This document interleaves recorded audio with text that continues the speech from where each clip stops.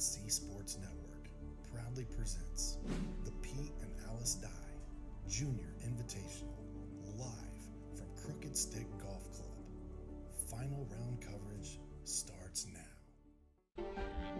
Well, it is a summertime tradition for us on the north side of Indianapolis. It's the fifth playing of the Pete and Alice Dye Junior Invitational here on the ISC Sports Network. Coming to you from legendary Crooked Stick Golf Club, the home of the 1991 PGA Championship, other numerous events, Solheim Cup, U.S. Senior Open, etc. And again, since 2020, a spot on the junior golfing calendar has taken place at this legendary track built with love by Pete and Alice Dye. 72 of the top junior golfers in the country are here. Some of them about to head off to begin their college careers in a matter of weeks. Others that are playing either at the high school level or the national level as well. We are starting a bit early in our coverage today because of rain that is forecast for the afternoon. We know that rain was inbound at some point in time. Obviously, we can play through rain.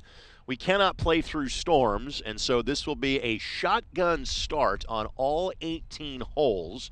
The feature groups or the leaders after the first two rounds that were contested yesterday are going to play the 18th as the last pairings, last trios of the day.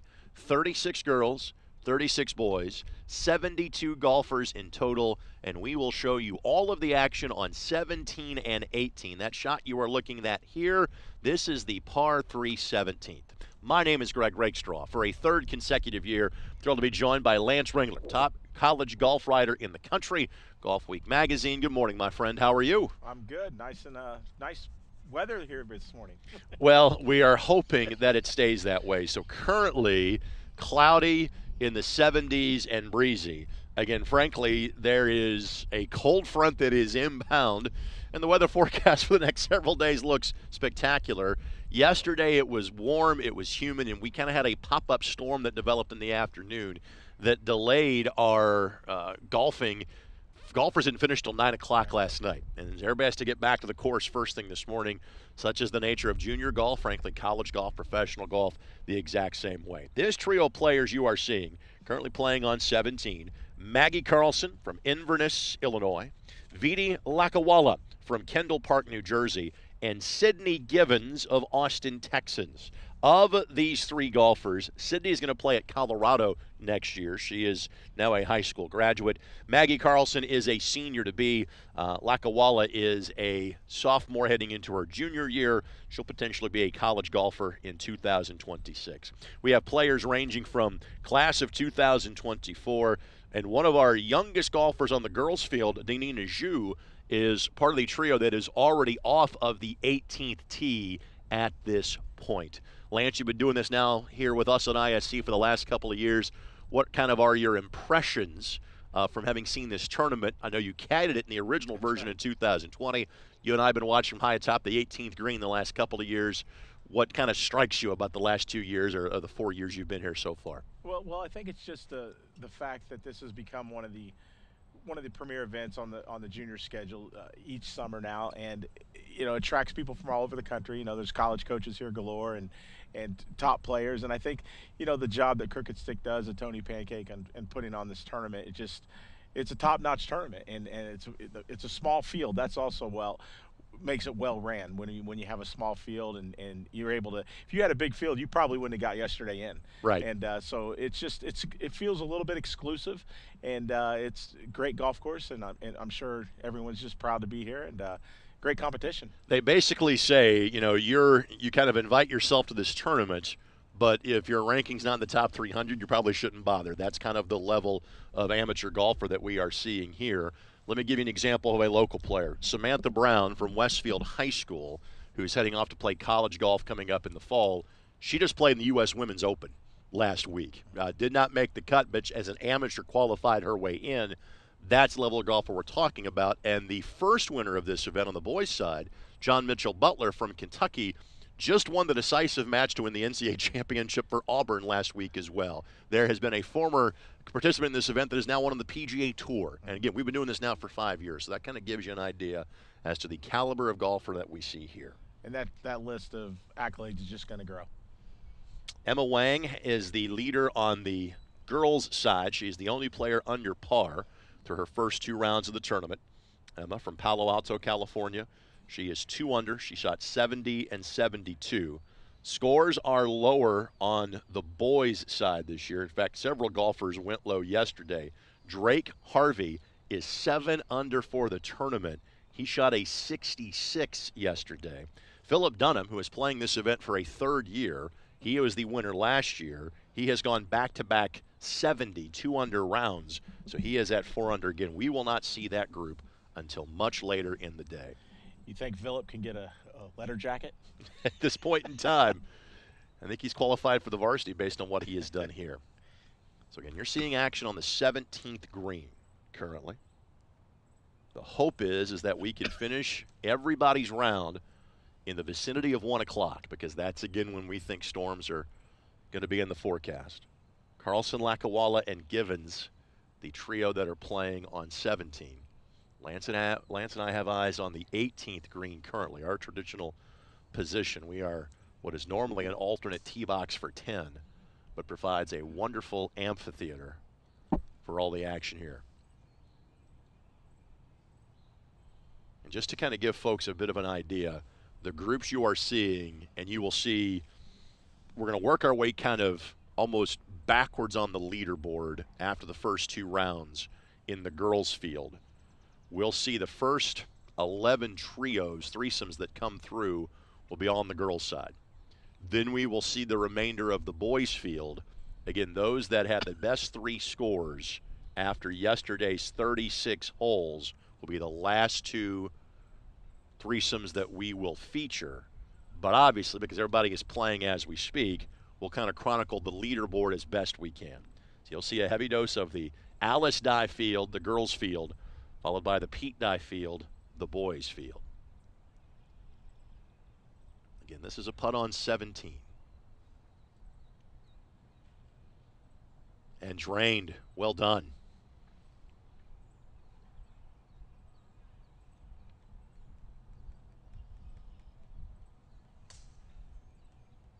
So, Lance, let's talk about weather. Yesterday's rain, kind of it's been primarily I'd say moderate temperature-wise, here in the spring. Lots of precipitation in the spring. So how does the golf course set up for these players here for round number 3? Well, we've had a wet spring, like you just said, so it's made conditions, the golf course playing much softer than what, tournament championship golf would want to see, which is just going to make it easier for the players to score. So far, you look out there, you can tell, very green. They had a lot of rain here this spring, and allows for the players to be a little bit more aggressive, take target at the pins, and swing away. By the way, there are 2 threesomes that will start on 18. That's one of the holes they'll double up. 10 and 12 are in the same way. So there is actually going to be a group in between the one that you see that are finishing 17 right now. There is a group that is approaching the green on 18. There is a group then in between them. Natalie Yen, Sophia Dyer, Lydia Portlock. They were the second to tee off and getting ready to do that right now on 18. The group that is walking up 18 as we speak, Caitlin Huber, who has played this event numerous times, Danina Zhu, who we said again one of the youngest players in the field, and Bridget Wilkie from Toronto, Canada, will play here in the state of Indiana at Notre Dame beginning in the fall.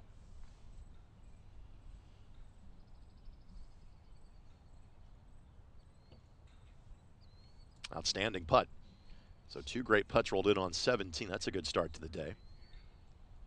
That'll make play go faster as well. The fewer strokes you take, the faster you will get around. No doubt about that.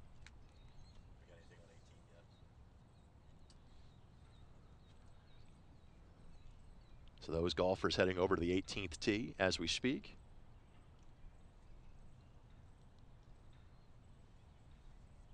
And what you're seeing here are golfers on 16.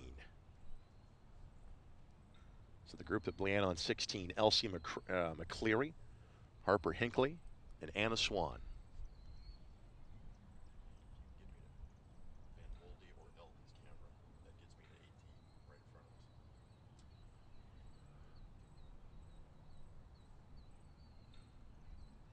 This trio of golfers going to play at Virginia, Mississippi State, and Oral Roberts respectively.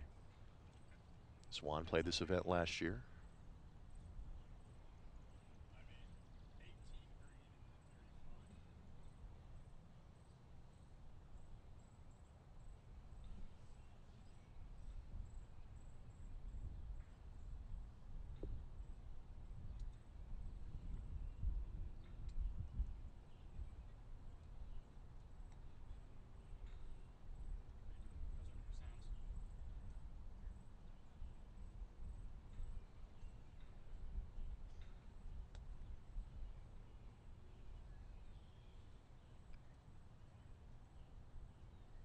Always tough to judge the speed on those lag putts, and there is no such thing as an easy green on a Pete Dye design course.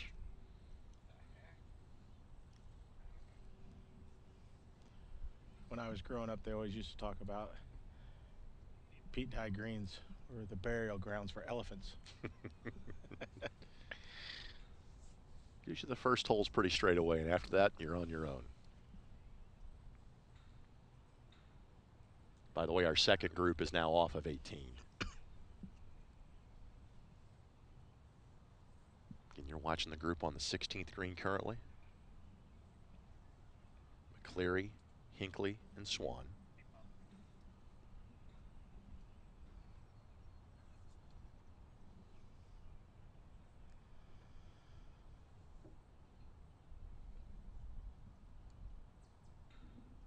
This group here currently 6 over and 7 over after their first 2 rounds. McCleary and Hinckley part of a group of 5 golfers at 6 under. Swan part of a group of golfers at 7 over. So 6 over and 7 over the scores for this threesome on 16.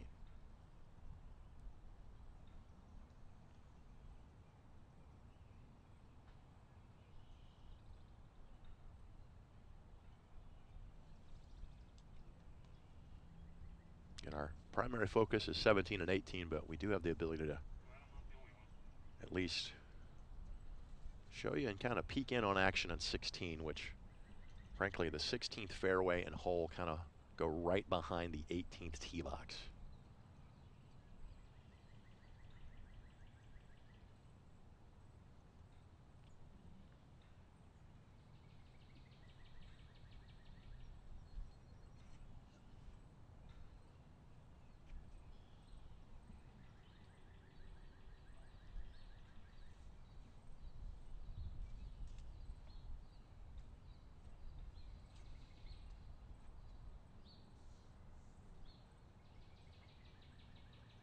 Lance, when you're kind of it's in your mind, you need to play quickly. You're trying to beat the weather.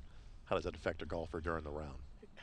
You know, it can make it, you know, a little jumpy because you're trying to, you know, it can take you out of your routine a little bit if you're not careful. But it's certainly, you know, they know they need to play fast and they adapt. You know, you have 4 hours to adapt to it, so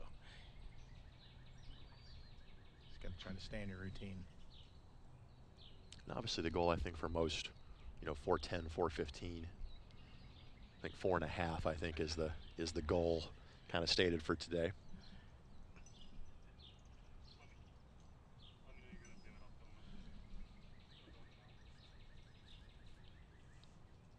The junior circuit tends to be a little bit better when it comes to pace of play. It's when they get a little older, they start to get slower. Glenn Allday and Ben Crane come to mind immediately. I didn't think those would be the first 2 professional golfers I'd reference in the broadcast today, but there you go.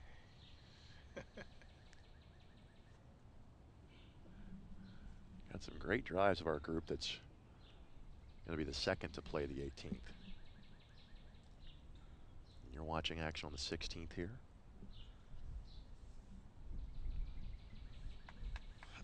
First group has played through 18. We're about to finish the 18th. And as soon as they walk off the green, there'll be a group that approaches this legendary finishing hole that you can't think about without thinking about John Daly swinging his right arm in the air, celebrating his 1991 PGA Championship win here at Crooked Stick. An event that put he and frankly this golf course on the map. So there's the threesome that you see heading to the 17th tee.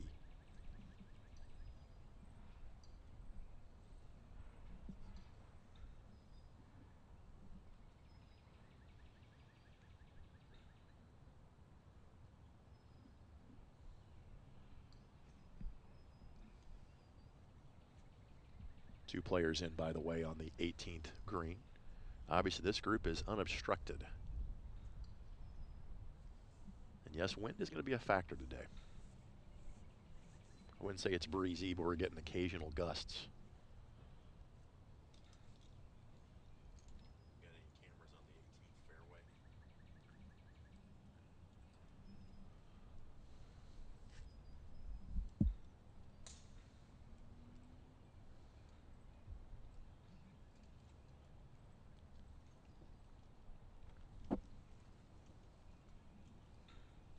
So again, this is the threesome of McCleary, Hinckley, Swan. About to tee off on 17. We have anything on 18 yet?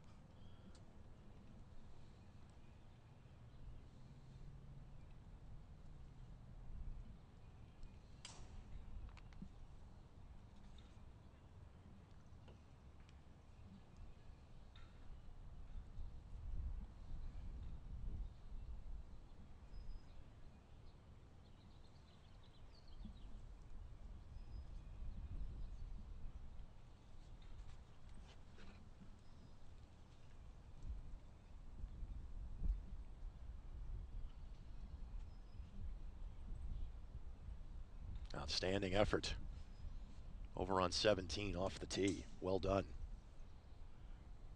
Getting better. Anything on 18 yet?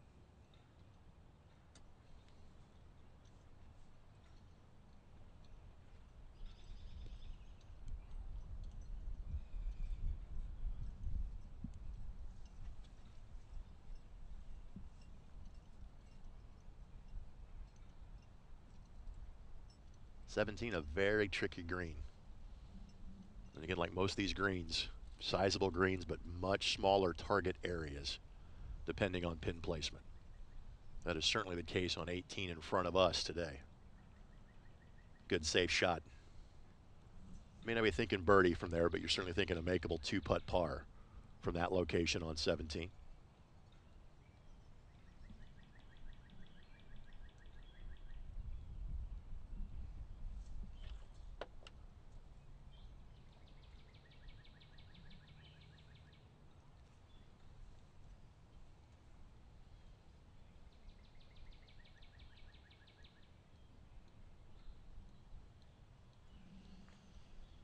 This group right now about a hole and a half behind the second group to tee off on 18.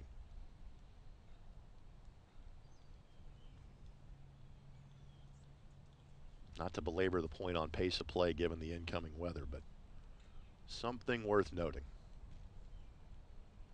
So third and final tee shot on 17. Just off to the right-hand side.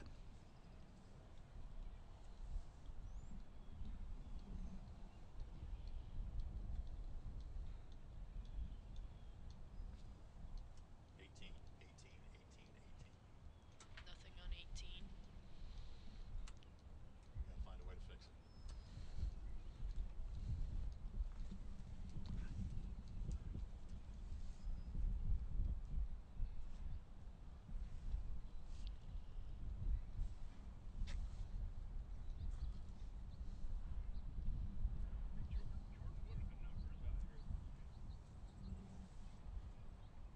Having some technical difficulties, unfortunately, with our cameras currently on 18, so we've not seen any of the first two groups off the tee box just yet, so hopefully we'll get that resolved in short order. So our activity's been focused on 16 and 17 currently. Welcome to live television.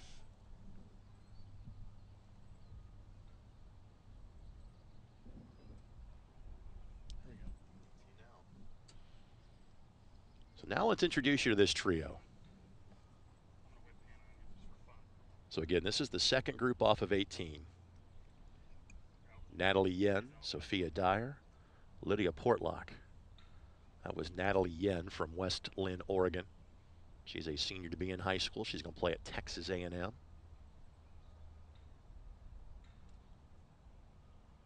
This is Sophia Dyer. This is her third.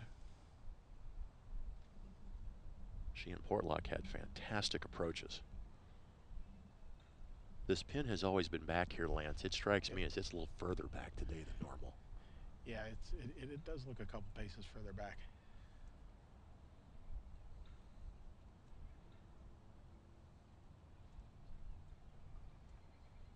Might be slightly disappointed with that, but again,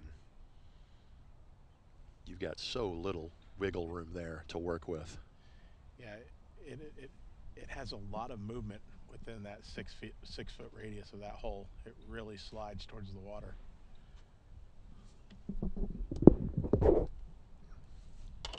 Here's Portlock, San Antonio native.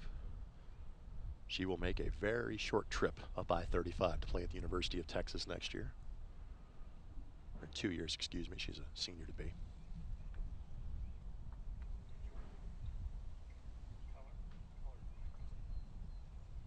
It's a birdie putt. Just pulled it left. Lance and I will be the world experts by the end of the day on reading putts on 18. Because these golfers get to see it once. We get to see it 72 times. So tapped home for a par, and frankly on 18, you'll take a par every time. Oh, yeah.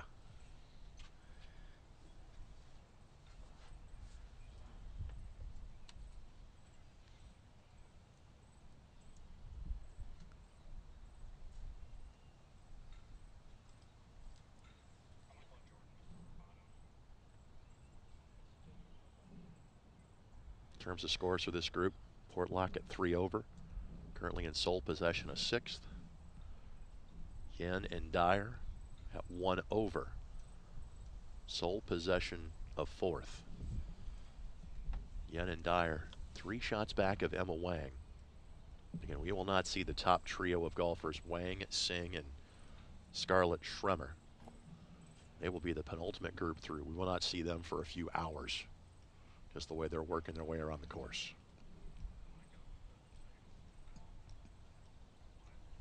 This is a par save opportunity here.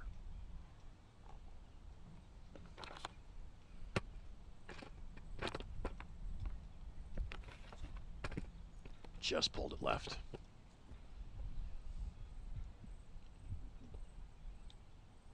And this is the first hole of the day, so Yen will fall to 2 over. And now Dyer trying to drain this to maintain sole possession of 4th.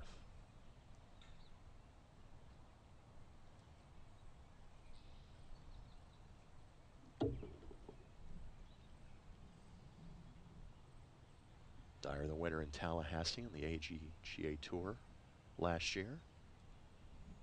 Finished 2nd at the Florida Girls Junior. And misses that one too.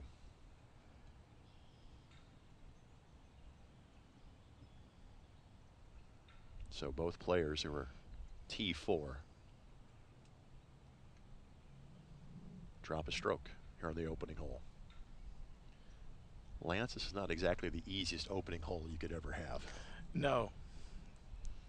Demanding drive. Second shot's not as difficult, but as we've seen, that hole location is difficult to read. So now we'll go back to 17. This is McCleary, Hinckley, and Swan. McCleary and Hinckley began the day at 6 over. Swan at 7 over. Again, this is hole number 2 for this group. They teed off on 16.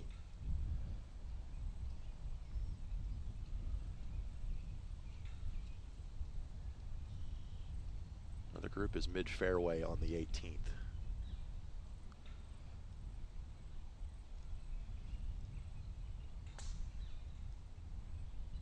Well struck over on 17. It is a cacophony of sounds around us. We're not far removed from the 10th tee right behind us.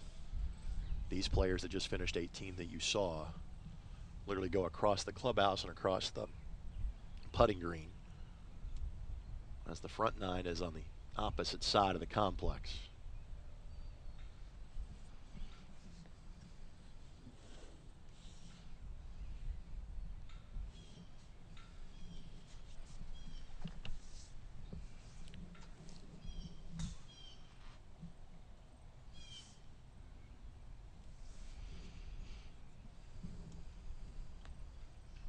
McCleary of this group is going to head to the University of Virginia. Swan going to play at Oral Roberts University. And Hinckley going to play at Mississippi State.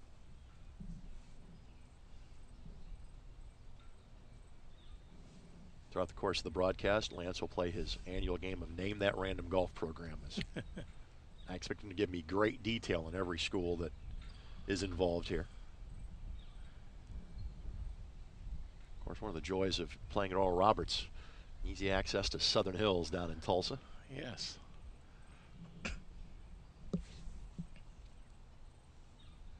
Two balls on the dance floor in 18, by the way, and one just off.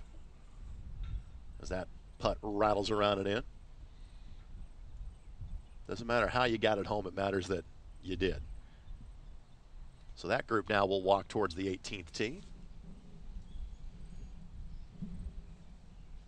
While the next group approaches the 18th green, that group can swing unencumbered when they get to the 18th tee. That was Swan that was able to knock home that last putt. Again, she was part of our field here a year ago. Finished 13th. Our winner last year, Addison Klanowski. Finished the tournament at 2 over par. She won by 4 strokes over Riley Knobb. And again, as referenced, Philly Dunham won in a playoff against Luke Colton. Talked to a family friend of the Coltons earlier this morning. Luke's not playing the tournament this year, but says they'll be tuned in from Colorado to check out all the action. So again, the trio you are seeing here, this is the group that we started with on 17. Maggie Carlson, Vidi Lakawala, and Sydney Gibbons. No scores have updated through the Golf Genius app yet.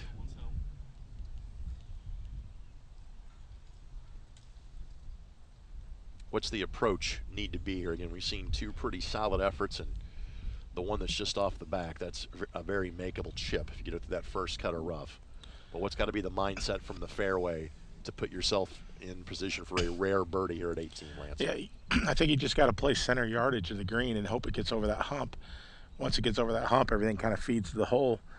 But if you hit it in there too hot, you can see you trickle into that back rough, and then it becomes a little bit of a real touchy up and down. And if you don't get it past the center of the green, you got to deal with that hump. It's in the middle of the green. So it's really a second shot. You got to put the ball in play off the tee, but the second shot is really what's going to determine if you're going to get out of here with a good score. But center yardage is what you got to try to go for. Maggie Carlson playing off the green.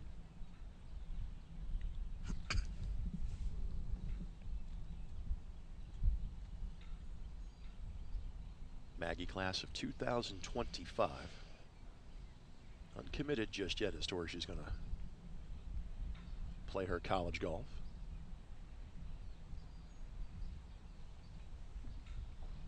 And you'll get a mix of caddies that players bring with, or caddies that know the local scene. Already talked to my buddies Mike Bostic and Brent Nickerson. And again, as mentioned, you caddied here back in 2020. Who were you on the bag for that year? The girl by the name of Kennedy No. She plays at North Georgia.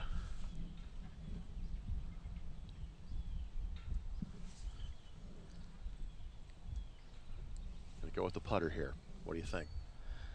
No, it's not a bad play. It's probably the safer play. You just got to pop it out of there.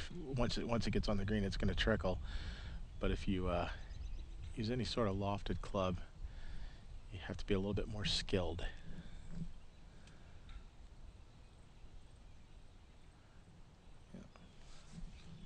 She's asking it to go, but I would say knowing that your ultimate goal there is to get it home in 2. Yeah, putter's fine. Vidi Lakawala, Kendall Park, New Jersey.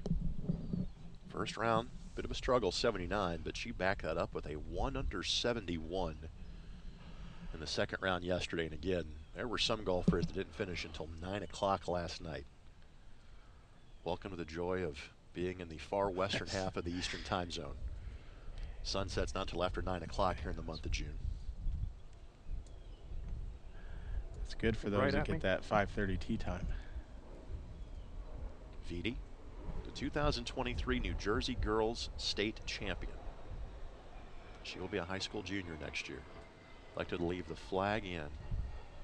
Again, won't make it, but take your 4, tip your cap, and onto the front 9. And no need to wait around.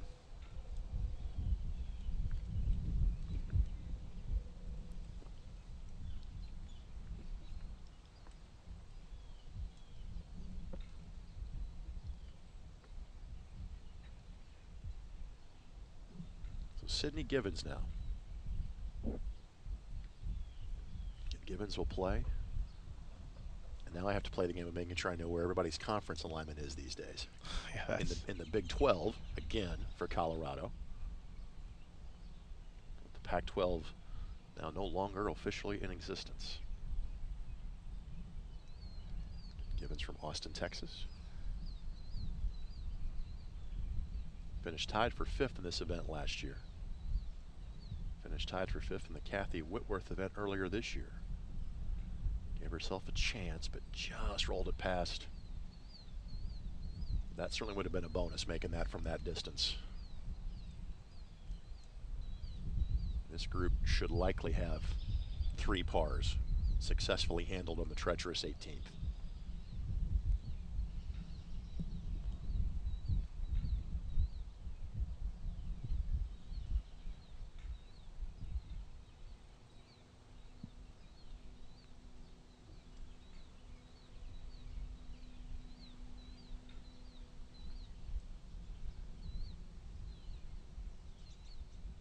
Yep. Well done.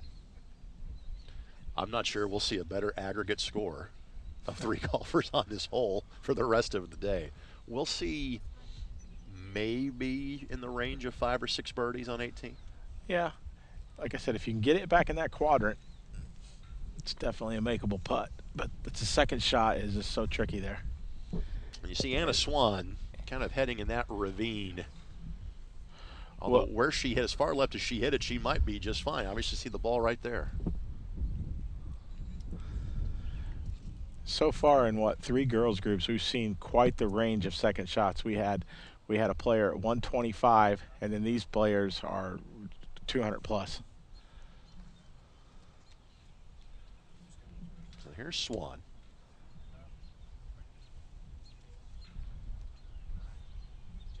Vividly remember her from last year because of the unique spelling, as it would be in Great Britain, of Northeast Pennsylvania.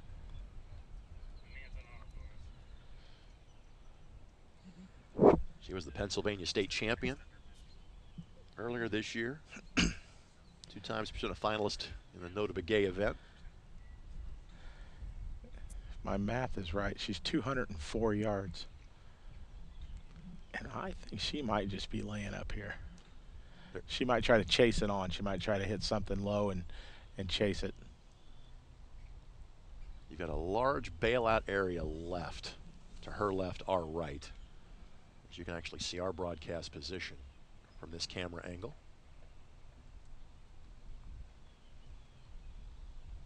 By the way, that's the camera work of Chase Eisnagel roaming the grounds for us today. Thanks to he, Eldon Wheeler, Aaron Van Wolde, Aaron Scheibelhut, Jordan Shue, Sean Walker, the rest of our crew, and got to the top of that bank and stopped. I'm not sure that's where she was planning on being, but in the grand scheme of things, She'll take it. You can make hay from there. Also see the players have that leaderboard they can look at as they're playing the 18th, and that is the overwhelming response that players give playing this event every year, is how the amenities they get when they come here and how they are made to feel in playing this event. Obviously, this broadcast is a part of that. Yeah, it feels like a mini pro event. Side hill lie here. And this one sent right It's a in. turn over. Does it hang on? No. So our first ball in the water here on 18. Again, this is the 4th group to play 18. Only 20 more threesomes to come through following that. And again, this is a group of golfers that pretty much mid-pack at this point. They're 8 and 9 shots back of the lead, respectively.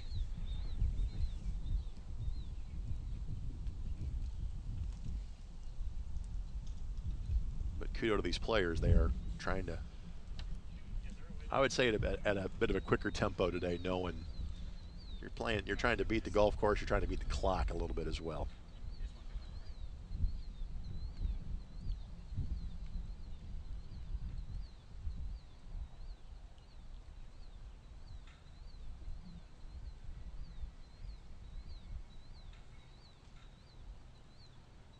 What do you see in this shot, Lance? Same thing here. She's not going to probably be able to get the ball as high as she needs to, so she's got to land this in the front to center portion of the green to have a chance to get it to stop near the hole.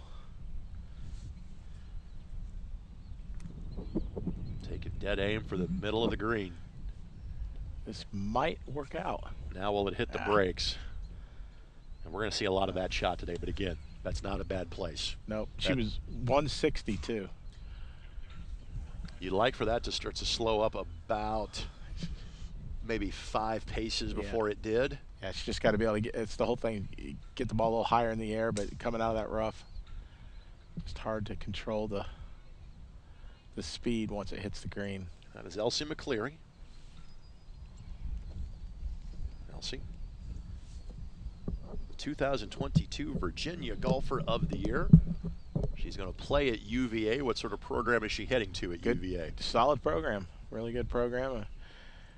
One of the top programs probably in the ACC, and definite program that makes the postseason every year. So Harper Hinckley is unfortunately the player that went in, and I think they're trying to find the accurate point of entry for her to take her drop. I think she's gone too far back.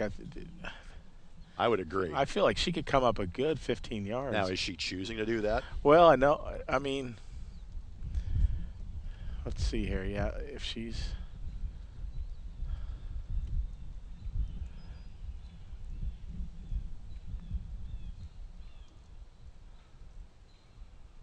Harper from Macomb, Mississippi. Yeah, that's not bad right there. You kind of cross right on that little...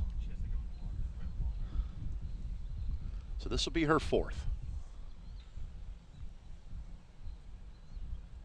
Yet to officially have one on the green from this group. By the way, the threesome that is behind this group, Gabriella Albert, Veronica Mann, Sin Tai Lin from Taiwan. Well, she's going to play at Northwestern next year. Gives me a chance to work into the fact that my wife and daughter are literally in Taiwan as we speak. Huh. Did about a couple hours ago. Did not think I'd be able to pull that factoid in the broadcast today either, so early in the broadcast. Just vacation? School trip. School trip. But yes, vacation more than anything else. My vacation's coming to Crooked Stick and hanging with you. Right.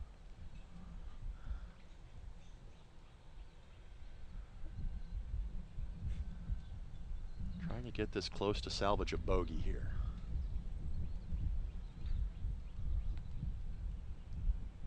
And again, that'll roll through. So now you're trying to minimize the damage. Knock this close, get your 6, and take more or less a 2-shot penalty for putting it in the water. That's no easy up and down right there with the way that ball's sitting. No. So 3 shots just off the green on 18. Anything on 17 right now?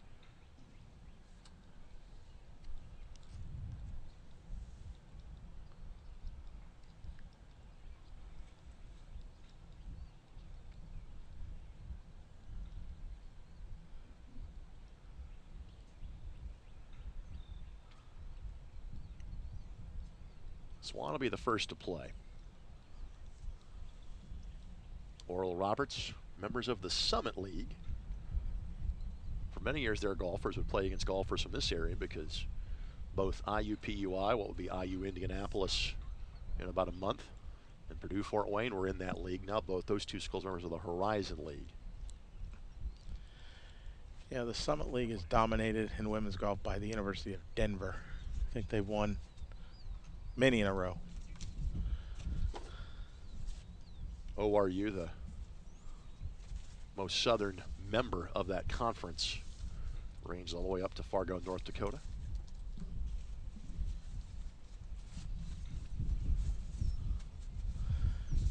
It's probably going to end up pretty good. I'd say that is a tutorial as to how you hit that shot. Can you tell she's played in this tournament before? That is a hard-earned 4. Off the fairway, off the hill. and within a foot or two.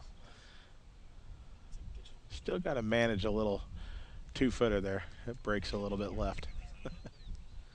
There's no easy tap-ins here, are there?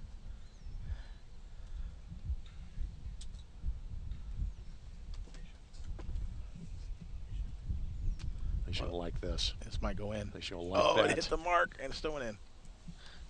How about that for a birdie? Well done. It hit the mark of the other player. I'm not sure. Just how she planned it, Yeah. right? I thought that might knock it off track a little. Hit that mark to take a little speed off. Just a little speed bump.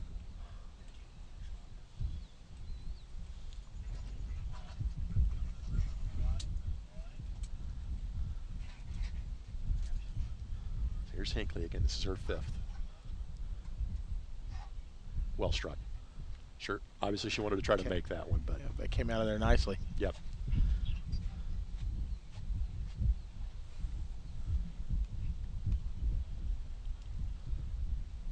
And wind's picking up, and it'll be kind of intermittent throughout the day. Winds right now coming out of the south.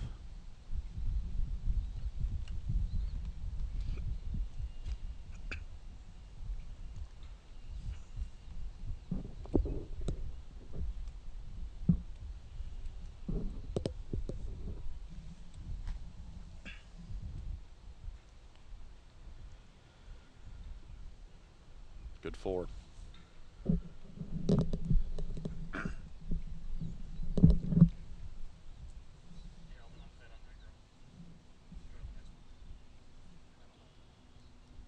next group has not gotten to the 18th tee just yet behind this one.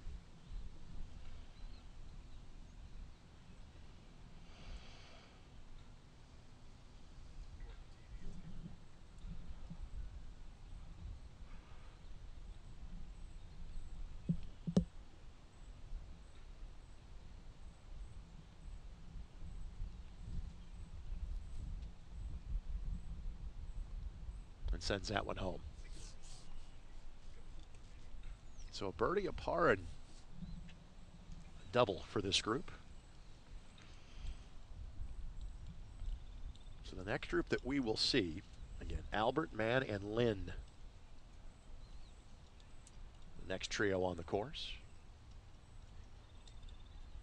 Good chance we'll see them for a chunk of 17 and 18 because they are on the 17th green as we speak. Here we go. I see a good friend of mine, one of the caddies in this group, Mike Bostic. Mike, a multiple-time state championship winning tennis coach locally at Carmel High School. You also might recognize his alter ego. If you're a Colts fan, there's a guy in the stands that looks a lot like Tony Dungy. That would be Mike. His character's name is Cloney Dungy. He's one of the most unique guys you'll ever meet. Had a chance to catch him before the round today.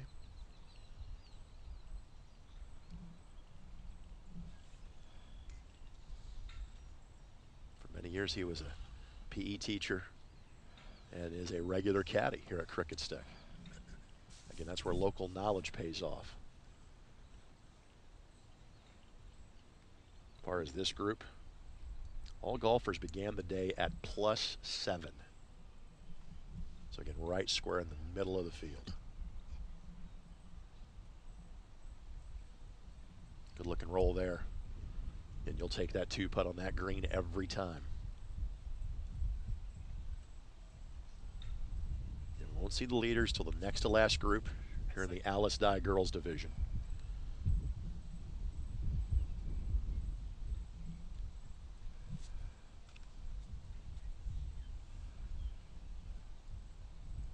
We're starting to see some scores come in from elsewhere around the course.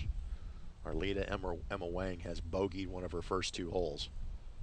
So she is at 1 under. Athena Singh has parred through her first 2 holes. She's at even par. So right now we have 5 golfers within 3 shots of the lead. 2 of those that we saw that bogeyed 18.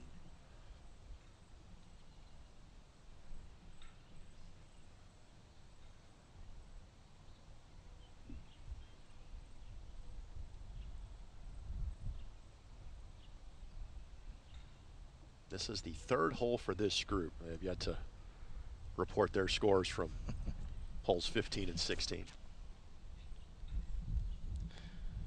They'll catch up eventually. Yep. And again, the realistic goal for this group, try to finish top 10. Maybe if you get on a run, you're thinking about a top 5 here.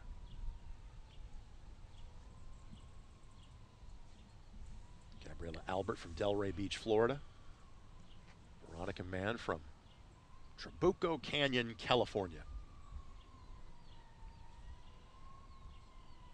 And Lynn from Taiwan, but she is the one player of this group that's made a college commitment. Again, she will be a Big Ten golfer in the fall at Northwestern.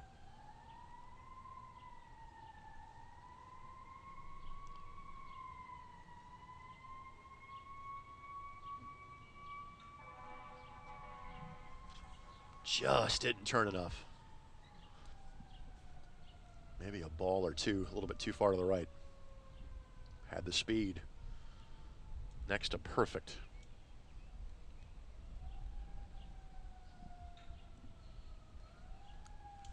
All that moisture has kept the greens very playable. Yeah. Feel like you can, if you can get the speed down, you feel like you can make anything when the greens are rolling like this. It certainly appears that, at least on the boys' side, we're going to set a tournament record in terms of what the winning score is going to be. Not a lot of golfers under par, but again, our leader was 7 under on his day yesterday. Girls' scores have hovered right around the even par mark over the course of now the 5th playing of this event.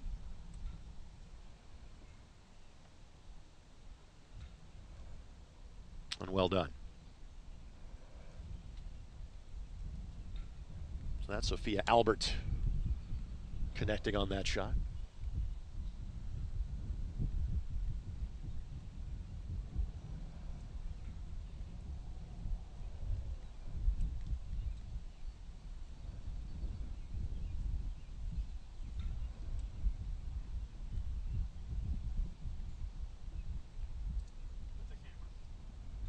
The golfers over on 16. Hannah Kate Nichols, Sophia Elstad, and Susie Tran, our next threesome of golfers.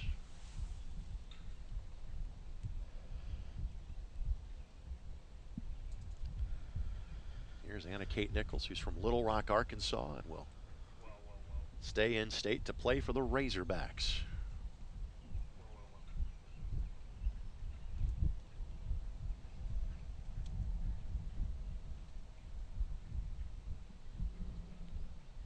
Nichols was 7 over on her 2 rounds yesterday, but fared much better in round 2. Had an even par 72. Elstad was 8 over. Elstad's going to play at Oklahoma State in a couple of years. Susie Tran's going to head to Michigan to play her collegiate golf. She's at 9 over after a 76-77. So those golfers now heading over to the tee on 17, and we go to 18. First shot is away on 18, and this one left edge of the fairway from the golfer's perspective.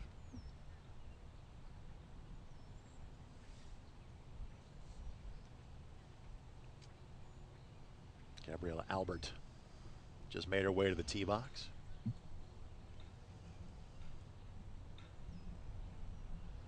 Primarily clouds, but sun fighting through. I'm not sure that's the best thing, frankly, for the weather.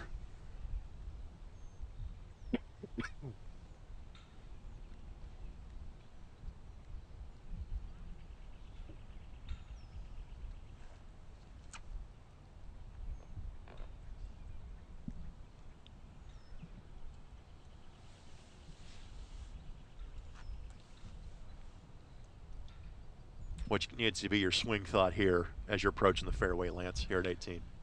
Well, you just got to pick out a target and commit to it, because, as you can tell, a lot of balls so far to the left. They don't want to flirt with that right side. So, just confident and commit to your swing and believe in it.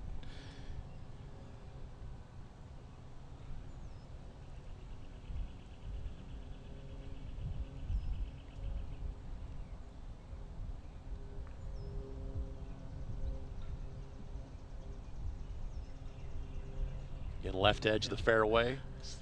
It's in the rough, but not down in the gully or the ravine. She'll have line of sight to approach this deep pin placement. I mean, if you challenge the right side, you really can take a lot of yardage off on your second shot. I think we saw one ball come up that right side, and that player only had 125 in, to where these players are going to have 160 plus. Depends on how aggressive you want to be here. We referenced Albert having that local caddy. Let's see if that knowledge pays off here.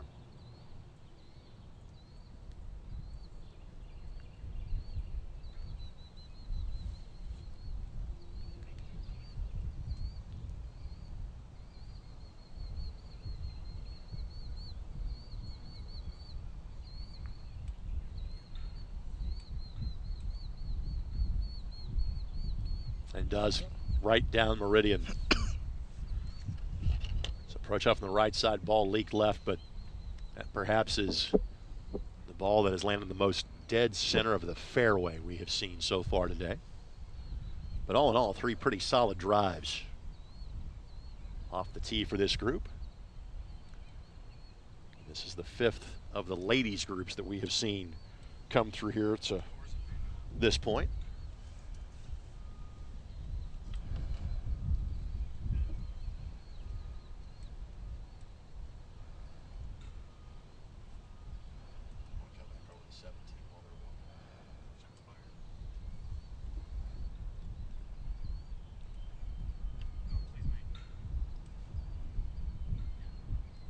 Here's the group heading towards the 17th green. So on both of our two holes, we have profile shots right now. We got golfers walking. Nobody hitting a golf ball right now. That'll change in just a matter of moments.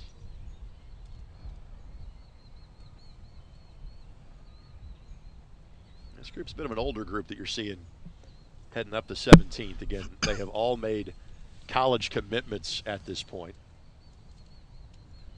Starting to see more scores kind of flash through the leaderboard as well.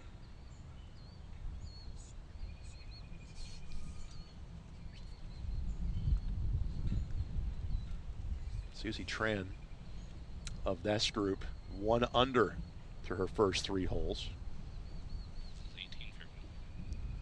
Now we look at 18. Just did a quick check of the 36 players and the scores we have seen. Looks like we've got 3 golfers that are currently at 1 under par through either 2 or 3 holes played at this juncture. And for the group that you're seeing here on 18, this is the 4th hole they have played of the day, and they will finish on the 14th. Just joining us, we went to normally we're teeing off of both 1st and 10th. And then we usually see golfers about 90 minutes into the round. But this is the second time for our coverage in 5 years that either because of delays the previous day or trying to get out of the way of weather for this round, we go to a shotgun start. So everybody was on the course at 8:30. So this is Albert, Mann, and Lynn, the trio of golfers you see here.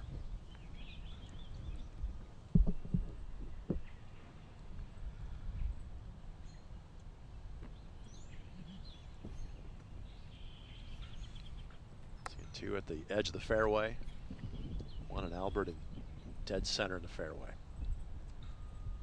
What sort of distance you getting here on this shot, Lance? So it looks like they're ranging from about 172 to 130-ish. So you can see your line off the tee really has a lot to do with the distance you're going to have in on that second shot. And 172 out of the rough. It's no easy shot here. And below the hole here, too. Yeah, I mean, these shots just have to be short, if you can land this ball, I would say just off the green in front and let it chase back coming out of that rough, and then hope it can sit down. I think there's really much else they can do with it.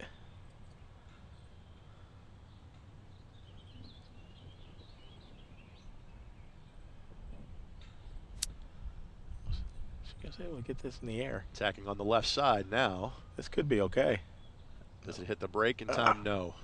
Yeah, just does not trickle into the bunker, but and again, you've got some green to work with there. Yeah. I mean, if you want to get the ball close, like I've said numerous times already, you just got to land it in that front portion of the green and hope it gets over the hump. It is such a narrow passageway to funnel down to the small plateau on the back end of the green.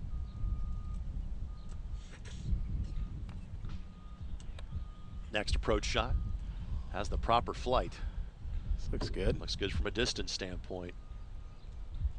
Just again, rolls through. We'll see that shot probably more than any other today.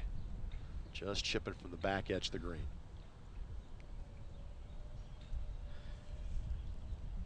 I have this shot about 140.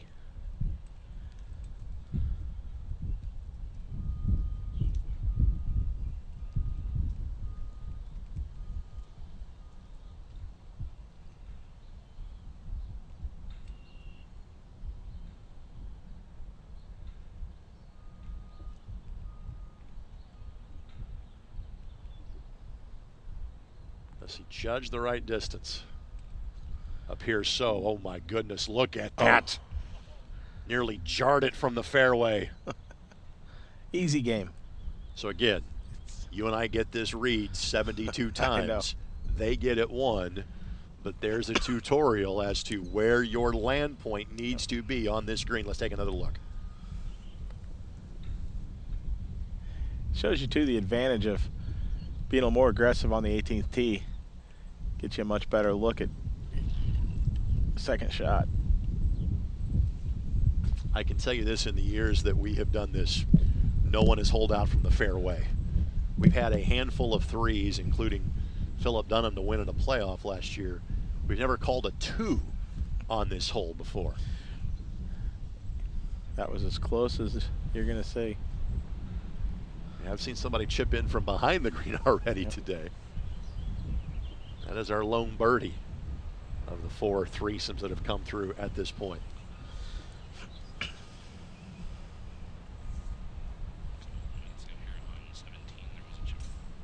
Had a chip in on 17 as well.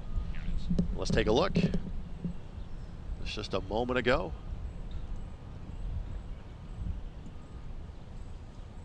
Absolute perfect line, because as you could see the speed of that, if that doesn't hit the hole, it's going for a while. Yes, I had a really good pace on it, didn't it? Exceedingly well done.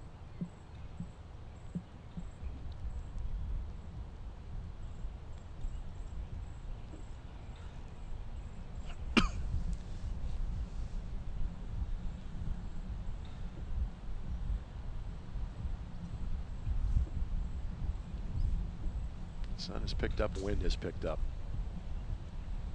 Pretty steady breeze coming out of the southwest now, which frankly is wonderful for this tee shot to get to this point.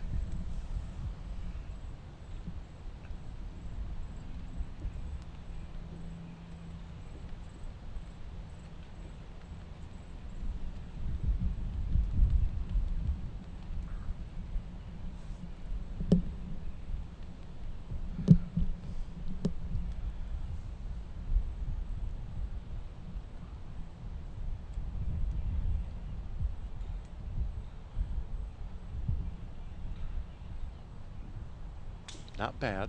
Pretty good. Yeah. That's frankly the highest ball flight we've seen. Yeah, she had that blade laid open, and I think she expected that to be a little faster than it was. Here's one. Here's another one we could see go in. That's a similar position from where McCleary made hers in the previous group.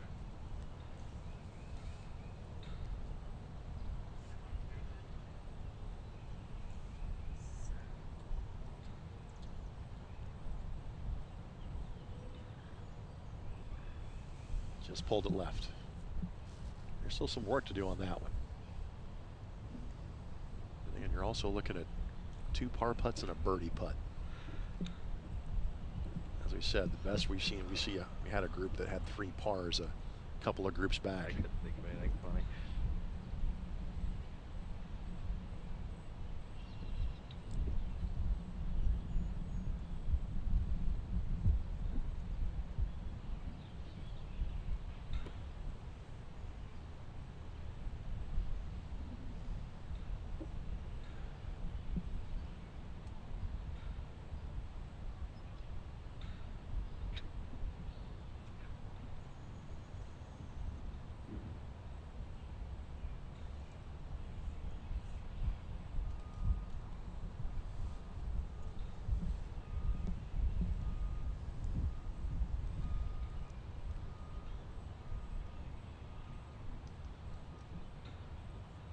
Albert lining up the birdie.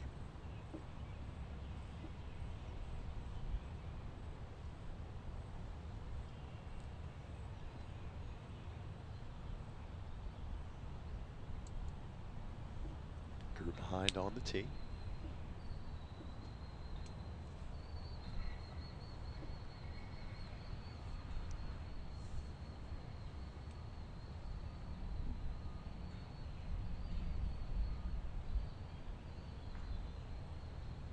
Just pulled it left. You can see the water effect there. I mean, the balls really go left there. I'm not sure in this hole you could be disappointed with a 4, but given the fact that on your second shot the ball hit the hole, Right. I could see where you feel hard done by with a 4 there. On the flip side, for these 2 golfers, if they can make these putts, they'll feel ecstatic about their 4s.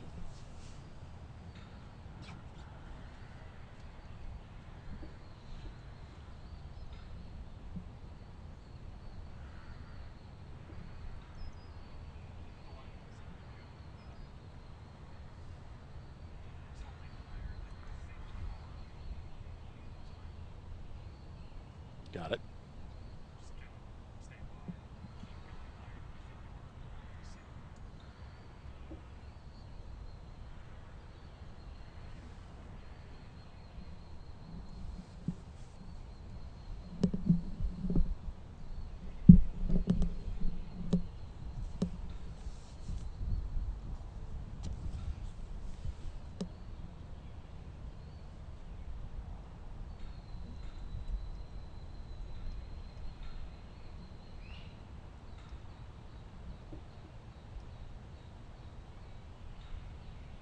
And connected. So again, 3 solid 4s for this group. Next group now is off the tee on 18 and making their way towards the fairway. And our focus has been on the Alice Dye girls division. We will see the boys come through kind of secondarily. Get the chance to update you on scores while we have the opportunity. Harvey Drake, a 4-shot lead. He has 1 over on his day. Philip Dunham, Brady Smith, Finley Bartlett, all at 2 under for the tournament. So Drake Harvey has some room to work with.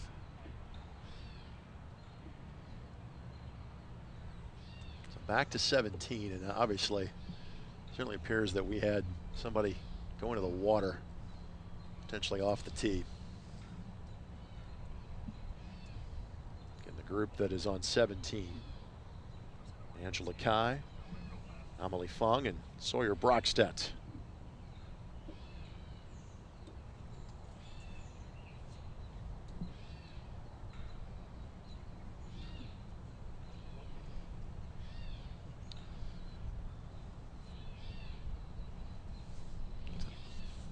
Recovery shot there.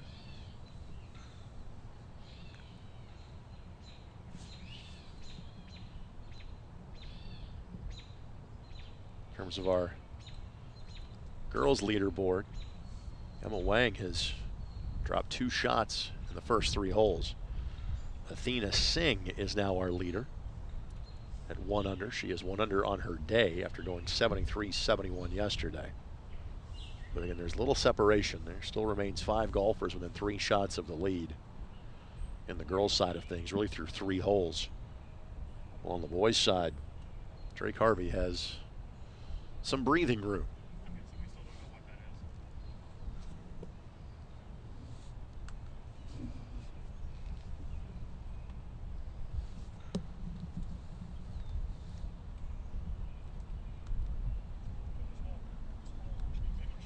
Players there are here on 17. This is their 5th hole. In terms of some of the scores here. And as we said, we are kind of working our way kind of back down the leaderboard. Angela currently at 10 over. Fong is currently at 13 over. Rockstead 15 over for the tournament. These players are 21st, 23rd, and 24th.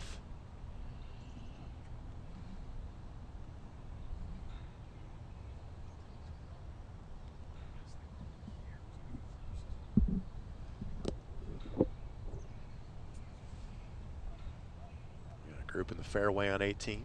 This group on the green or close by on 17.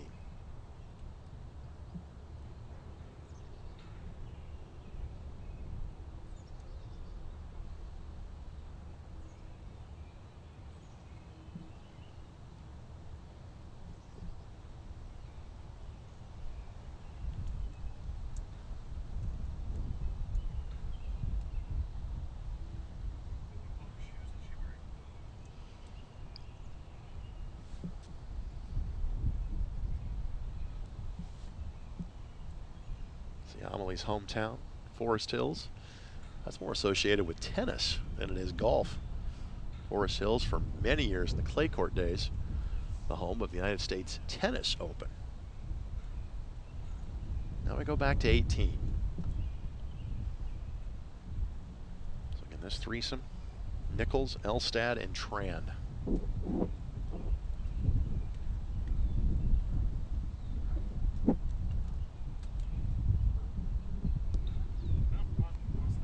This approach is, again, in that bailout area to the left. And again, while not the desired result, you can do worse.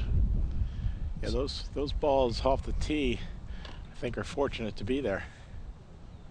Everybody kind of clustered together there in the right-hand side of the fairway and just out of the hazard.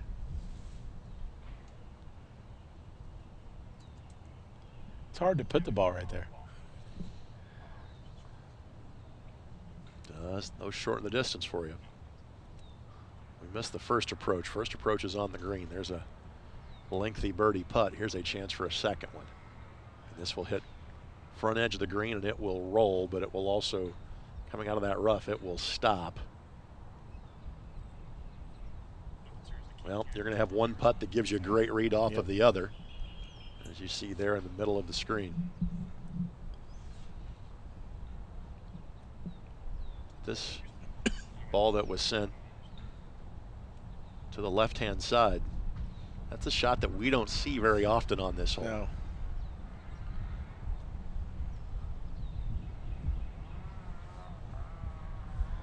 No, we don't see many balls over there ever. A lot of green to work with, and frankly, the right angle of attack.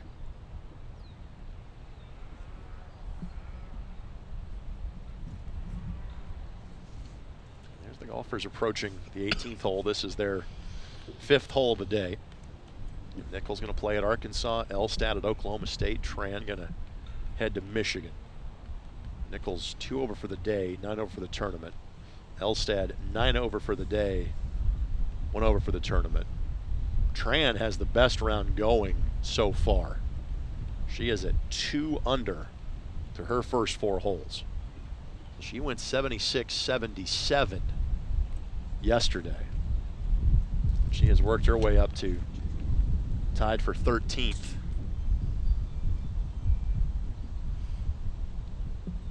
lines start to pick up again, and frankly, it is Tran that had the best approach shot of this group. It's going to be a tough birdie putt, but she'll have a go at it. That is Elstad that is on your screen.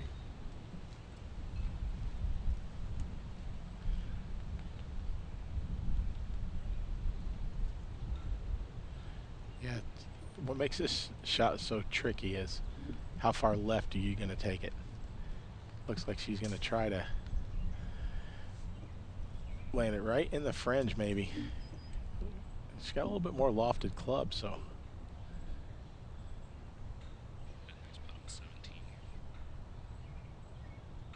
Take a quick check over to 17. And as rings true in all areas of golf, if we take the other hole like that, somebody made a golf putt. Well done. Great job by our crew to bring you shots from all around this golf course. It is no easy undertaking. This is Elstad's third. And that's the danger with that shot, is once that thing kind of hit the down slope of that hill, it was just going to take off. And she landed it in the fringe, which is where she was looking. Could you have even thought about playing a putter from that distance? You could. I think you could. You just got to hit it higher, and I think if she hits that exact same shot but lays the blade open a little bit more and gets it higher, the result probably would have been better. So Elstad still off the green here. A chance from a putting standpoint. Nichols was first to go, but Elstad's got to get on the dance floor first.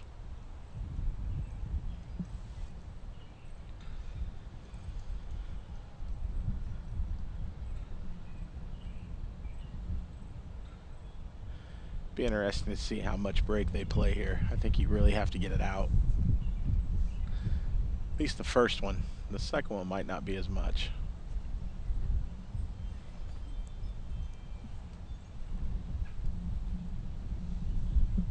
Like Nichols will give it a go. She won the AJGA event in Shreveport 2 years ago. Made the U.S. Women's 4-ball round of 16 last year.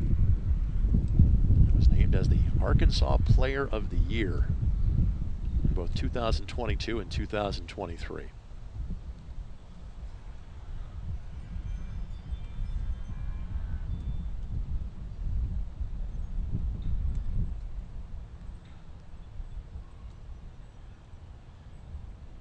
Never got the speed right on that. Well, she didn't have the line either. You really have to throw that out there, and hopefully.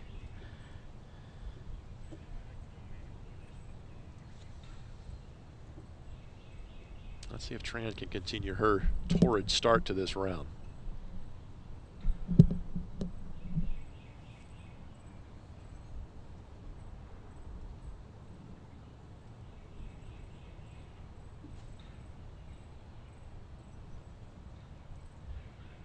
See how much she learned here. Tran just birdied the 17th. Birdied the 15th as well. Looks like Elstad's going to play.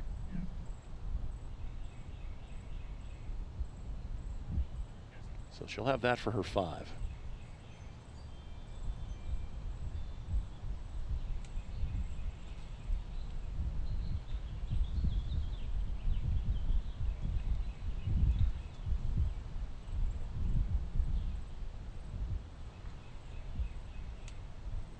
Tran playing quickly.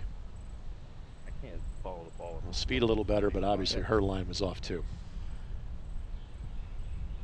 So all 3 golfers here with work left to do on the 18th. Group behind them now has made to the 18th tee box.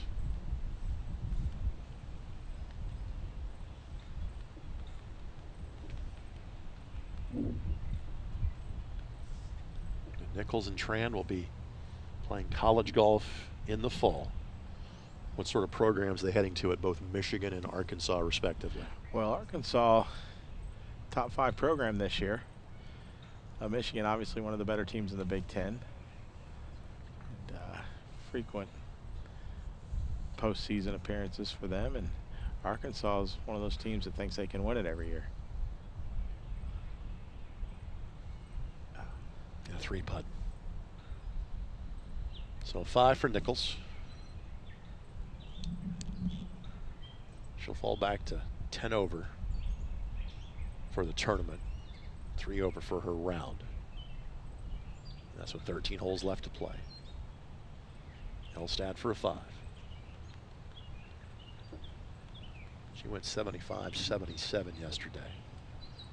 She's playing for Oklahoma State, but a year from now. She's class of 2025. Makes that.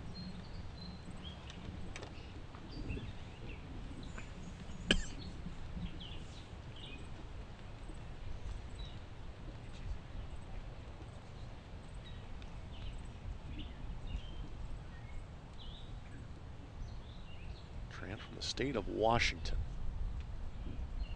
This is a good chance for her to get a little experience playing some Midwestern golf since she's going to be playing the Big Ten. Although then again, Washington is now Big Ten country, so what do I know? I was waiting for that. No. Sometimes the jokes write themselves. Tran. It's just going to be so weird. Rolls that one in. I think even for the West Coast people, it's weird. It's no longer Big Ten country. It's in a big country, like the band would say 40 years ago. Group off the 18th tee box behind them, so they're heading towards the 18th fairway. I'm waiting for that Big Ten golf championship in LA. That's what we're going to have here. Riviera? I mean, why not? It's going to be different.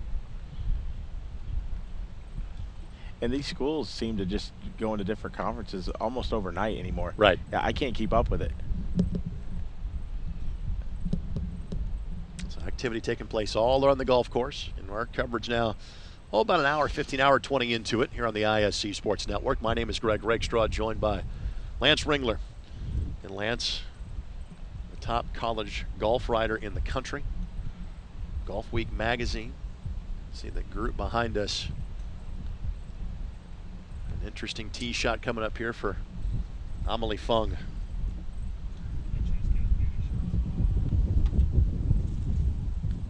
Amelie 13 over for her round, or for her tournament. 2 over for her first 4 holes of the day. She'll be a high school senior next year. Again, wind really behind the players for the most part on this hole.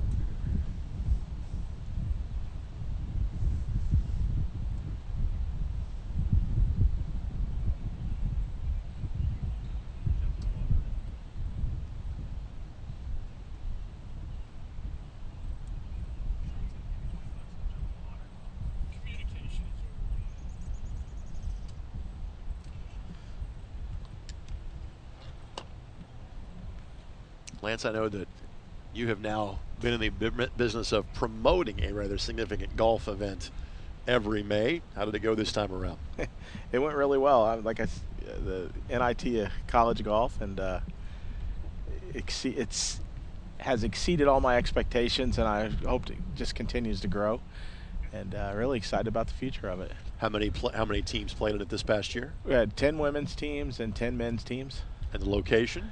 It's just south of Phoenix, in Maricopa, Arizona, Ak-Chin Southern Dunes Golf Course. Fantastic place, and we call it the Madison Square Garden of college golf.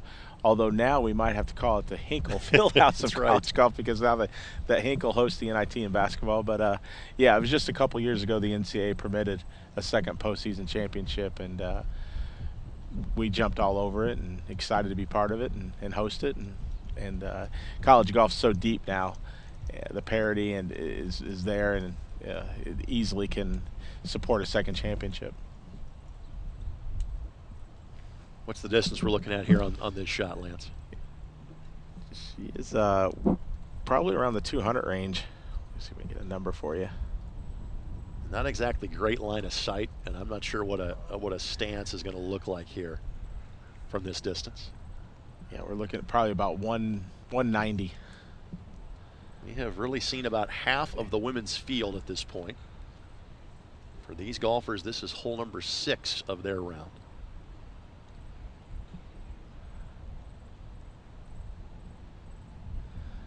the variance of distances coming in has been, anywhere from 125 to 215. I mean, it's all that line you take off the tee.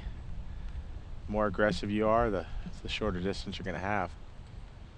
So far, we've not seen anybody in the water off the tee. We have seen one approach shot go in the water.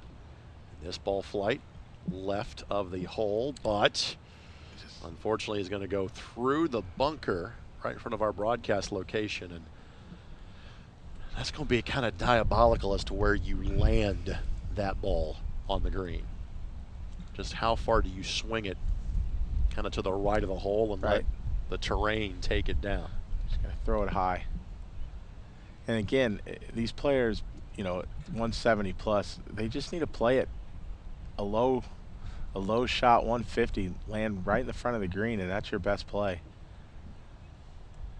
This is Angela Kai from Ontario, one of a couple of Canadians in the field.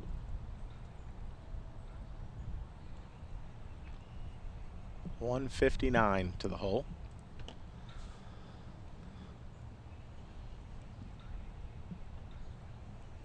Angela finished second at the AJGA Dana Open. We've always talked about this. We think this hole shapes up even a little better for a left-handed player. First one we've seen come through here today.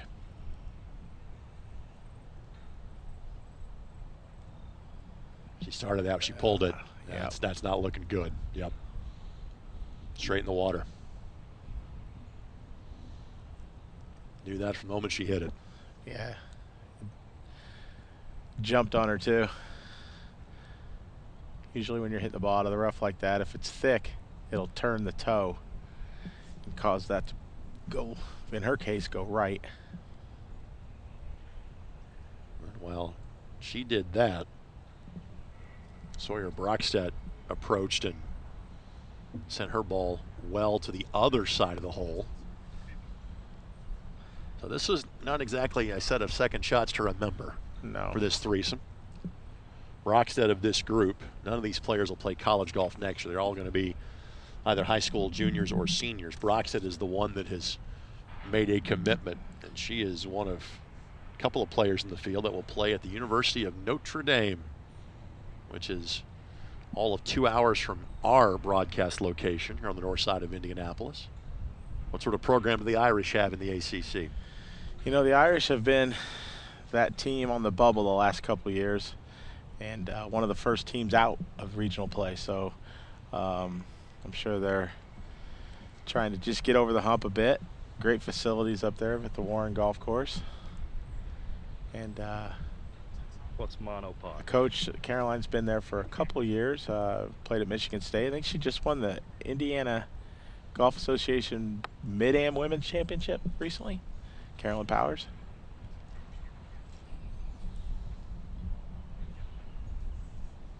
What are you saying over there?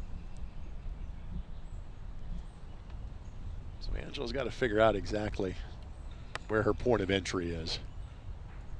She's taking her 2 club length range from a drop. And she'll be chipping her 4th.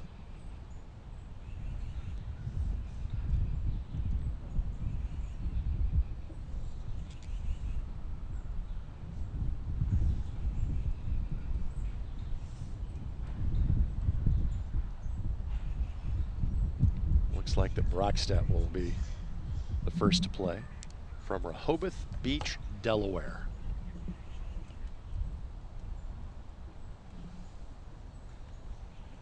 I've always wondered how you said that.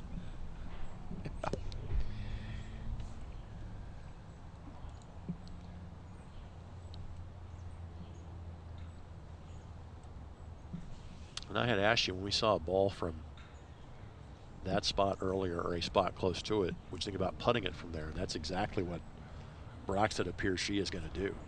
However, we do have a shot taken, and again, we mentioned for Emily Fung, we weren't sure kind of what your point of attack was going to be. Well, she left her chip short. So 18 is showing its teeth for this threesome of players.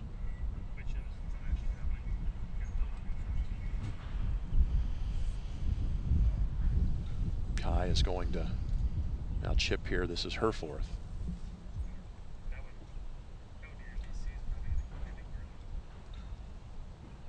Good speed, good line, but still look at the ball tailing on the back end. My goodness, that looked great until it got to the hole. Yeah, it's races. Once it gets past the hole, it picks up speed. It's not a postage stamp green, but it is a postage stamp target. Yeah, that whole area back there, that little quadrant, not big. This will be interesting to see where she, using a putter here, to see what line she takes. I would think that her target from a stopping point and then letting the course do its job is about 4 or 5 steps on. Get to that point, let it funnel down the hill. Yeah, it's going to take off.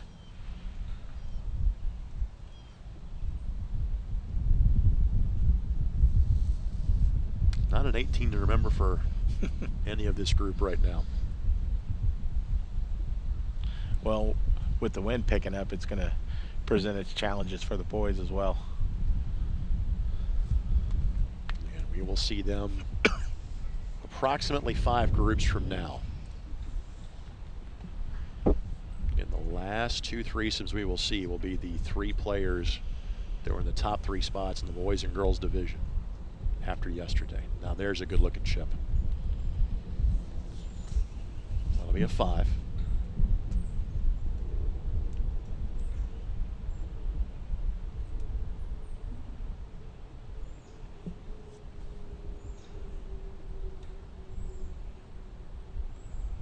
Brockstedt, this will be a putt to salvage a 4 from just off the green. But unless this is holed, everybody is giving a stroke back here on 18. That's why we said earlier, you'll take par on this hole and smile about it.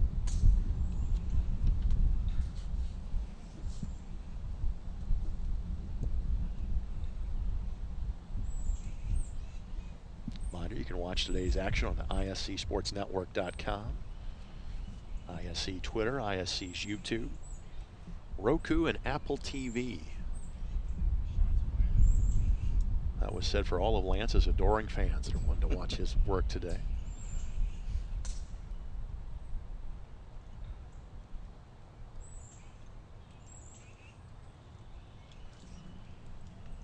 So Brockstedt, just a little work to do left. By the way, Emma Wang is back in front. Athena Singh now 1 over. Scarlett Schremer at 1 over as well. Dyer, Huber, Wilkie, Givens, Yen. Now 8 golfers on the girls' side within 5 shots of the lead.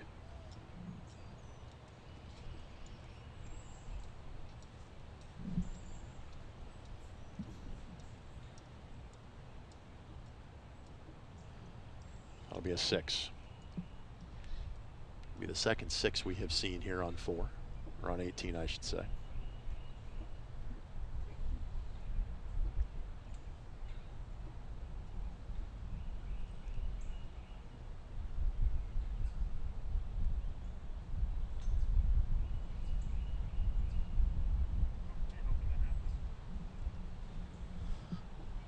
Carter, Bunker, and Hall, the next trio due up.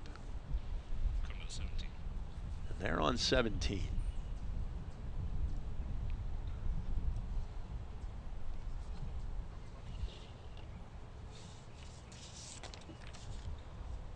Brockstedt did finish with a 5 on 18.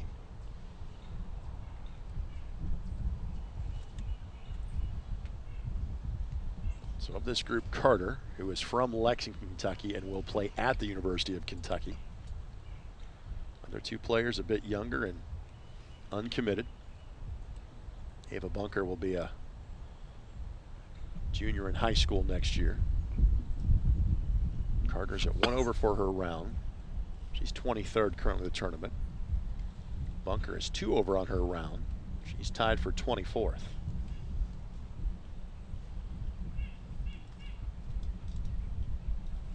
Hall is 3 over for her round today. She's from the state of Florida. She is a high school junior to be.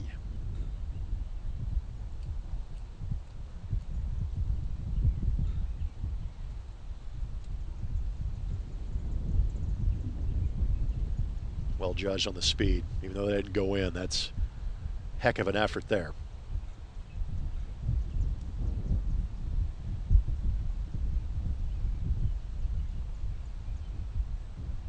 Ava Bunker is a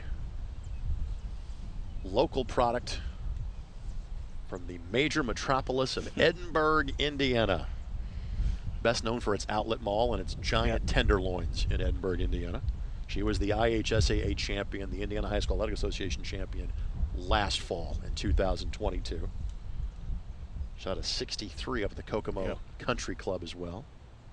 And was the 2022 U.S. Kids Teen Worlds Champion. That's Bunker.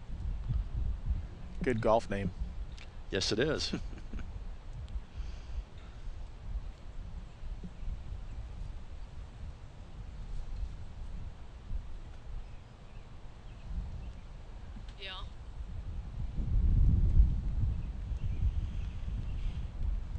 Good speed from there. I'll take that. Be able to knock that home. So I started talking about Ava Bunker. You started nodding your head accordingly. What do you know about Ava? Good young player. First heard about her, I think, when she was in like maybe 7th to 8th grade, and living up to the hype a little bit. Now, she is from Edinburgh, but she plays at Columbus North High School.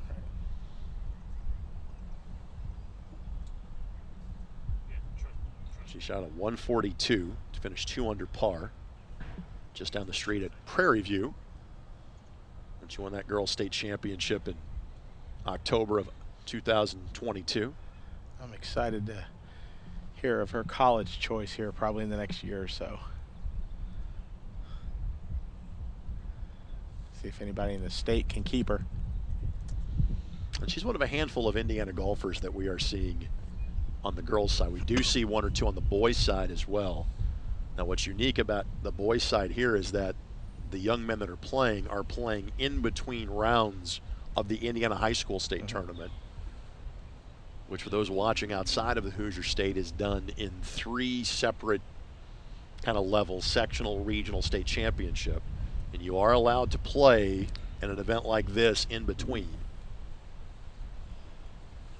Aiden Gutierrez of Valparaiso is the one we'll kind of probably focus on more than anybody else.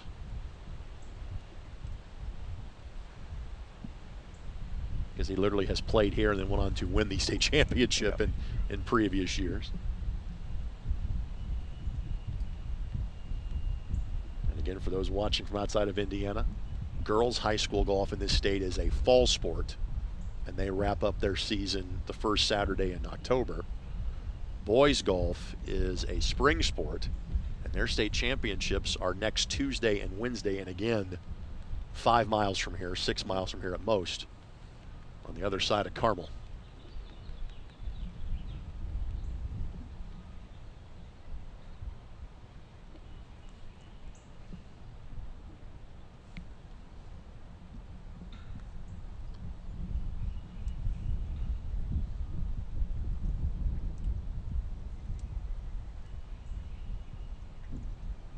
So that one tapped home. And the players now will start to make their way to 18. So for a player like Ava, how do you balance your junior golf circuit played at a national level, kind of like this one, versus, you know, the high school circuit? You know, most states, you know, high school golf kind of takes a back seat in most states to actual junior golf, but you know, this state high school golf's a little bit more important. So, you know, it's just you got to figure out. You know, the good thing about it is the high school season comes after the summer season, so it kind of wraps up your playing year a little bit. So it works out well. If it started off the year, it might be a little bit more difficult, but you know, the focus is, you know, for a player like Ava who's going to college, she's going to be focusing on summer play, and unfortunately sometimes the high school season's just kind of there. But then there's a lot of states, Greg, where kids that are really good, they don't even play high school golf. Right. And it's just, but here in Indiana, there's a little bit more pride in high school athletics than what we see in some states. And let's reveal to our audience from outside of Indiana, you and I are highly involved in high school athletics in the state of Indiana. I get to call just a few of them. And my partner, when he's not writing about college golf, he is a very high-level high school basketball official in the state of Indiana. Lance calls the Bloomington area home. In fact, you were working some pretty high-end Summer League high school hoops games as an official just last night. Yeah, I'm a little sore today. Well, thankfully, we're not asking you to move very much for the next 5 hours. Yeah, June's a busy month for high school basketball here in Indiana. So let me orientate myself. What we were showing you, those young ladies were playing 16 just now. Yep. So now we can show you the action on 17 here. So we'll kind of be able to hang with this group for a little bit. Other players, by the way, that we will talk about that are the Indiana high school persuasion. Samantha Brown, who again just played in the U.S. Open for the women last weekend. And also Claire Swathwood. They're in fact in the next two groupings. So we'll have local talent in to extend to Michaela Headley, the next four groups all have a local product playing in them. And again, just to give you kind of the heads up, there are 5 girls groups left to go before we start then flipping the pairings over to the boys division that'll play through 18. So again, this is on 17.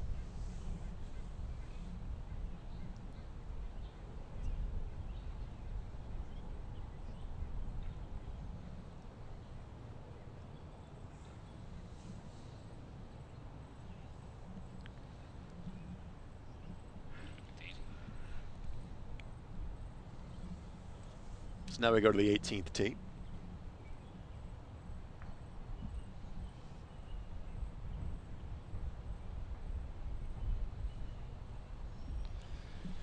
So we have now action on 18 because we had this, that we have now gotten to a group that had a 12A and a 12B. So Gloria Nip, Claire Liu, and Samantha Brown. This is the threesome that are on the tee right now. Gloria from Port St. Lucie, Florida. She'll be a high school senior next year. Undecided on what her college plans will be. Claire Liu of this group from Edison, New Jersey. She's going to play in the Ivy League at Penn. And again, the aforementioned Samantha Brown, who is a local product from Westfield. Good friend of mine. I'm sure of Lance's too, is on the bag for her. Be Brent Nickerson, the golf coach at the University of Indianapolis. You see him wearing the bib that says Brown on your shot right there.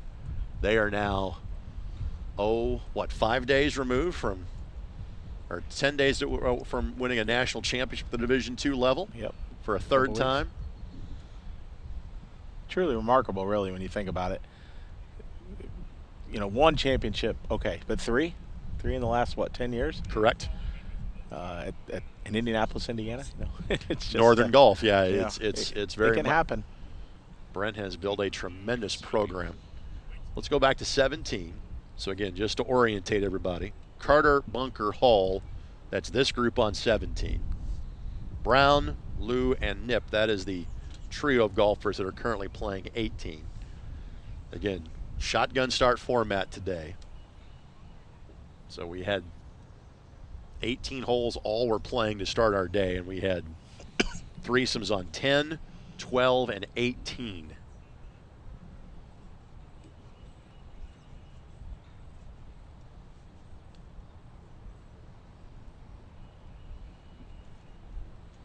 We also referenced the Indiana High School Championship. Well, Samantha Brown won the Indiana High School Championship last year.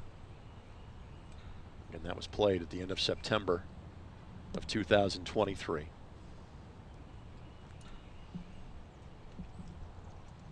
And Samantha will stay to play her college golf at Purdue. And she's in the group that's on 18. Here's the action on 17. This is C.A. Carter. So obviously a drop is being taken there. What sort of program is she joining in her home area of Lexington, Kentucky, and University of Kentucky? good program. They've turned out some, had the USAM champ a few years ago. Her name is slipping me right now. And then obviously a former winner from here, right? Laney. Correct. She won. She played Kentucky. And it's in the all-powerful SEC, where it just means more. I mean, it's SEC. If you can get to the SEC in anything anymore, it's you're in a good spot. And obviously, Texas and Oklahoma now join that conference as well for the upcoming season. Just an incredible golf conference. So this will be her third.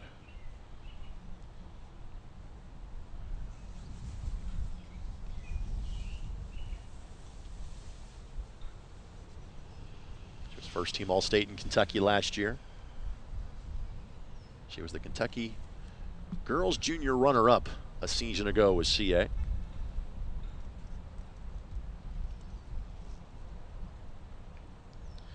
Looks like they've all pretty much hit it in the popular area right there. Oh my goodness. Just too much speed, rattled right off the flagstick. Carter has that putt for her fourth on 17.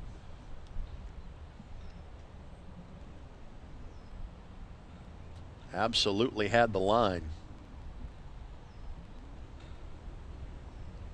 This ball just hit and just took off.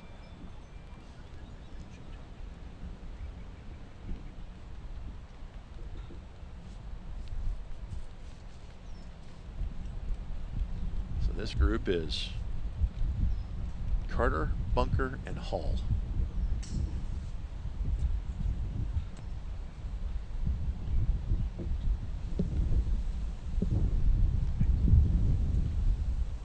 That putt veers a little bit to the right.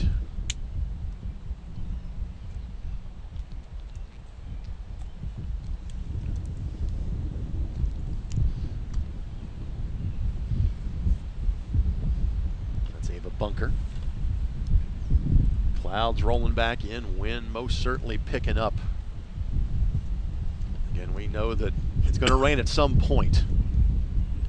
We just hope that it doesn't storm at some point.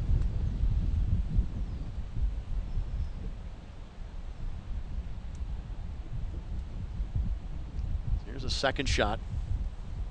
Hannah Hall.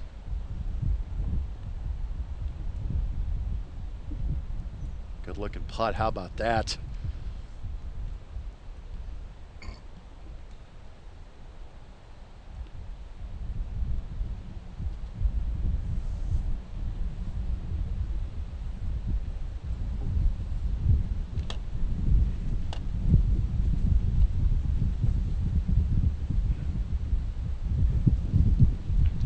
So back to 18 we go. Samantha Brown, Claire Liu, Gloria Nip of this group. First ball is laid up short. This one, again, that will be a gnarly shot down in the swale. You can't see the ball from here. It's down in that lower right area. This is Samantha Brown and Brent Nickerson, her caddy. Just hitting this green is becoming a challenge. Now, she has the advantage of local knowledge. Going to high school literally up the street from Crooked Stick. And the IHSAA champion in September. It's terrible eyes. That's what you can. Yeah, just knocked it forward as best she could. So you'll have two from the fairway hitting their third, and then another from around the bunker hitting their third. The ability to play in the U.S. Open as an 18-year-old, what does that do for her going forward? Just confidence, just having the belief that you can do it, and that's what it does for you. You know, we've seen so many young female players, we've seen 14, 15-year-olds, and it just gives you a load of confidence, if you can play with the pros, and if you have any success at all, it just helps you moving forward. She didn't make the cut at the U.S. Open, but then again, Nelly Corda didn't either. So a lot of good players didn't. And she's won like everything but the U.S. Open seemingly this year. The only drawback for Samantha is this. Playing in the U.S. Open, she had to miss her high school graduation last Thursday. That's a pretty good excuse. So now we're showing you the action. This is from the 16th fairway. It's about as far back on the course, so to speak, as we can show you the action.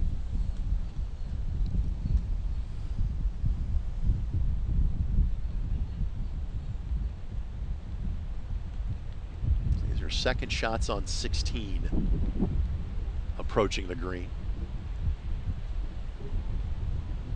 Cannot thank our camera crew enough. Our tech crew was out here setting up all day yesterday. And got here as early as 5:30 this morning to bring you the action.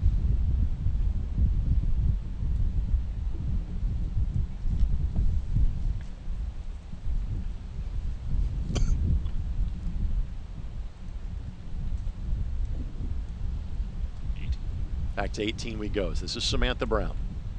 It's her third. 100 yards. Flying it out to the right. And how about that? Again, the distance, getting it to stop. Like we said, local knowledge. So she'll have that for a par putt.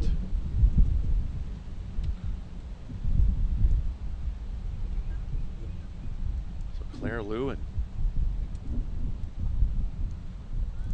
Gloria Nip, the playing partners of Samantha Brown.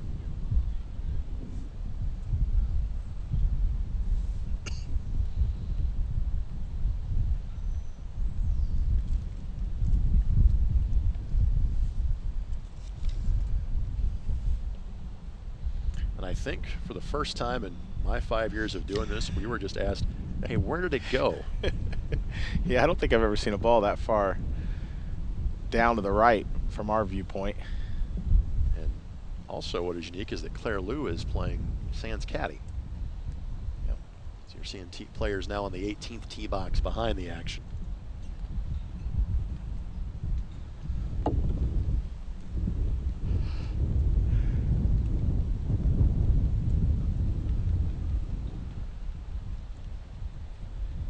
Those players are free to swing away. The players that are playing further ahead on 18 are advanced to the point where they can swing freely.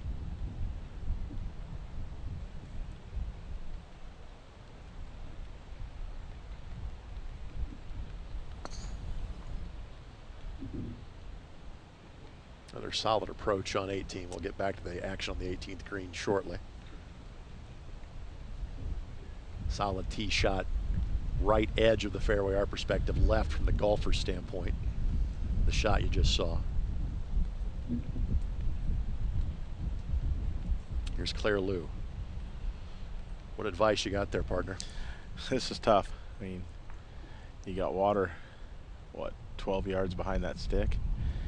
You got to kind of blast it out of here, but you got to be careful. That's really not bad. No, that's as good as you can do. Hit it. It rolls all the way through, and she kind of looks at Brent Nicholson, kind of shrugs her shoulders and goes, that's the best I could do, and I would agree. Claire's going to play at the University of Pennsylvania. What's the golf scene like in the Ivy League? You know, Ivy League's good. 3 or 4 top 100 teams. Tough to be a top 50 program, so they're pretty much playing for that championship to get the AQ from the league. But the Ivy League's really a decent golf conference on the women's side. Better on the women's side than the men's, but not bad. Back to the 18th tee for the swing, and absolutely crushed it. That is the drive of the day. That might be about 125, I would guess, in terms of dead middle of the fairway. Absolutely obliterated that ball. That was, I believe, C.A. Carter that hit that. So everybody here, the action you're about to see will be to salvage a par for this trio.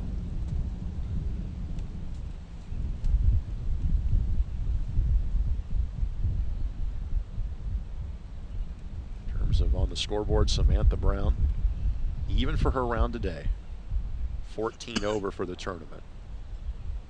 Gloria Nip is +2. She is tied for 24th in the tournament. Same for Claire Liu, 2 over on the day. This is each of these golfers 7th hole in which they will complete.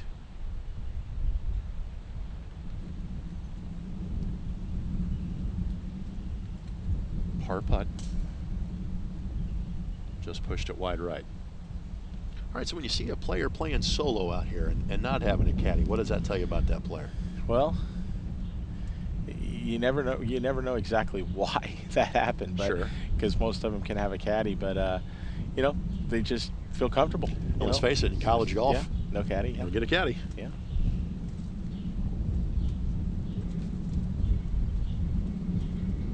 This is the most the winds have blown consistently. Steady. There is some significant chop on that pond that is next to 18 right now. Par putt. Just turn left. Gloria from Port St. Lucie, Florida.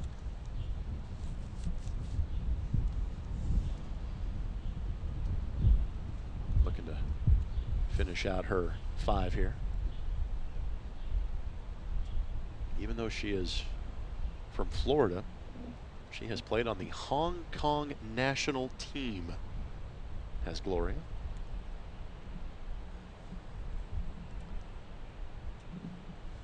So Brown lining up her putt. What does the team look like that she is joining at Purdue in the fall? You know, Purdue obviously won a national championship back in 2010 and has been pretty steady. I mean, they're always a regional team and a team that tries to battle its way to the national championship.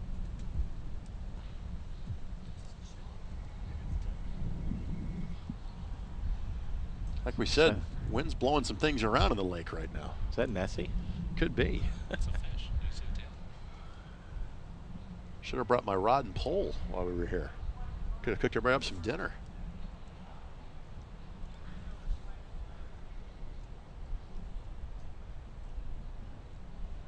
And par putt.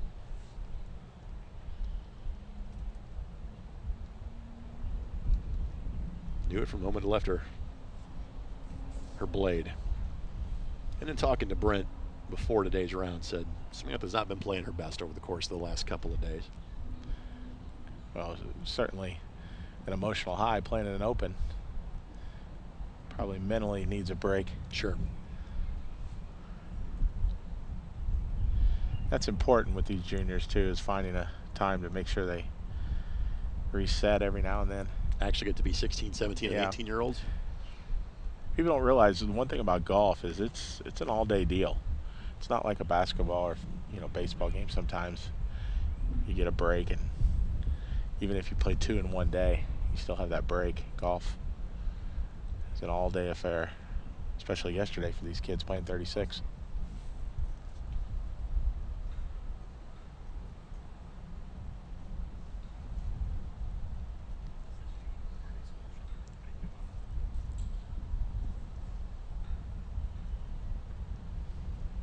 There's the 5 for Samantha.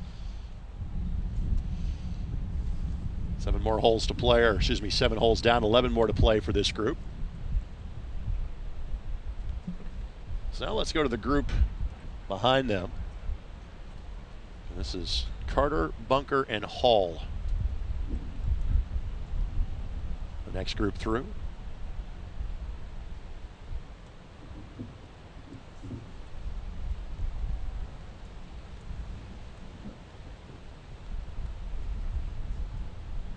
I believe this is Hall.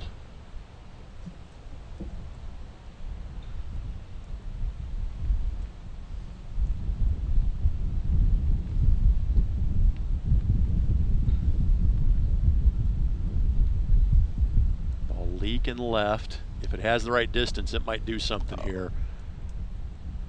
In one sense, a favorable kick that it steered it towards the hole, but again, just accelerated. So you can get up and in there for par. So here's Bunker. That was Carter that absolutely smoked that ball off the tee. Bunker attacking from the right side. Yeah. That's one she'd like to have back. She could have gotten that ball to turn over She'd have been okay there, but that started to leak a little bit. So par would be her best score with a chip in. But now Carter really has a chance to attack here. Carter 3 over for her round so far. 107 yards. Yeah, it was absolutely walloped. That is our drive of the day to this point. Frankly, because of the difference in the boys and girls tees, I'm not sure you'll see a boys drive later that is anywhere near as good as this one.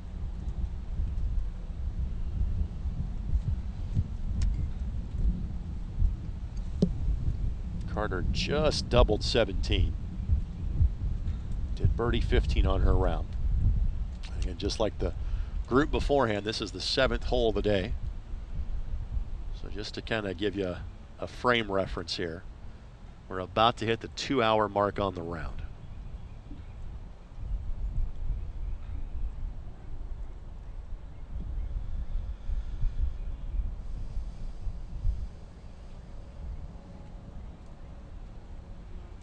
Next group behind them currently on 17.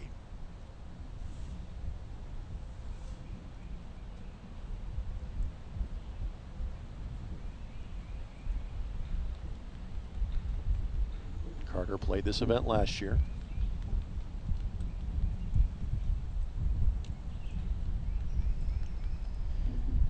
Down. And again, just hit it through. So 2 behind the green and 1 in the drink. And these are players that, again, are not going to factor into the overall decision of the championship.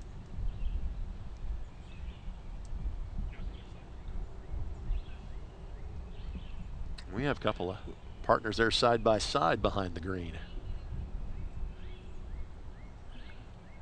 You know, I'm not sure we've seen a player hit the green in regulation here in like the last 3 groups. Right. I mean, it's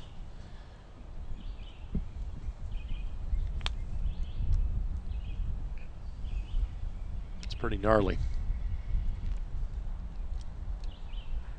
Arnie Bunker has taken her drop. Again, we reference her from her high school golf days.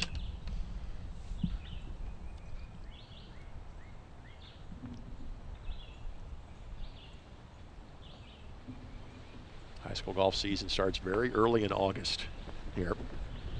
I see the next group behind.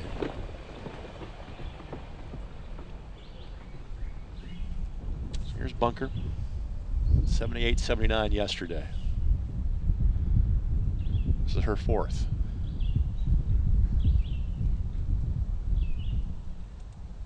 That should funnel down a little bit. So she'll have that for a 5. Our 2 playing partners are thinking about nestling one of these a foot or 2 away from the hole to take a par to the front 9 with them. Our next trio behind this group, Lee Swathwood, who's a Carmel native, and Jenna Madden.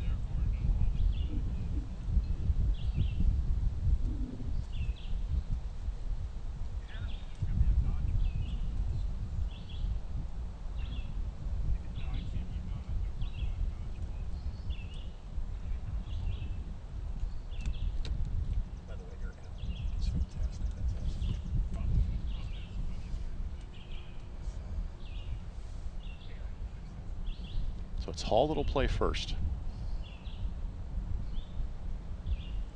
Obviously Carter's going to get a pretty good read here.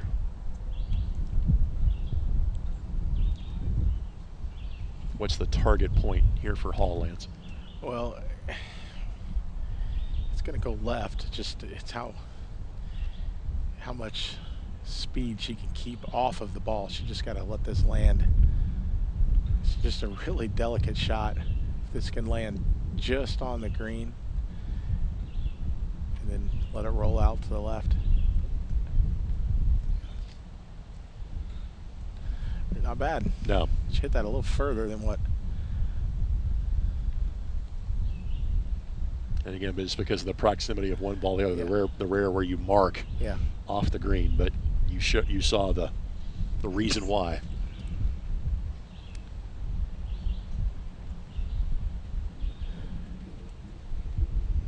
Same type of shot. There's just not a lot of green to work with, and you got to be almost perfect.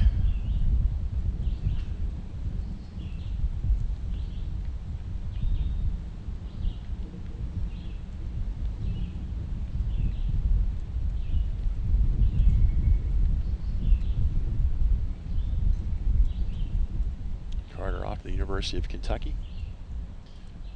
What does the fall look like for golfers at the D1 level, Lance? I usually play 4 or 5 events. Start the first part of September and goes to about November 1.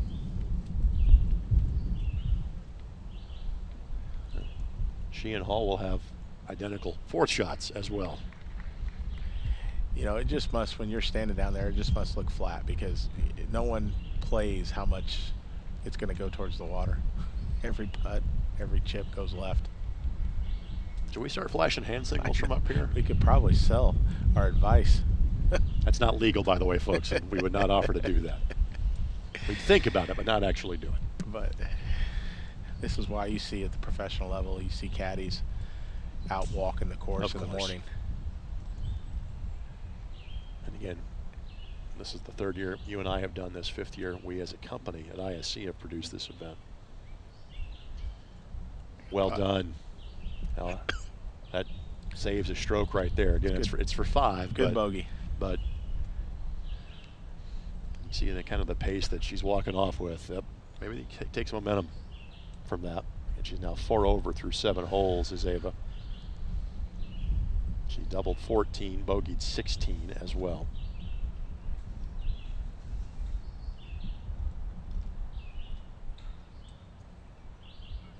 So here's Hall for birdie.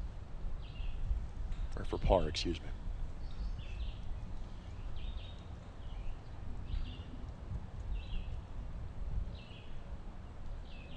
Hall trying to stop a streak of 4 consecutive bogeys.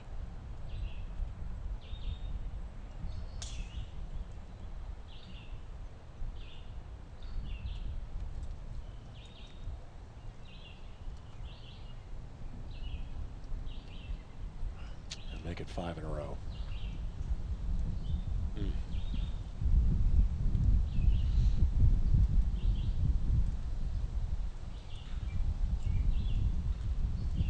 Carter trying to salvage the lone par of the group. And again, think about where she was off the tee, only 107 yards out. Next group behind this one is on the 17th green as we speak.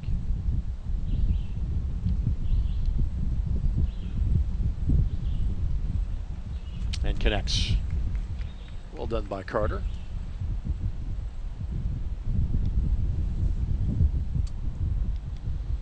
See her rocking the Wildcat gear in today's event.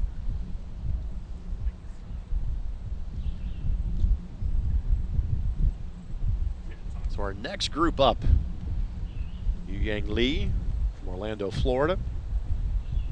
Claire Swathwood, again a local product from here in Carmel. Going to play at the University of Memphis. Jenna Madden, who is off to play at Furman in the fall. And this is 17. That tee shot on 17 right now with the wind behind you has to be a bit nerve-wracking. Yeah, and from what we've seen, the pace on the green is very fast. So downwind, fast green, hard to get close.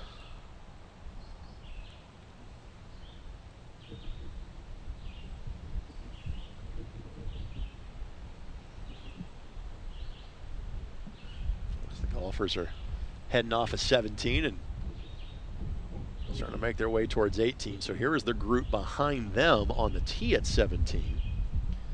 This group is Julian Menser from Michigan, going to play at Michigan State. Arth Sina from Oviedo, Florida. And Duff McKay from Dallas, Texas.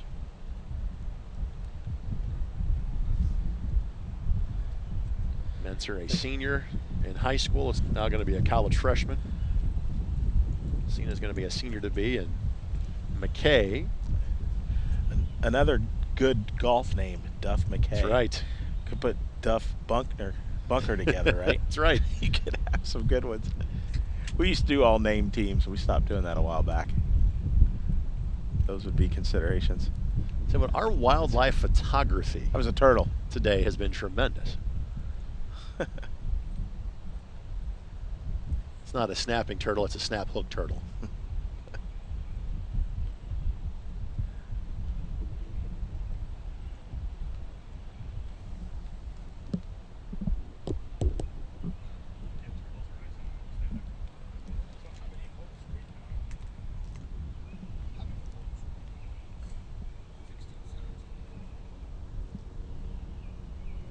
So in terms of the scores for this group that you see,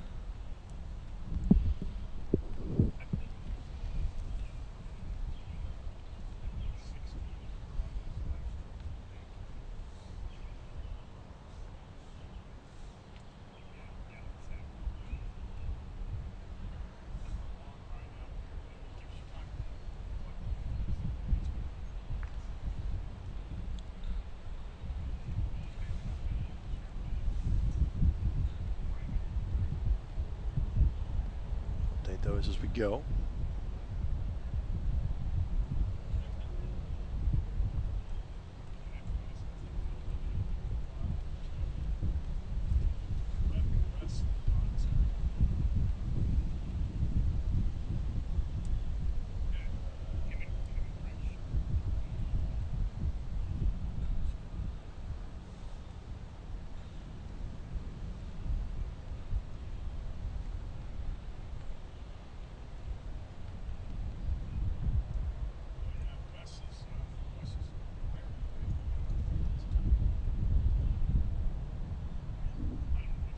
This is Ridenour, Heisterkamp, and Headley.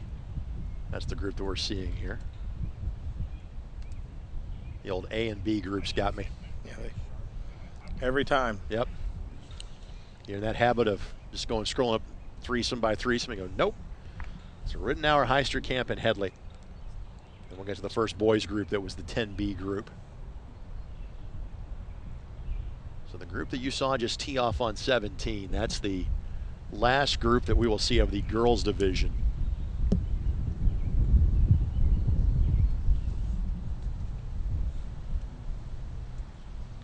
So we get to the next to last group of the day. Gives us a chance to update the top of the leaderboard. On the girls' side, Scarlett Schremer now is the only player under par for the tournament. She is at 1 under on the day and 1 under for the tournament. Emma Wang is at 1 over. Natalie Yen at 2 over. Athena Singh and Sophia Dyer at 3 over. On the boys' side, Drake Harvey continues to lead. His lead is down to 3. He has 1 over on his round. Brady Smith, who has played this event multiple times, is at 3 under. Philip Dunham is at 2 under. Jordan Wang is at 1 under. Finley Bartlett, Morgan Riley, Drew Miller, all at 1 over par. And Harvey had a 5-shot lead briefly. Harvey now 3 to the good. And those players are playing the 8th and 9th holes that we just mentioned, respectively.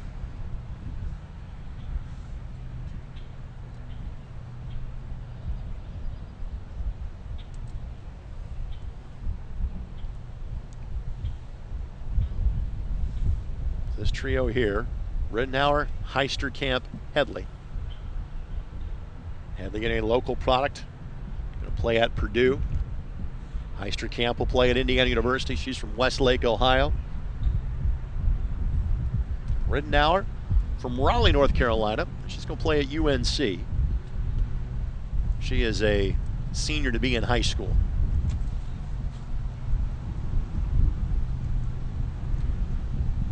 So third shot here on 17.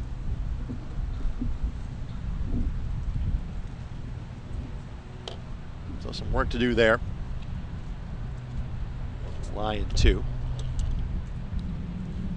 That wind is steady. Yeah. It's going to be a real challenge, I think, coming down the stretch here. Well, frankly, you know, course conditions lead to good scoring. The wind, it does not. Let's go back to 18. So these players in the fairway. Lee, Swathwood, and Madden.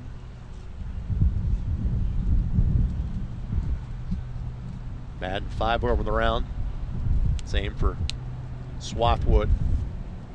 Lee at 3 over.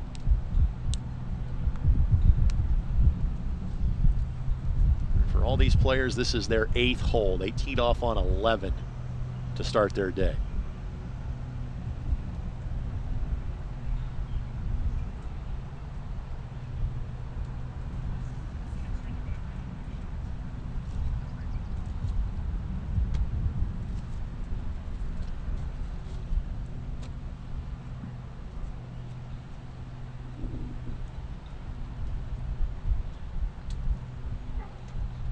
Swathwood, a part of the IHSAA team champs in 2022. As that ball will make its way to the bunker, that frankly makes that a much easier shot than it would have been from the rough. That's a pretty straightforward chip now. Players are still hitting way too much club into this green. We're not seeing anybody hit, you know, front center yardage. Here's a good look from the fairway.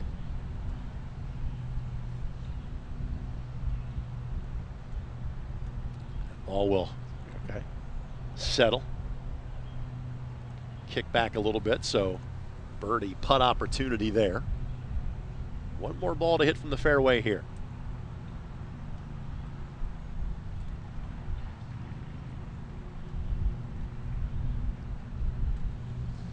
Here's Jenna Madden. Going to be a Furman Paladin.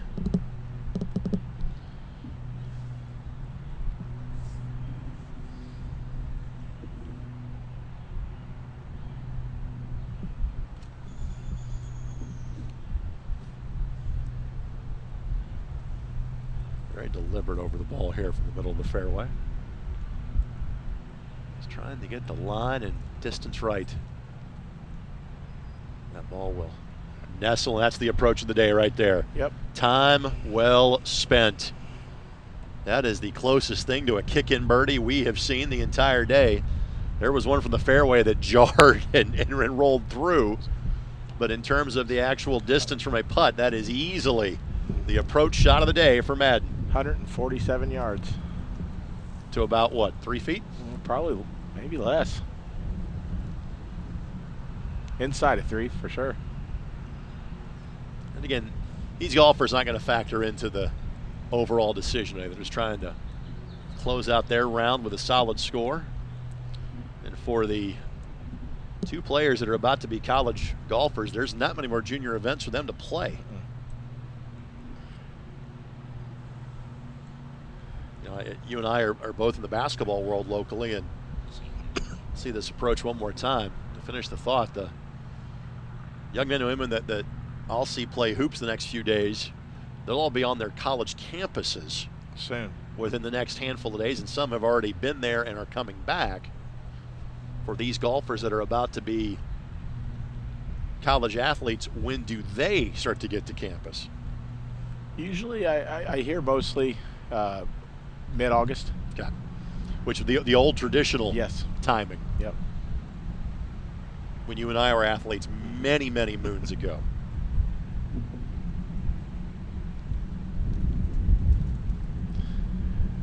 All your USA amateurs are 1st of August. So usually after that they start rolling towards school. We're seeing action on 17 right now. The putt is Ridenour, Heisterkamp, and Headley, the trio that are playing 17 as we speak.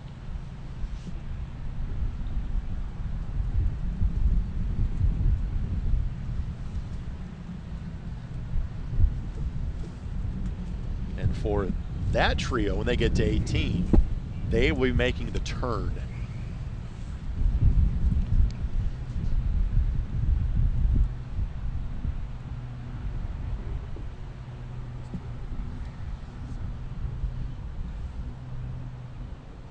Again, all these three players playing 17. All committed to play major college golf at North Carolina, Indiana, and Purdue.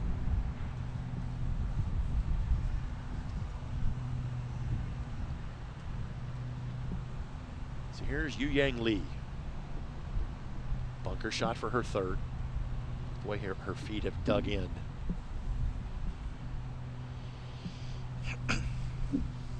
Goal is just to hit the green and let it roll.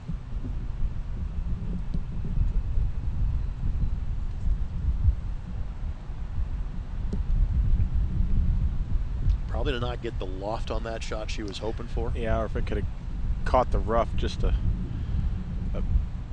smidgen, it probably would have killed it enough to stop it by the hole. But she does have a par putt.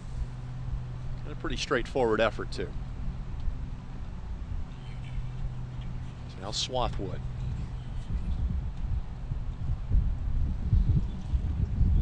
She finished tied for 6th as an individual in the high school state finals earlier this year. Played at Carmel High School. Leaves that one short. That's what she'll have left for par.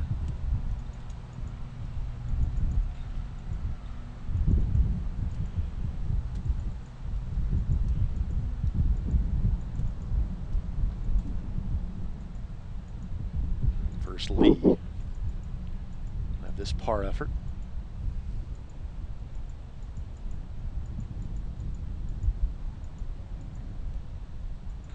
Group behind on 17, just about to finish their action on the green and start to make their way toward the tee box.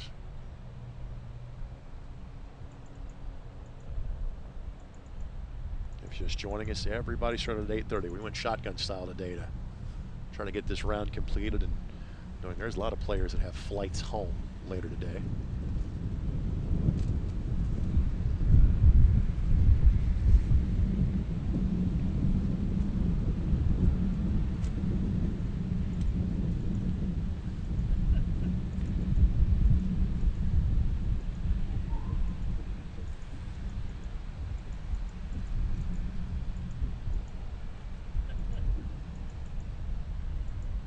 Good looking roll, but just tailed right at the end. That'll be a bogey. That'll put Lee at 4 over on her round. She is now, after parring 17, bogeyed 4 of the last 5 holes. Here's Madden. She's at 5 over through 7. Looking for her first birdie of the day.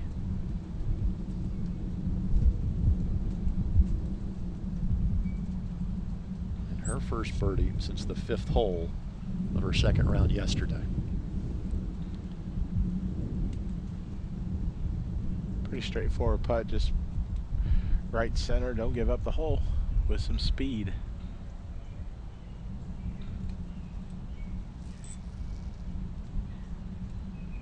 Pushed Got it outside, yeah. Yeah. Well, at least she was reading the break more so than most players. We've seen most of them not see that much, but she saw a little bit more, I think, than what there was.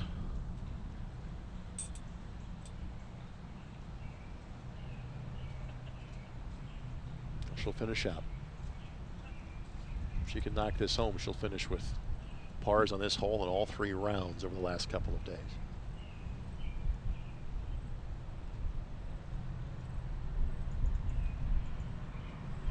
And does exactly that. So far we're sitting on 1 made birdie we've seen. Not happy after hitting in there 3 feet. I understand. Yep. Swathwood 5 over on her round so far.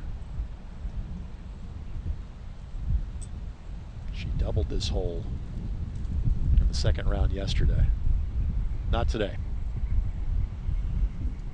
So she'll take her par, and 10 holes to play for this group. So now let's go to the group, our final girls group that we'll see for some time.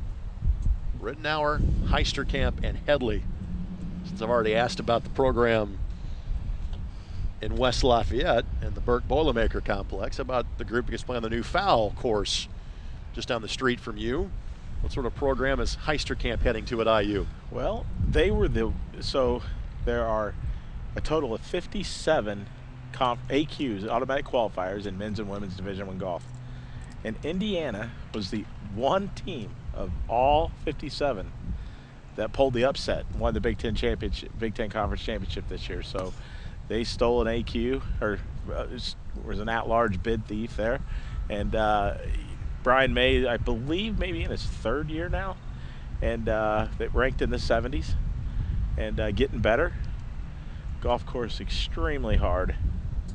Sometimes I joke with Coach Mayer down there, the course might be too hard. But yeah, women's program is definitely improving the last few years and made it to the regional. I think they finished 10th or 11th. But Big Ten Conference champs this year. Here's Michaela Headley. She finished tied for second in the high school state finals in September. That's a 2-round, 2-day event in high school golf on Fridays and Saturdays, late September. And Headley will play at Purdue, so she and Samantha Brown, high school rivals but soon to be college teammates. And again, you see the resting place of that one.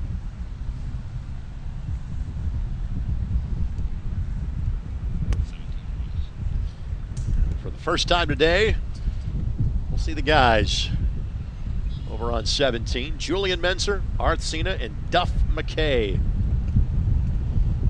Trio that you're taking a look at.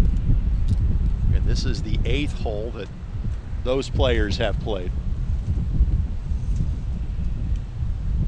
And the winds continue to solid whip and pick up here. Looks like the rain's going to miss us, though. That's certainly the hope. Put it to you this way. When we began the broadcast, the kind of weather forecast was for thunderstorms potentially at noon or 1. Now it is saying 2 o'clock, which should be, well, after you and I have given our final thoughts in the broadcast, at least we hope.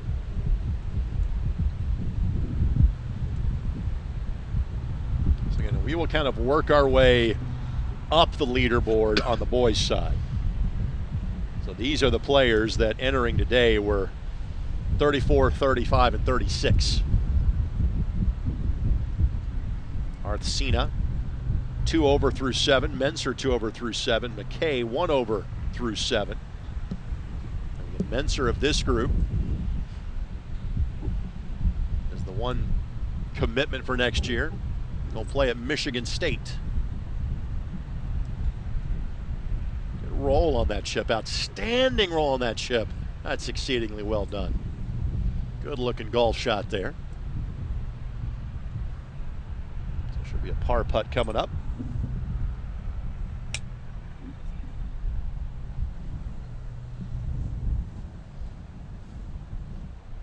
Sina of this group will be a senior in high school. Duff McKay will be just a junior a year from now.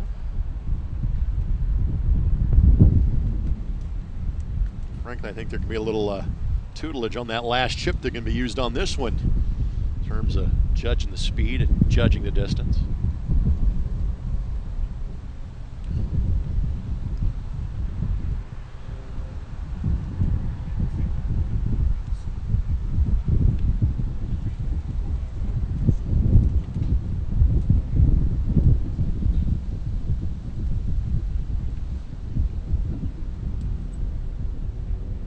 Also the first yellow fellow we've seen today.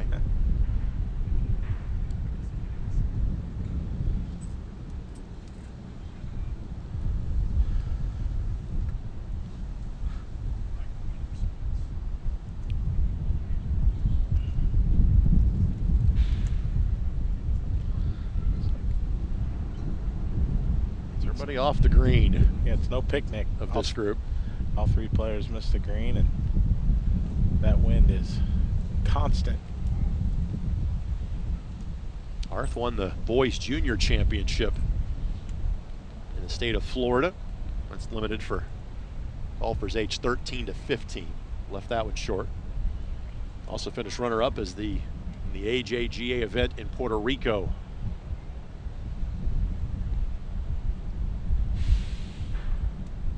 We got a couple of golfers in terms of the action on 18 that are about as far back off the tee as we have seen. So we kind of have our eyes on 2 holes simultaneously here. Yeah, I'm guessing that might have been the ball that found the water. 118.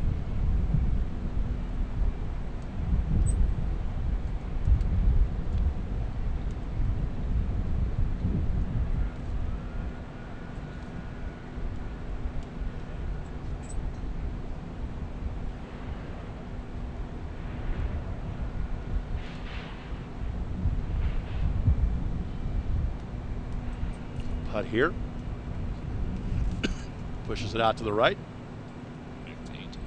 Let's get back to 18 now.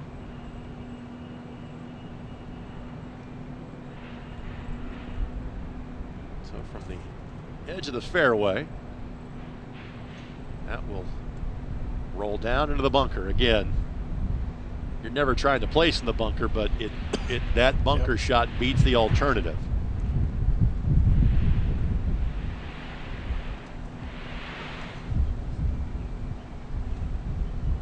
Final girls trio that we will see for some time. Ridenour, Heisterkamp, and Headley. All from the swale below the green that will clear one hump and maybe heading towards that same bunker. Absolutely. Thought the rake was going to get it. That's 2 in the sand. And not me, but the actual rake that was down there on the hillside.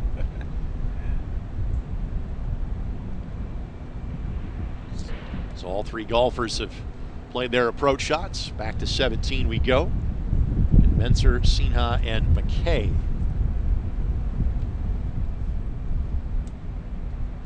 That one nestles in. Side door.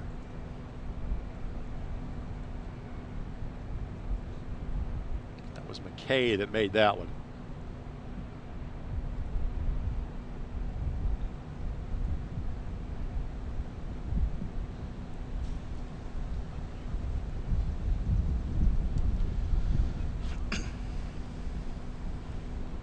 Golf action is so good, even the aqueous life wants to take a look at the action. Some of those might be out by the complaint box out in the middle of the pond. One of the landmarks of this hole. Kind of partial to that covered bridge you see over there as well. Part of the tradition of the painted barns across the state of Indiana. Historic mail pouch tobacco barn theme that you see in a few towns across the state.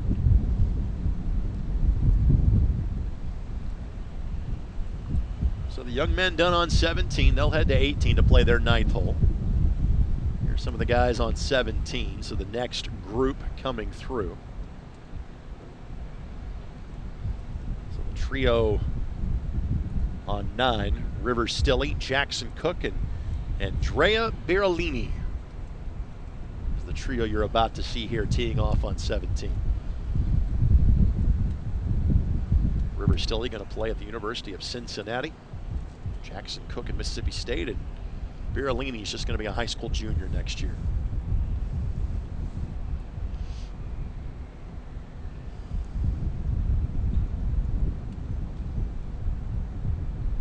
That one pulled left.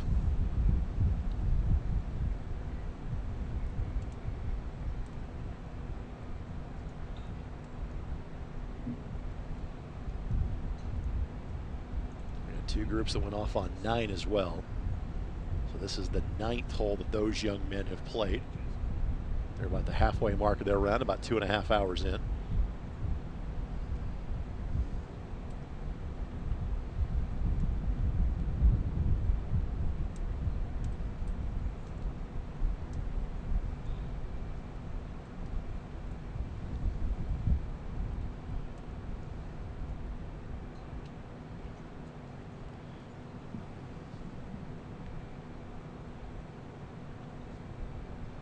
More to tee off, looks like, on 17. We'll keep our eyes on the action on 18 as well.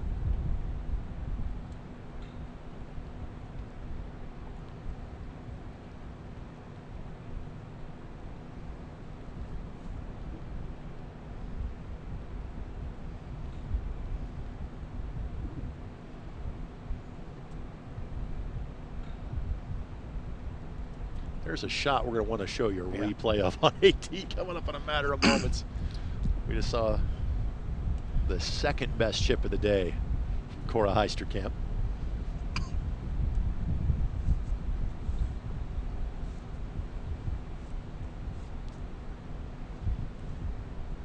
Tee shot here for the lefty.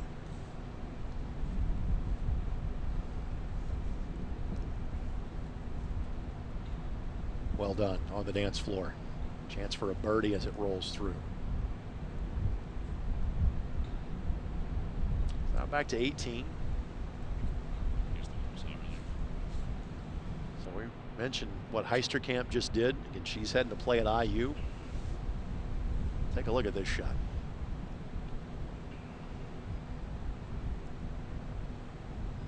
Again, she has played this tournament before. She knows this course. And like she had the architectural blueprint for the green, rolled within a foot. Unfortunately, the two bunker shots after that, not as successful for Ridenour and Headley.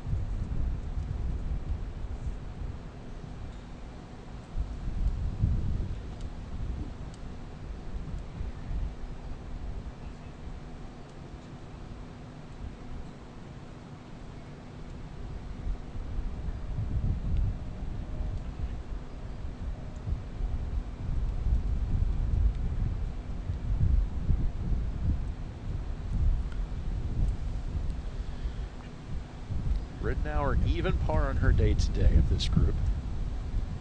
This ball just carries about 2 feet and he'll be fine.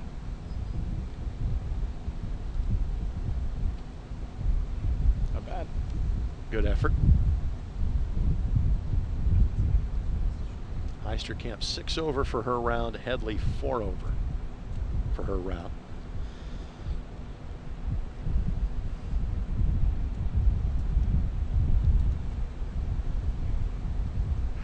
Heisterkamp 82-83. Headley an unfortunate 89 in round 1 yesterday, then a much more solid 80.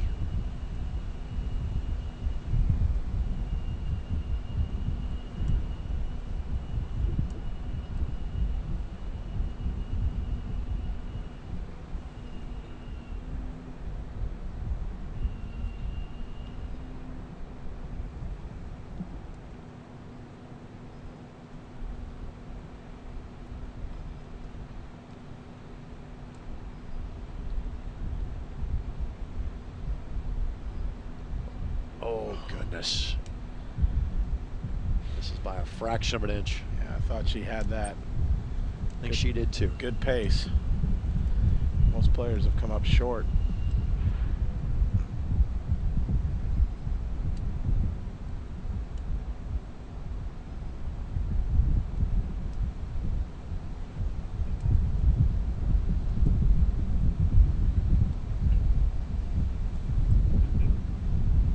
Heisterkamp.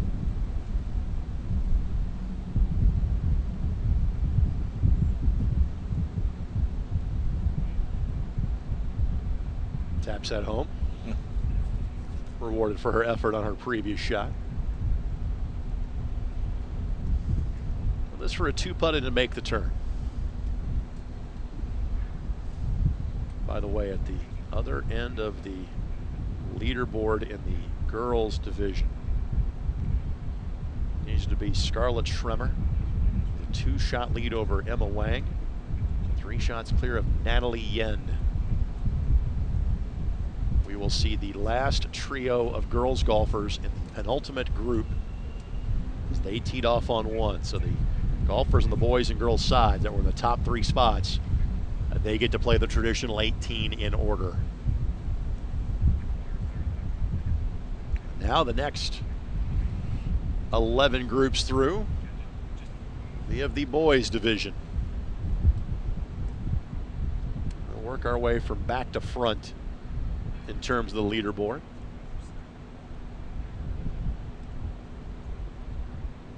This is over at 17. This is the Stilley, Cook, Birolini threesome. Menzer, Cena, McKay group already off the tee at 18. River Stilley on your screen now. Stilley 1 over through 8 on his round today.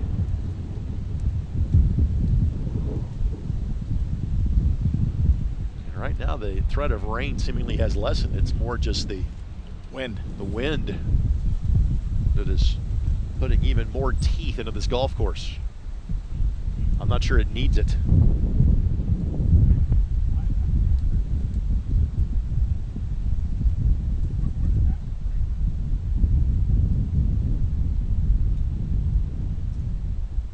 I've had the pleasure of playing this course a couple of times in terms of media outings for major events.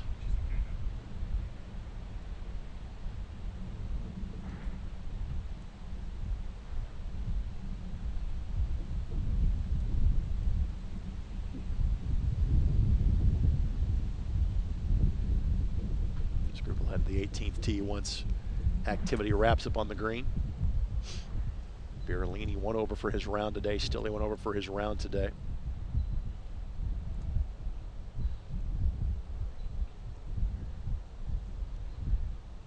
Jackson Cook the same. On the boys side, only a couple of rounds in the 80s for the tournament. We said earlier, we certainly think it's going to be a record low score for whoever wins on the boys' side in this year 5 of the event.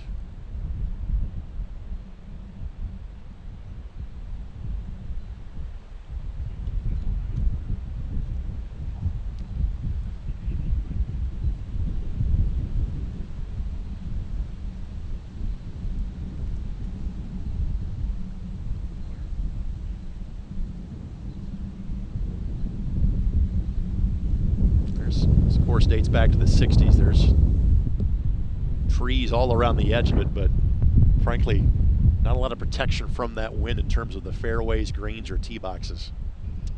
It's going to be breezy all around the course. Yeah, and it's constant too. There's no right. let up. It's a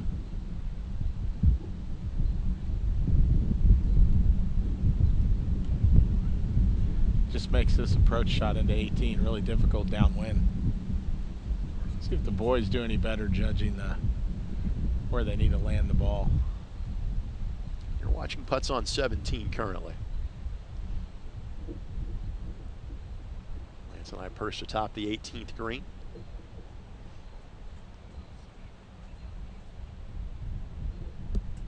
Now you see an approach shot here from 18 on the left edge of the fairway.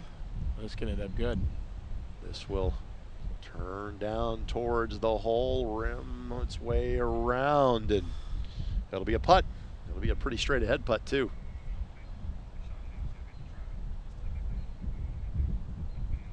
We got a couple of young men that largely serving as almost their own caddy here. Here's Arth Sina. 3 over through 8 is Arth. 128 yards he has here. Yeah, by far the best drive of this trio.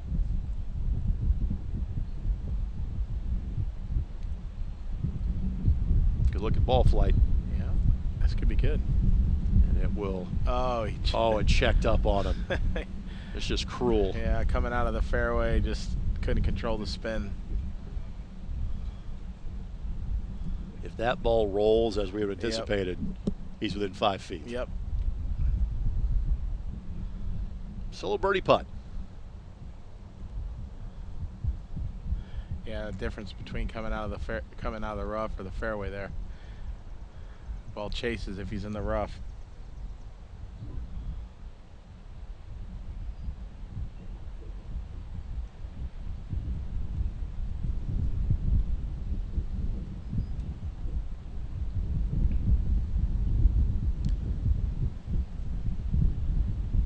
So 2 putts and 1 chip remaining for this group. And they had what would have been a traditional kind of start teeing off on 10. Normally we're players on 1 and 10 tees. They go back to 17. Still, he just pushed that one wide.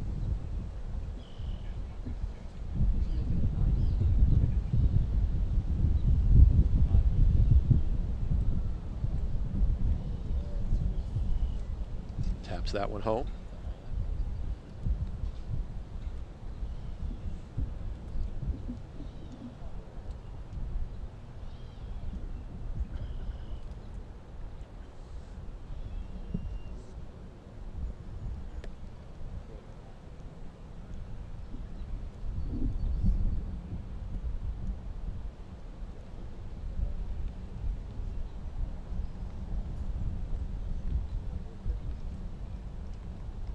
Activity finishing up on 17 as well. While we were away, good looking chip on 18. Nice pickup there on 17.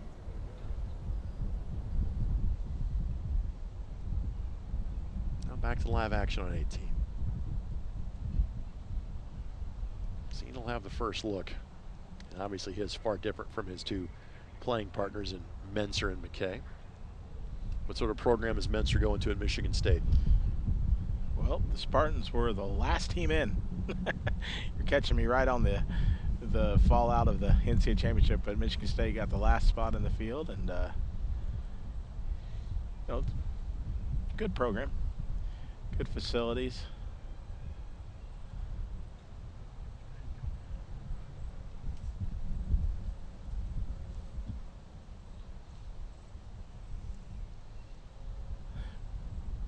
Michigan State did kind of opposite of what northern teams do. They didn't have a very good fall season, and they made up their ground in the spring, which is rare for a team in the north.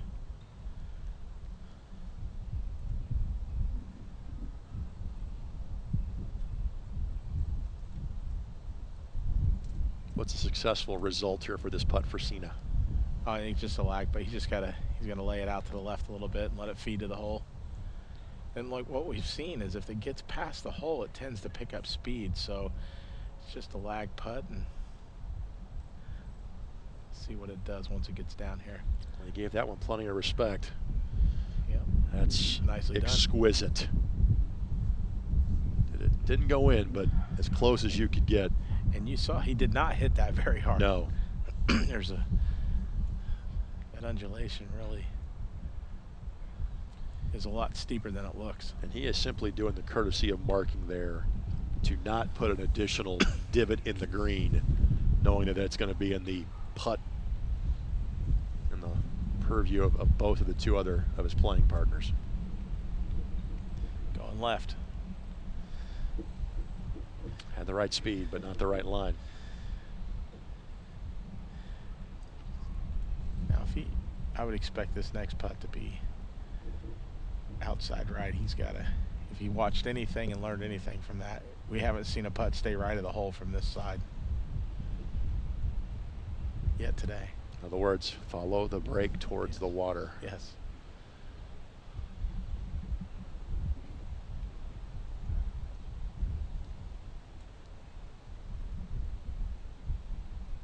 Same thing. Just pushed it left.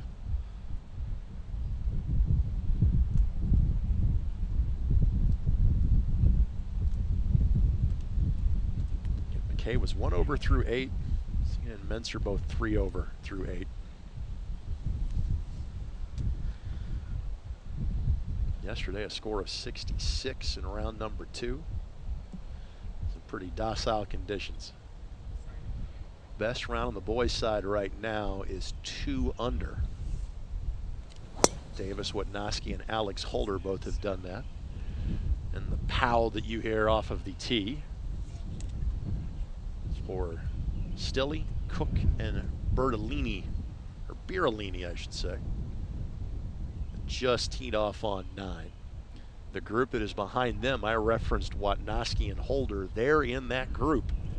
They're playing together, both 2 under. They are joined by Carson Looney. Holder is a local product, by the way, so to speak. He is from Fort Wayne.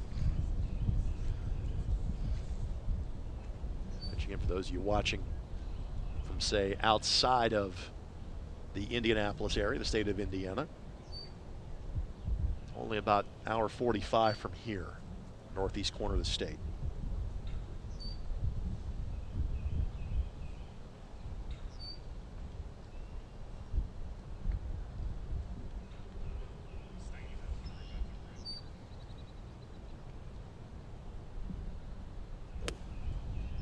Noski will be just a sophomore in high school next year.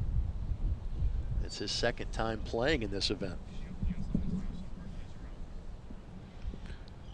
I'm not sure if there is such a thing, Lance, as an average junior schedule when you play at a national tournament level, but how many of events like these are these top juniors trying to play in a given year? You know, I'd say a good number on a national schedule is probably 6, 7-ish. Tee shot here. That wind just pushing that ball to the right. We've seen a lot of tee shots missed there. Ball on the green.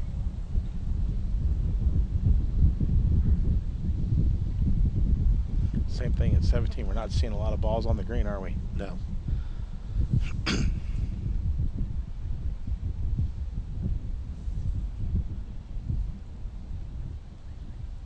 That's activity, I think, on the 16th fairway that we're looking at there. Oh, it is. You're right.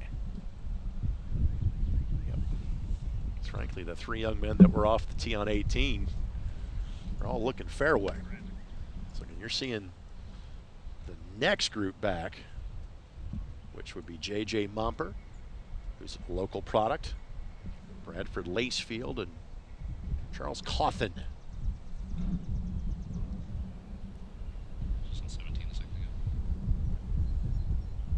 Their chip on 17, and close. Oh, so close. The group on 17, Watnoski, Holder, and Looney.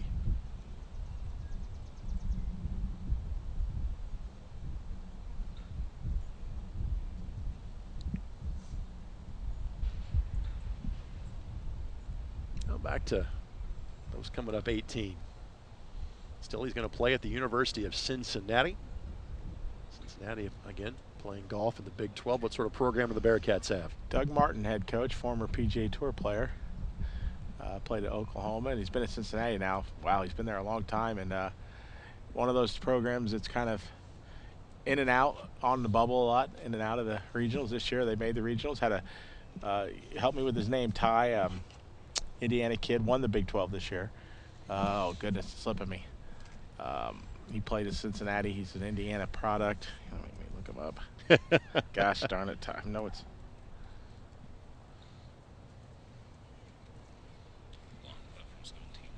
Go back to 17. Ty Gingrich. There you go. Remember the name? I do. Yeah, he... From Darien Catholic, right? Yes. Won the Big 12. Good for him. Look at that putt. Outstanding effort back on 17. He might be the answer to a trivia question. Has there ever been a Indiana kid win the Big 12 in men's golf? And he is one of them. Maybe the only one. So this is on 18. We have one player that is off the fairway here. And he's a kid that probably would have played in this event if it was around back then.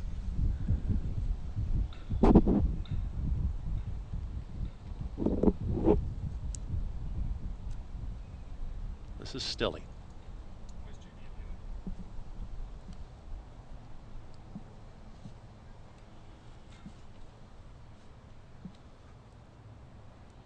Lays that up, but he's got a good approachable shot from there.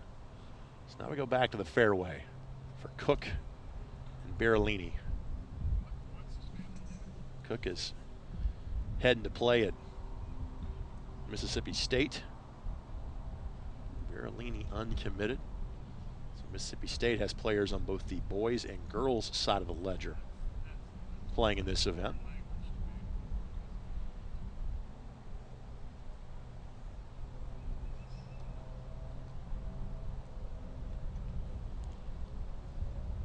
Approach here from the fairway. Deep. I was going to say, it looked like it jumped.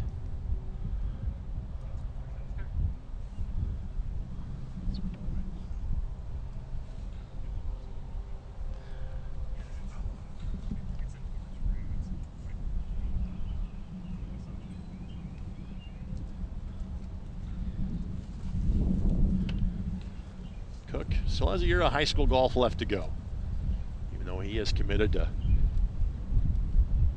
playing Starkville.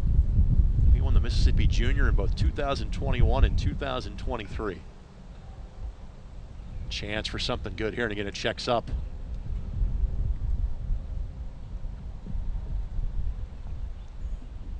So one on the dance floor, one shy, and one over it. This trio of players in the Pete Dye division. Drake Harvey is in the lead. He is 4 shots clear through 9. Brady Smith, Philip Dunham, both at 2 under. We got a trio of golfers at even par. As far as this group is concerned, Stilley 1 over through 9. Cook is even par on his round today. Birolini is at 3 over. Birolini 78-79 yesterday. Exact same scores as Cook a day ago. Stilley 77 and 78.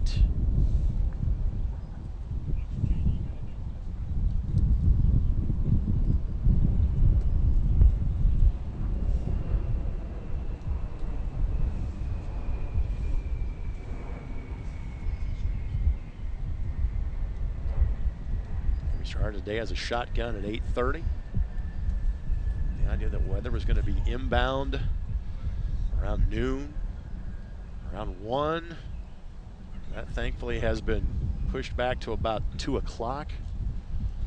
So we have fingers and toes crossed that we will.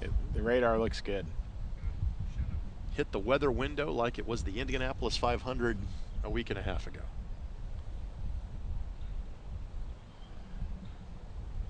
You know, I don't think we've ever seen a ball up here either. No. That's Cook that has to somehow defy the laws of physics on his next shot. Here's Stilley.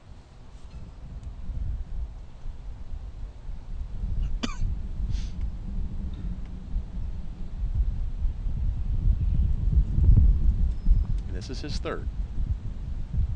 Laid it up to this point. He has bogeyed and doubled this hole the first 2 rounds. Now will it stop?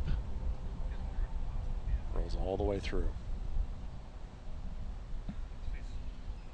So he'll have that for a par. So now Jackson Cook. Cook birdied this hole on the first round yesterday. Bogeyed the hole second time through.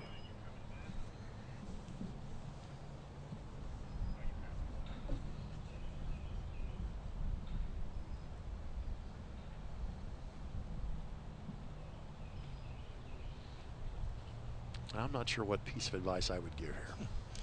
Yeah, it's just a tough shot because it's awkward. You got to get your shoulders parallel with the ground. And then you got to lay the blade open, and then you got to swing it and commit to it.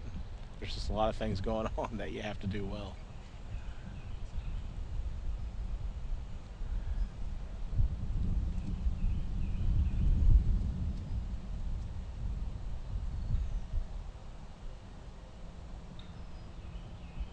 His shot process might be changing as we speak.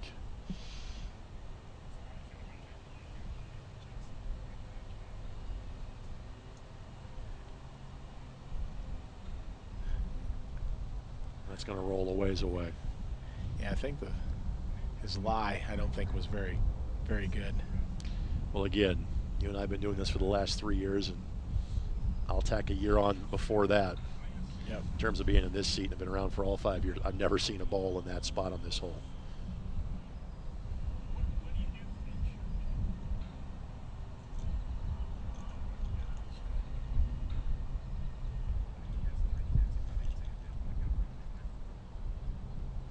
So a couple of par putts here and 1 birdie putt. The birdie putt belongs to Birolini.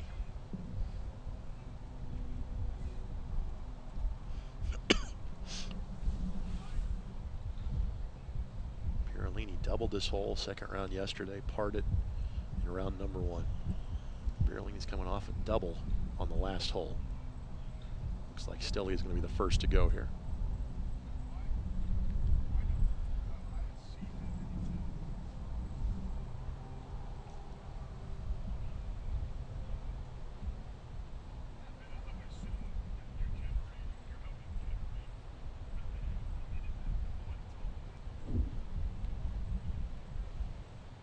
Going with the putter here. Just took off, and again, I'm not saying that trying to hit a wedge there's any different.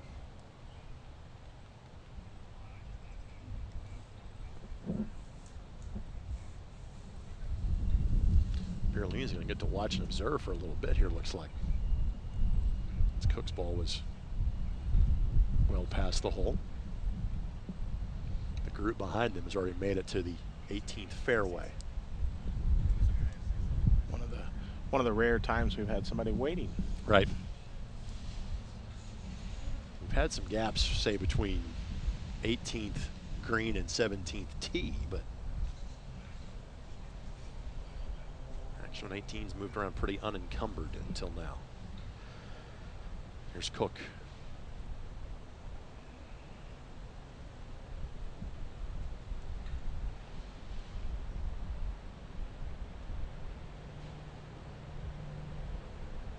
Likely a couple of bogeys.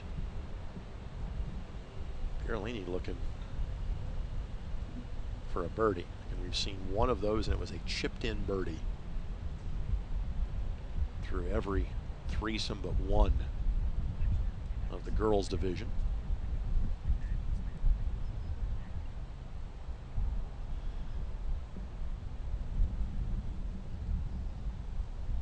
And that's pushed right. Yeah. If we've yet to see a birdie putt go in. Correct. So only birdie was the chip in. And again, I can tell you that's standard for this hole. We feature this hole and show 17 because of the layout and the storytelling. Yeah, certainly the whole location. Not because it's the most gettable hole in the golf course. Yeah. It's been done. Saw last year's winner, Philip Dunham, do it.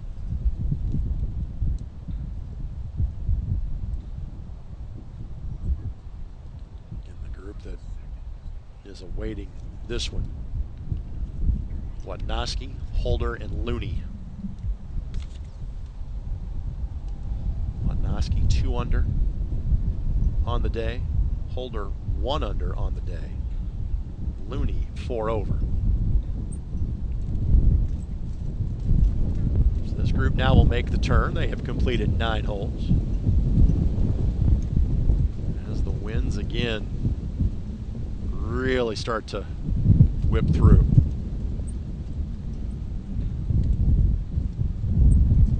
Let's see if this group can continue the pace they're on, because Wadnowski and Holder have 2 of the better rounds of the day going.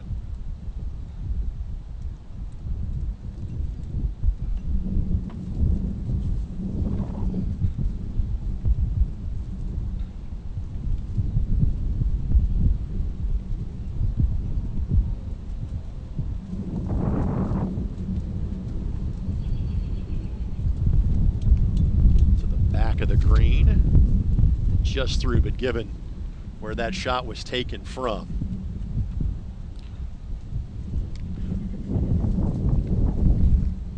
that's not a bad result from that distance away.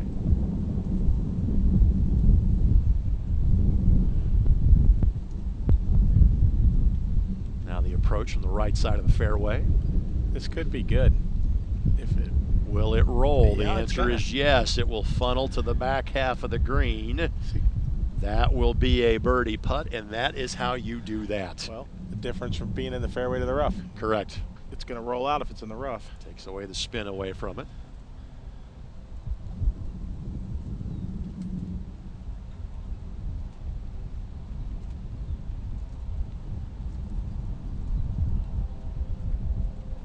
One more from the swale. It was sent out to the right. Will that ball hook back or stay right? How about right on line? Look at that. Almost caromed off the ball on the green. That would have been a good break. But Again, from where those all were, just off the fairway, not bad approaches from this group.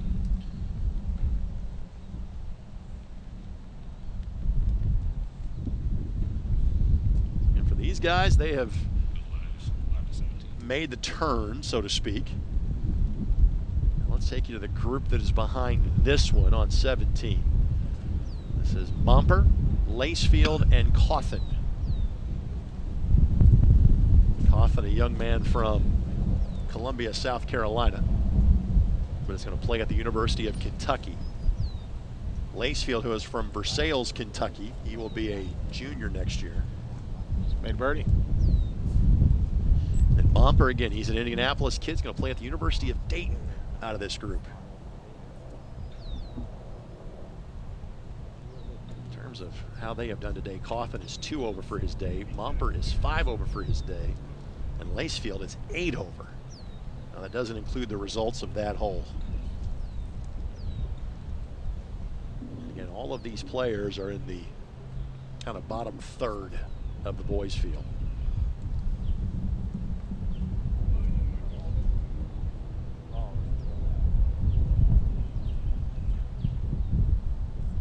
The fact that of the group that's back on 18 holders at 1 under, Watnowski's at 2, that has moved him up to a tie for 21st in this 36-player field. This is 17, and that's a tap in. And that group now will move to the 18th. Now we can get back to the 18th green.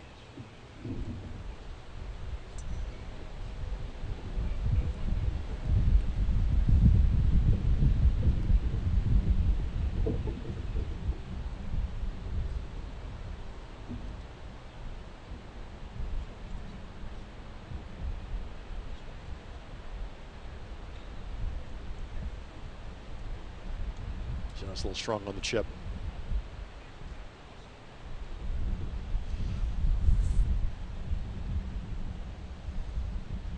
Here's Looney.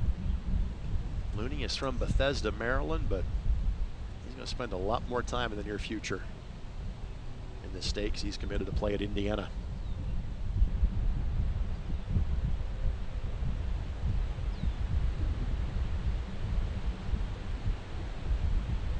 Now here's Watnowski.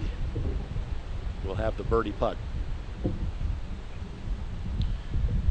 You know, he's got the line. I think he needs to play a little bit more the break than what he just pointed at.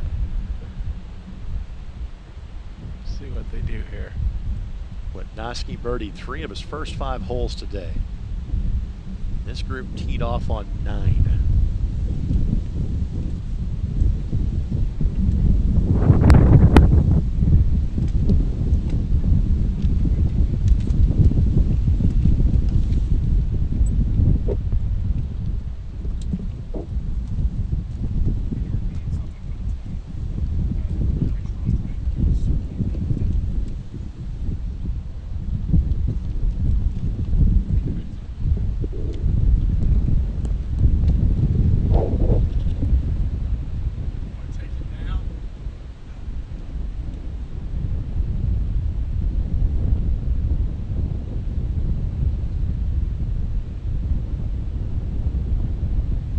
Disbelief that that one did not go.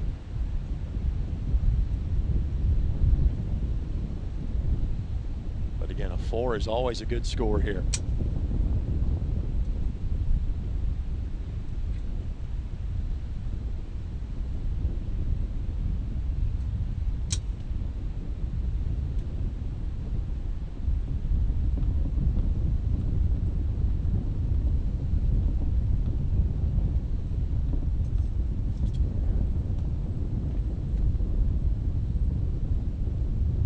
One is collected. Job well done. That's Holder. Did you hear the sound of activity back on the 18th tee?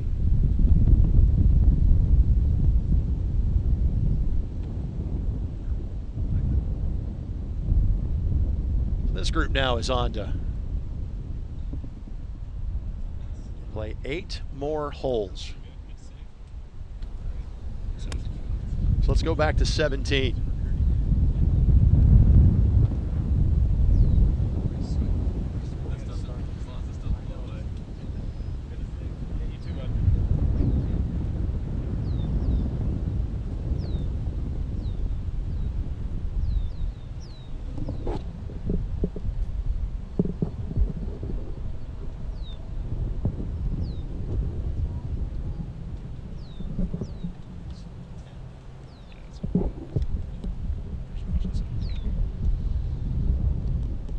Group that is teeing off now on 17. Bradley Chill, Finn Burkholder, and Ian Jones, the next group through. Chill from Columbia Station, Ohio. He too going to play at Indiana University. Jones is class of 24, but yet undeclared as to where he's heading. Burkholder is a high school junior to be from the Woodlands, Texas. Just a community that's somewhat well known for the golf in the Woodlands, Texas. Burkholder, 4 over for his round. Chill, 4 over for his round.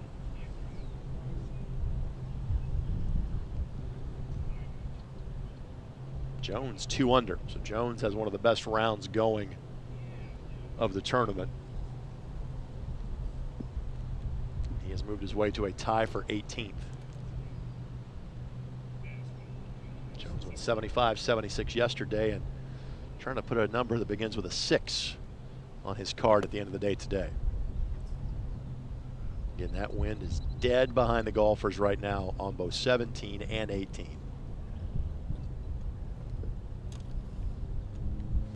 So they're kind of playing a guessing game as to exactly how much you kind of need to add into that or take off almost from a club standpoint.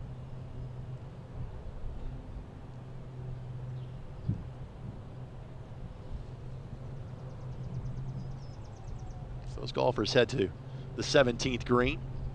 Our golfers on 18 heading to find their balls in the fairway or somewhere in the vicinity of. Get a chance to update you on the top of the leaderboards. On the boys' side again, Drake Harvey, 3 clear of Brady Smith.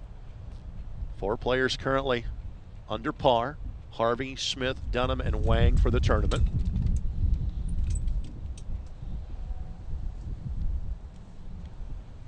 On the girls' side, Schremer, 2 shots clear of Emma Wang.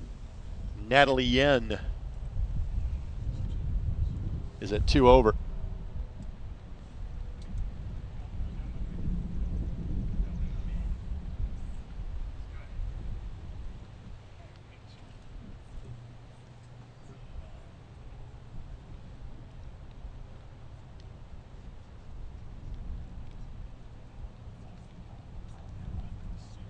This is action now on 17. That's Bradley Chill Jr.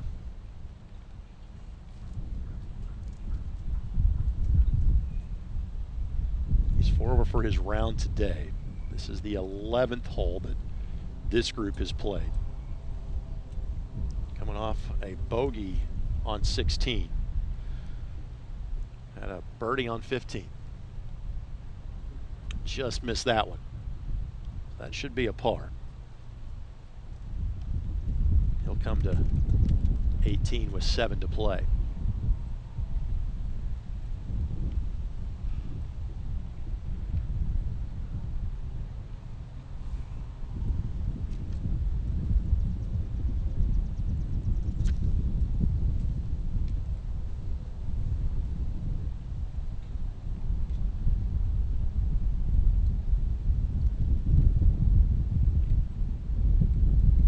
Break away from the action on 17 to bring it back to the 18th fairway.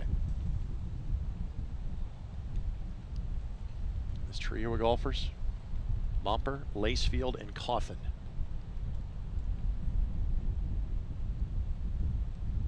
And that one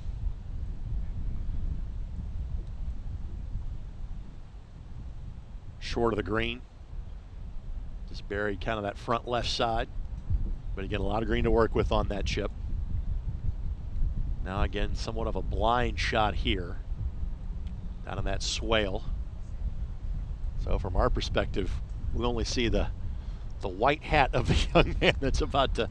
It's about 185. Hit one towards the green. 180-ish from there. The lefty factor helps on that shot. And he's going to like the result. Again, this is going to funnel down, take the turn, and an absolute thing of beauty. Birdie putt from behind the hole. Well done. You may be thinking I need more blind shots. Right. We just think about the swing and not be focused on the result. You know, if we had a plot graph here, there are closer shots from balls in the rough than on the fairway. Absolutely. It's just it takes the spin off the ball. Diabolical hole. Yep. It's a really lot of variety in this golf hole. Kind of makes you think Pete Dye knew what he was doing. Yeah, I would say so. Coffin of this group won the Paris Island AJGA event last year. Finished third at the Keith Mitchell event a season ago.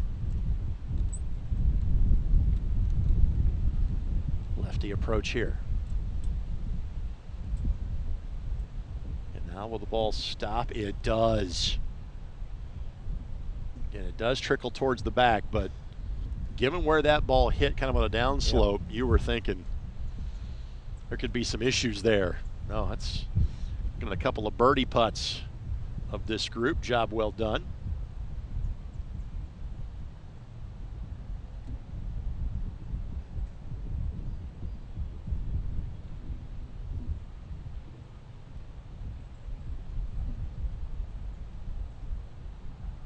J.J. Momper finished sixth at the Highlands AJGA event.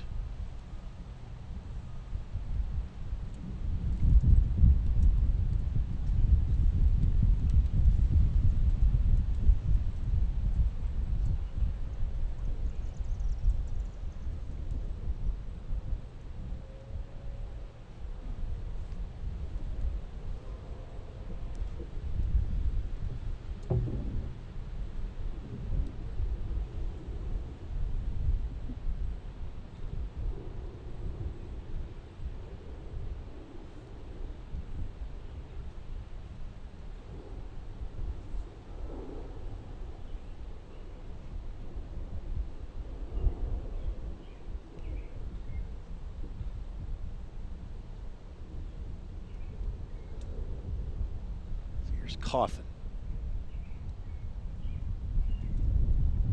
Back to the 17th tee box now.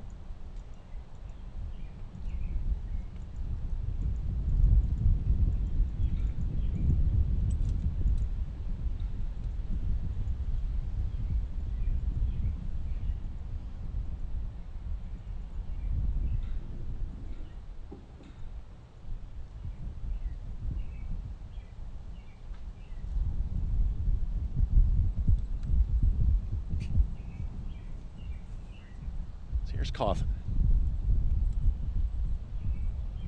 I think he picked the right line and the right speed. He'll like this a lot. That ball just settled. Again, not a gimme from that distance, but certainly makeable. And this is, again, while that is his third shot, the other guys are getting ready to have birdie putts. That is as good as we have seen a group attack this hole all day long. Wonder if Mr. Coffin is aware of the importance of that last name in the state of Kentucky. Coffin as in the name of a very famous jockey, Steve Coffin, from the 70s and 80s. And that is a state where that skill set is very much appreciated. Here we are on 18. Chill, Burkholder, and Jones, the group that you are seeing on the 18th tee. Aiden Gutierrez from Valparaiso, Jason Schwartz, and Luke Mueller, the group that you saw on 17. So we have kind of three different groups that are playing 17 and 18 right now.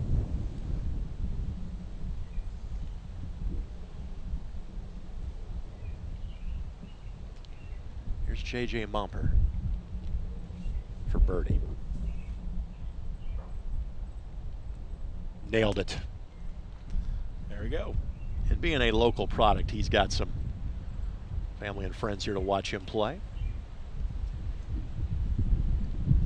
Here's Lacefield in Versailles, Kentucky, so not that far of a drive for him.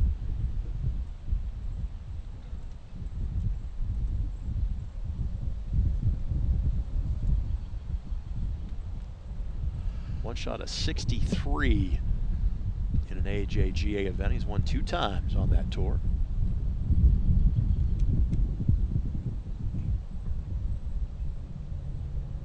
And we'll tap that home for his par.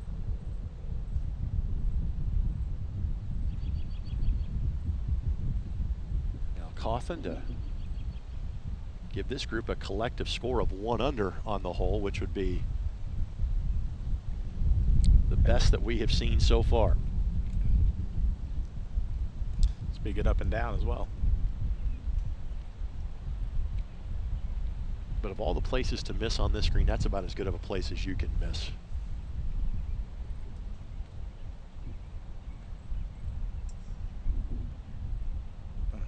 Just pulled it left. They just can't read the break. Yeah. And this is where I point out we see it 72 times, they see it once. So a birdie, a par, and a bogey.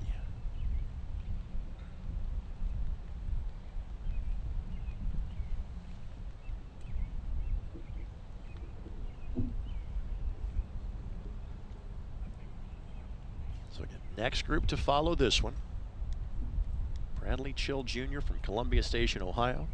Jones from Ann Arbor, Michigan. Burkholder from the Woodlands, Texas.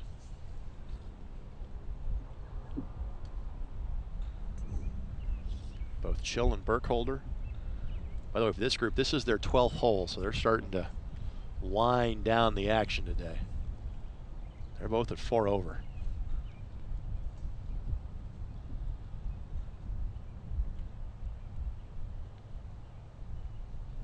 Jones,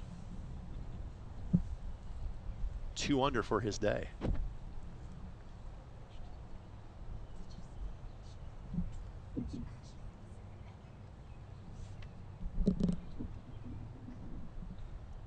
Now we're back over on 17. Outstanding roll there. My goodness, look at that.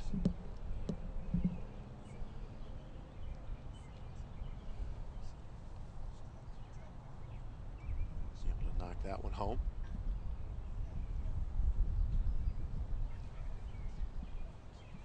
So again, the trio of players there. Gutierrez, Schwartz, and Mueller. And Gutierrez, a local product from Valparaiso, former IHSAA state champ. And again, doing this in the midst of the IHSAA state tournament. He's going to play at Baylor next year. All 3 of the golfers you're seeing in that threesome have made their college commitments. Baylor, Wisconsin, and Michigan State. So second Spartan player we have seen. Although Mueller of that group is a year away from playing college golf.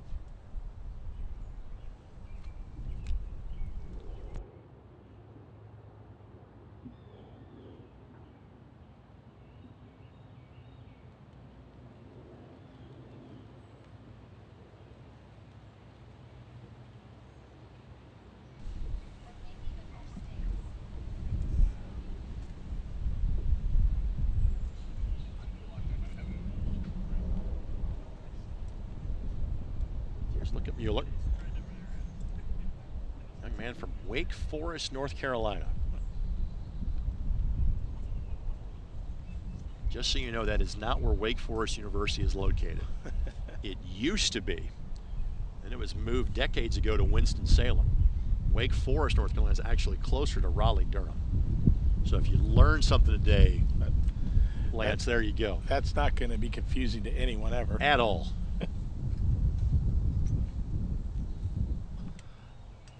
Watching activity from the 17th green.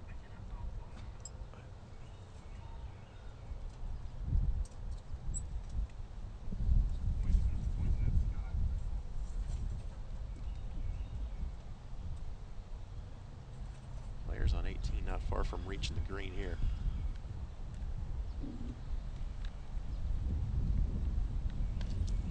Here's Schwartz. How does a young man from Florida end up at the University of Wisconsin? Well, anymore of these players, the programs in the North have as good as facilities as anywhere. And, oh, absolutely. You know, it's just not as big a deal as it used to be. Let's face it, you have to dedicate resources to indoor golf if you're playing in the North. Right. There's no question about spending money on facilities. Now we go back to the 17th green. So this group that we are showing you now, Will Preston, Talon Harrison, Jacob Settles, Penn State, South Carolina, and Kentucky amongst those represented, as we are quickly working our way through the field.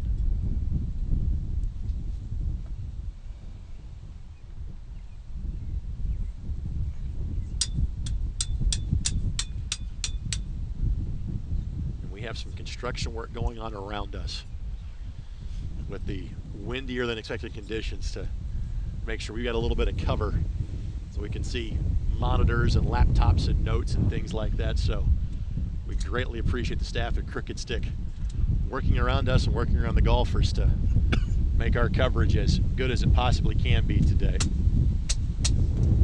Because while we will happily trade the wind for rain or thunderstorms, I think the amount of wind we're dealing with today kind of caught everybody a little bit off guard. I think they'd rather have the wind than the rain, though. That is correct. Now you're seeing the guys on the 18th tee. Play is moving pretty quickly for these groups now here on 18.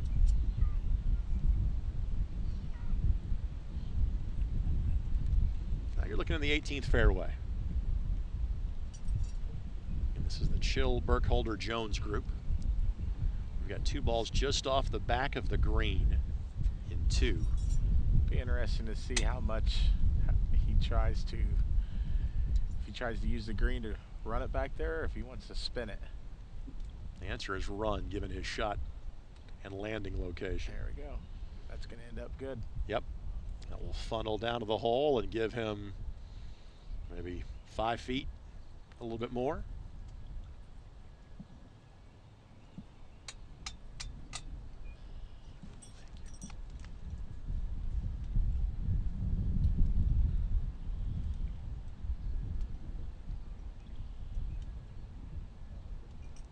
Chill Jr. Looks like he's going to be the next to play.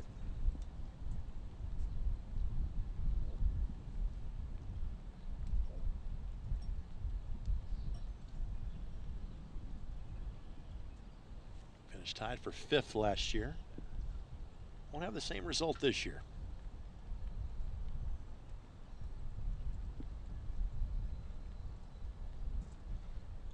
Now he's tied for 26th. Went 78-73 yesterday.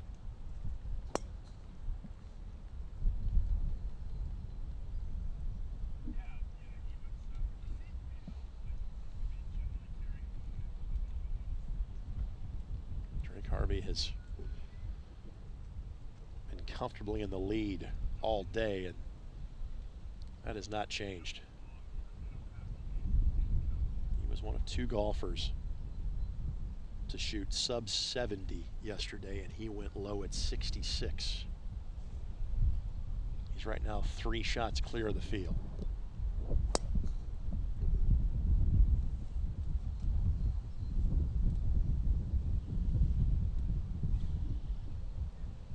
So Chill to play here.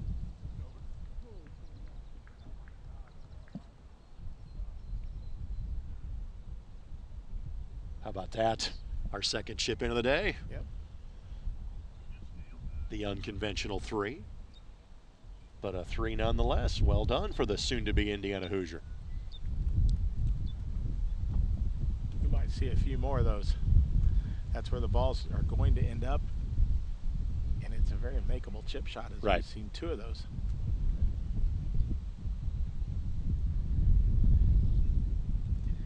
Should have gotten a good read off of that. I'd expect this one to be close as well.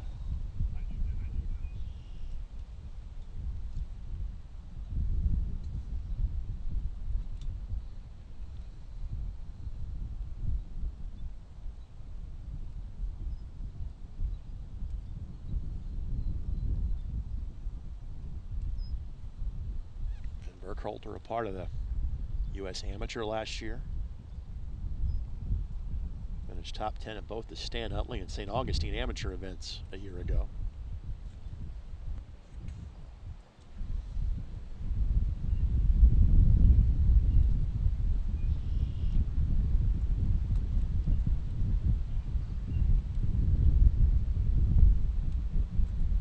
Just push that to the right. Surprised that didn't turn a little bit more left. I think he was too.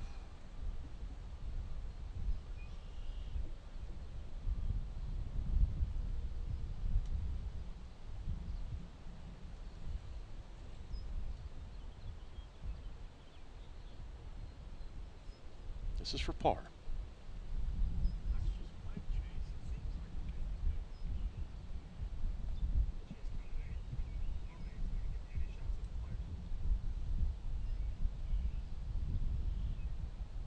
Rolled that one in confidently.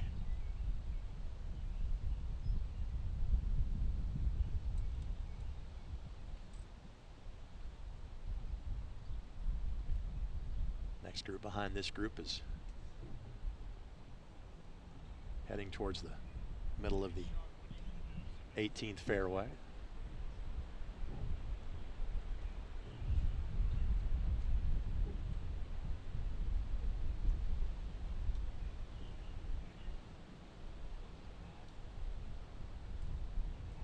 And connects.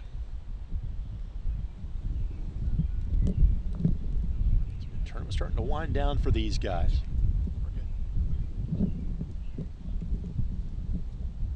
They head to the potentially the clubhouse briefly before they head over to the first hole. Let's go back to 17. In this group on 17, Preston, Harrison, and Settles.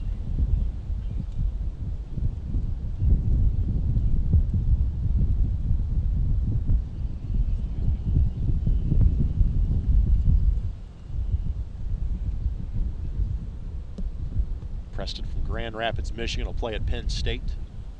Harrison from Kannapolis, North Carolina. You could say he's an intimidating golfer. He'll play for South Carolina. Settles from Winchester, Kentucky, and he too will play at the University of Kentucky. So Wildcats well represented in the field in terms of both the girls and boys tournaments.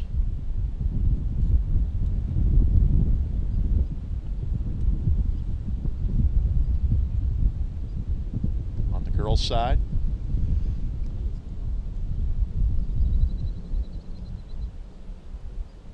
Make sure the scores are updated before we give you a second look at them.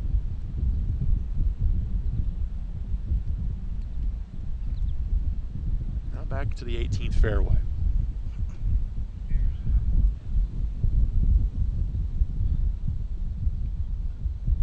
Scarlett Schremer, by the way, is 3 shots clear on the girls' side. So we've got a pair of tournaments with 2 3-shot leaders, with now getting to be 6, 7 holes to play.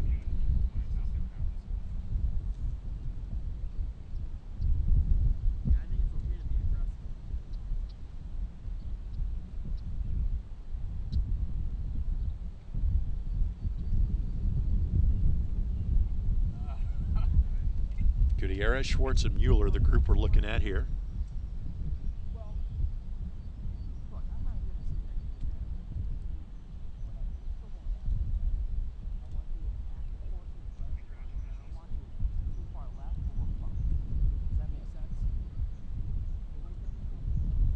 Almost hear the conversation. You can hear the conversation.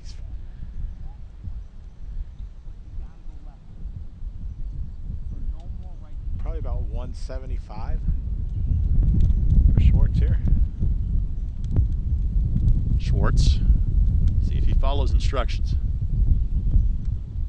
Left side, now will it nestled down. No. Missed his aim point by maybe about 5 feet. We have seen balls all over this hole. Yep. There's a ball as far left as we've seen in the few years we've been here as well. That's from Gutierrez. Must have found the water off the tee.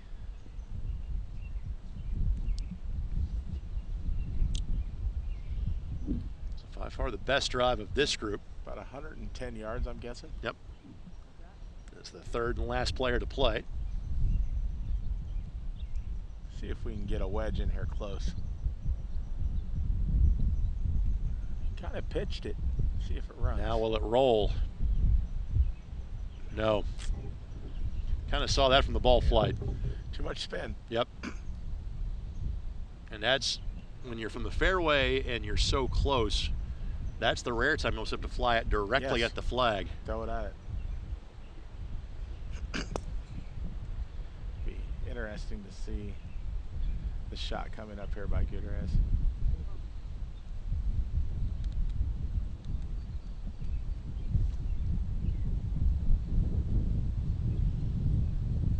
Gutierrez, 3 over for the day, 8 over for the tournament.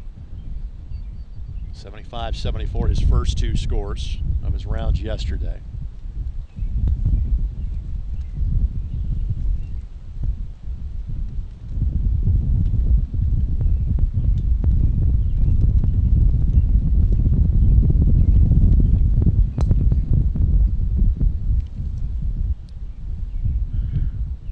It's gonna be nice if those players leading can hang on to a 3-shot lead on this downstretch.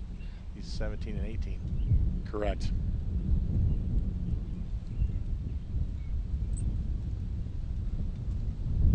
Mueller, even par for his round today after going 75-75 yesterday.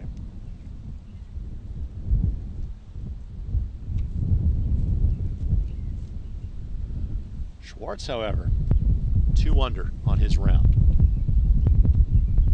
After going 75-74, and the soon-to-be Wisconsin Badger has worked his way into the top 10.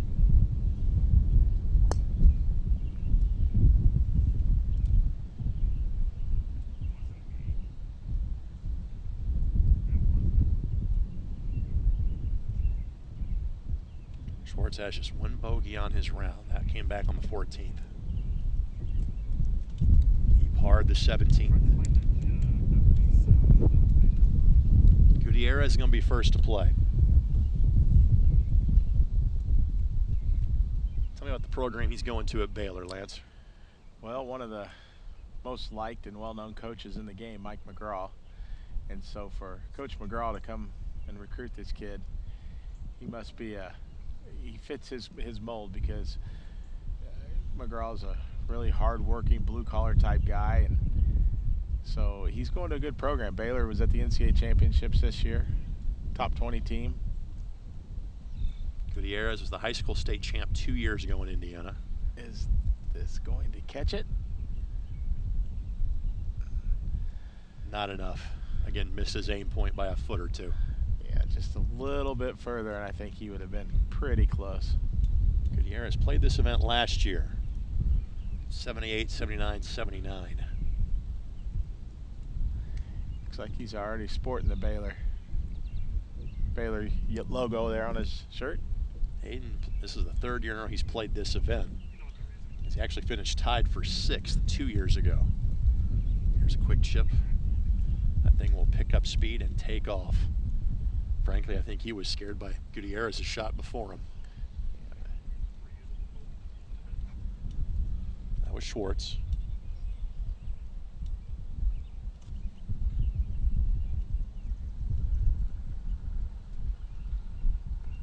So now here's Mueller. And this will be for birdie, but it is an area code putt that he has here.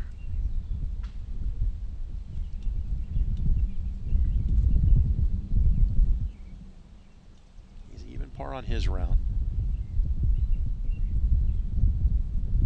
That will pick up speed. At the end of the day, it's pretty good effort from that spot. Yep.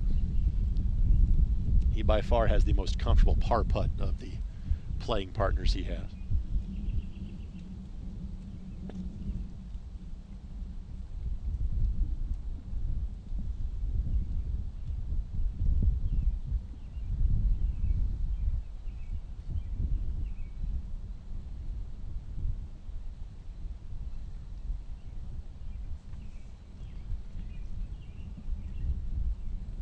By the way, Gutierrez, who's going to putt here, as soon as he is done with this round, he will hoof it back to Northwest Indiana.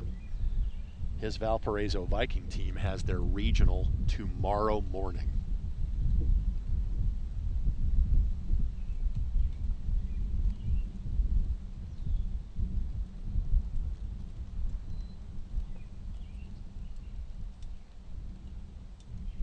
Shot an 80 in their sectional effort, which they won last week on their home course at Looks Forest good. Park.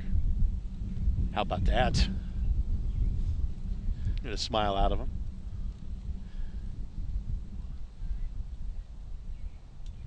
I think that was a bogey, and that was a really good bogey. Correct, 'cause he was in the water off the Yeah, tee. that was a really good bogey, considering where 2 of his shots came from.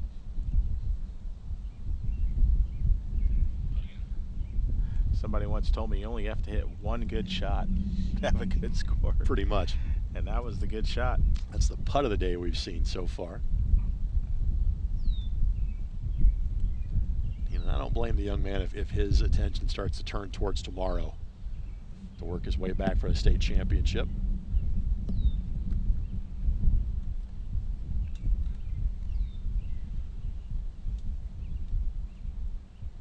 That one rolled home too.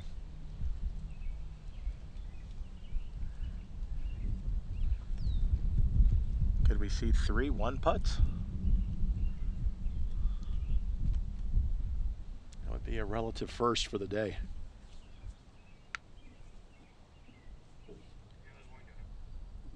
Time always flies. It doesn't, I just looked down and looked at our clock, and you and I have been doing this for the last 3 hours and 40 minutes. And no. Not enough speed. Fortunately for Mueller, a 5. So the group awaiting them in the 18th fairway, Preston, Harrison, and Settles. The next group up. Yeah, they're on about a 4.5, 4:45 pace, I believe. Yep. Actually, let me check that. Lyle, Judd, and Weiland are the group in front of them. Got tripped up again by the A's and B's. Yep. I'll figure it out one of these days. Well, the worst is when you go out to the hole and your B group, and you're like, when do I go? Right. After A. So these are all young men that are undeclared in terms of their college golf, and largely because this is a young group. Lyle will be a high school sophomore. Judd, who is from Louisville, will be a high school junior. And Weiland from Jupiter, Florida, will be a senior next year. So these are all young men that are looking to figure out what college golf will look like, and this is the first chance in the aforementioned 3 hours and 45 minutes you and I have been on. How has the transfer portal and the world of name, image, and likeness, how has that affected recruiting in terms of college golf? Oh, it's probably not quite like you've seen with basketball and football, but it's, you know, it's the portal. There are programs that are not even recruiting high school anymore. Yeah. They're just recruiting the portal, which is terrible, in my opinion. And, you know, the NIL isn't what it is in golf, Sure, compared to the others, but there are some schools that do have NIL money, and kids are getting, you know, most of the good NIL money in golf's coming from the TaylorMades, the Titleists, the Pings, the manufacturers. But it's definitely played a bigger role with recruiting in the portal. So Will Judd on your screen. He was part of the Kentucky High School Team Championship before he was actually in high school. You can do that in Kentucky. Yeah. You can play as a junior high student in high school sports. He was the Kentucky PGA Junior Player of the Year in 2022.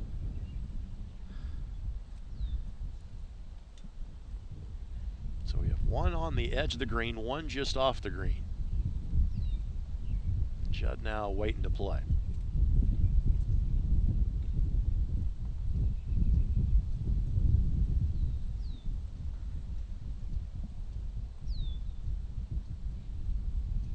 Weiland of this group 1 over for the day.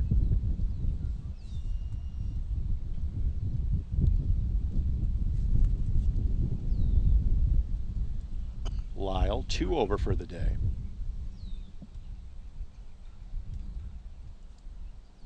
Judd at 1 under. He has worked his way into a tie for 8th. Here's his swing approaching the 18th green. Will it get the proper roll? No. Hit that ridge and just stopped and turn right. It will be a lengthy birdie putt, and everybody on the boys' side. Chase and Drake Harvey, who just gave up 2 shots. Harvey's lead is a 2-shot lead. They are through 14, so they are down to 4 holes left to play. This is the group that is back on 17.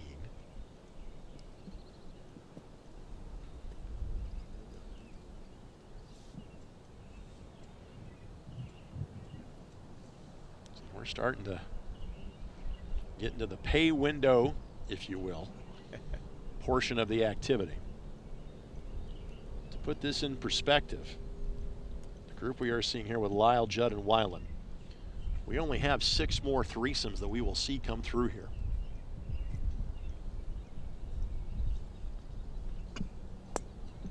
So we are quickly flying up the charts.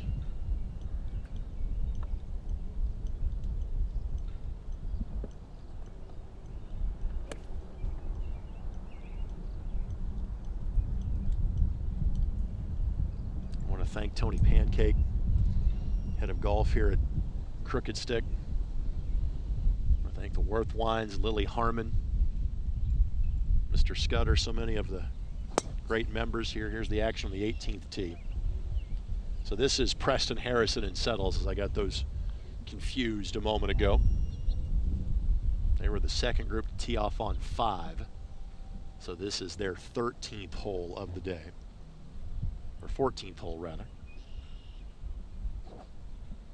So the guys you see on the green, the guys you see on the tee box, they will finish on hole 4.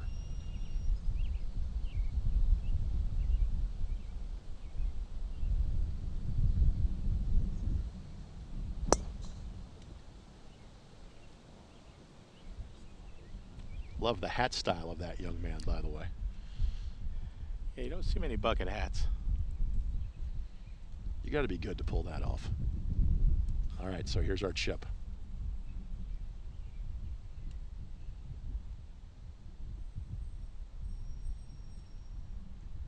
And again, just very tough to stop the ball from that angle.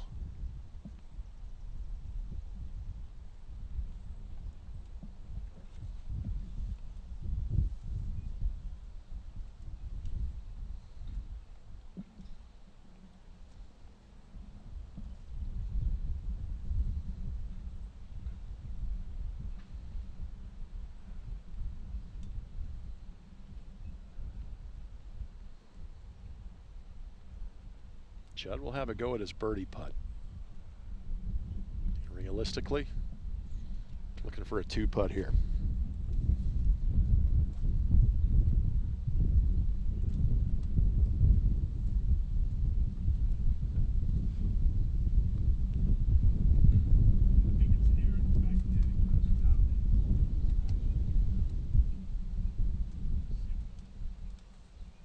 Got the speed right. Should be a makeable par from there. They just never get it started out far enough left to have a chance to go in. Judd looking for his first under par round of the week, but 74-73. He has been Mr. Consistency in this round. If he makes that putt, that would be 7 consecutive pars. Another birdie putt here. Lyle is at 5 over for the tournament, 2 over on his day. Lyle at 4 for the tournament and 1 over on his day. Didn't like that from the moment he left his club. it's slow going back towards the hole. Yeah.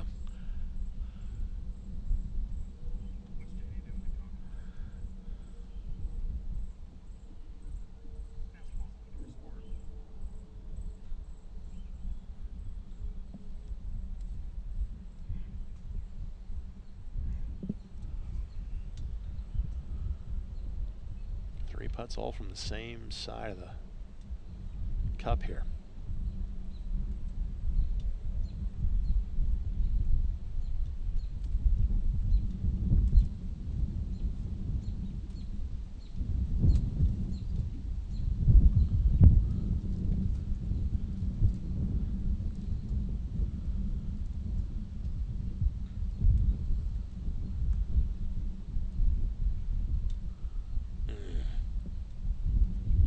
Just missed it.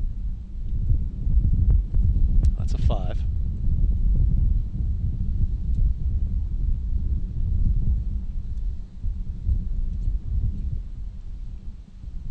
Now Judd for his 4. He has now worked his way into a tie for 7th. So the leader's starting to come back a little bit here.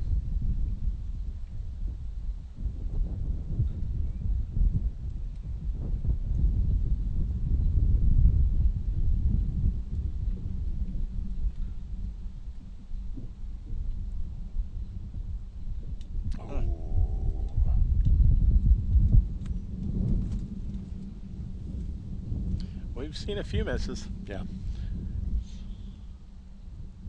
That'll drop him back to a tie for 9th.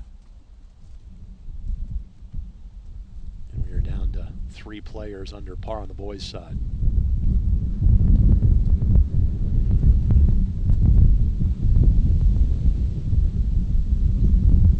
Drake Harvey, a 2-shot lead on the boys' side.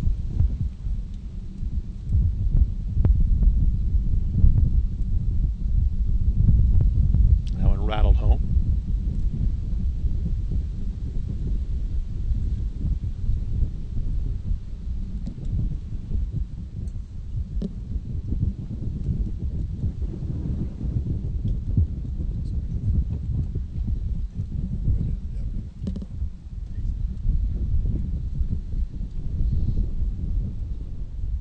So our next group up here on 18.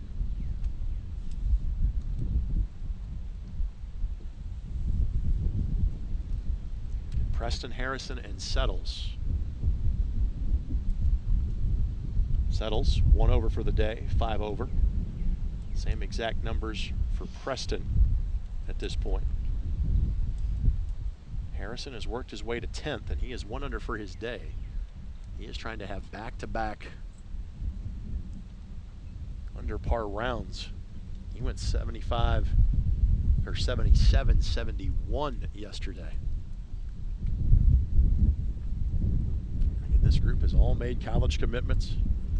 Penn State, South Carolina, and Kentucky, respectively.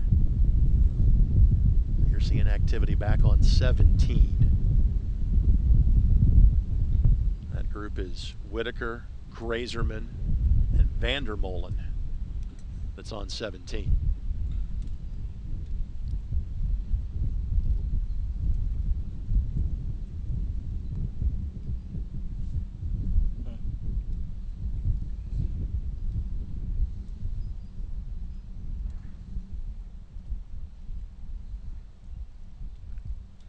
Grazerman has played this event numerous times. He's right now tied for 7th.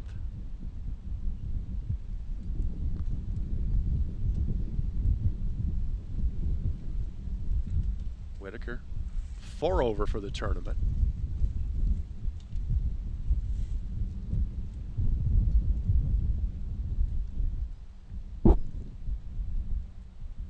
Now we got the group even before them that's on the 17th tee box. That's Miller, Bunn, and Campbell. That's players going to Michigan State, Oklahoma State, and Oklahoma, respectively, on the 17th tee.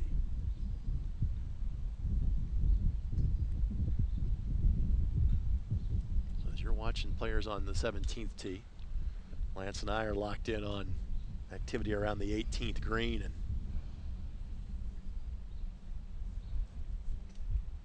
getting down to the final few groups to come through today. So now we're back to 18. So we've got nothing but birdie putts coming up here for this group on 18. Preston's going to play at Penn State.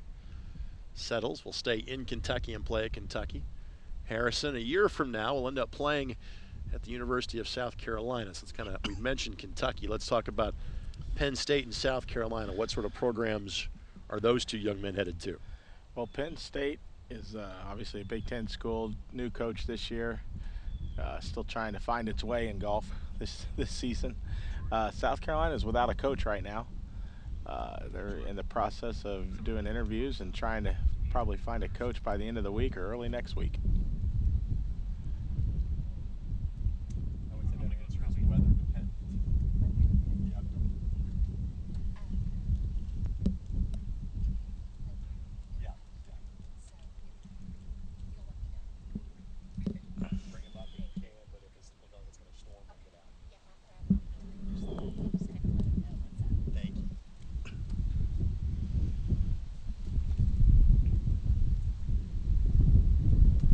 Player to chip here.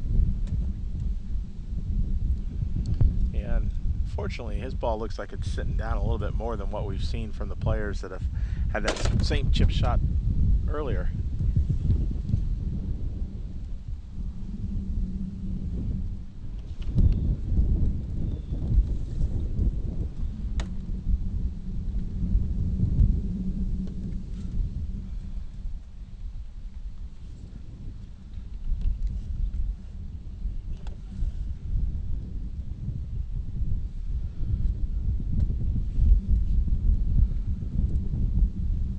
Handled it well, though. Yeah.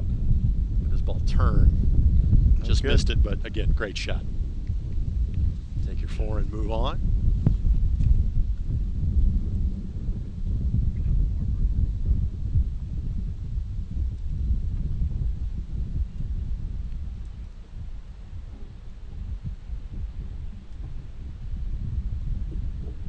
So the lengthy putt here. This is from Preston. Man from Grand Rapids, Michigan. He's got to get it out here to his left. Did he get enough? Just may have. Look at that. Look at, oh my goodness. Again, that's a heck of an effort from that distance.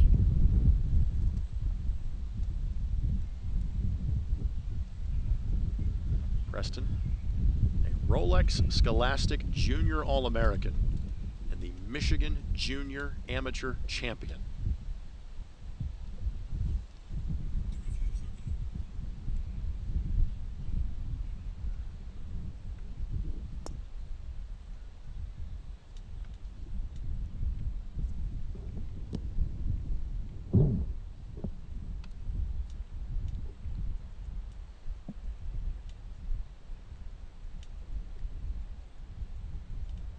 Just pushed it right.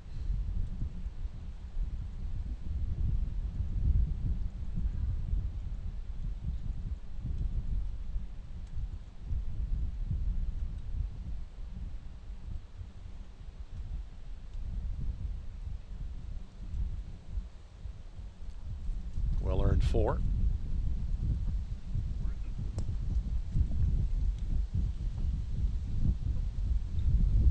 That's for Settles. So here's Harrison. Harrison knocks his home. So of this group, Harrison right now tied for 9th at 3 over par. Settles at 5 over, same for Preston.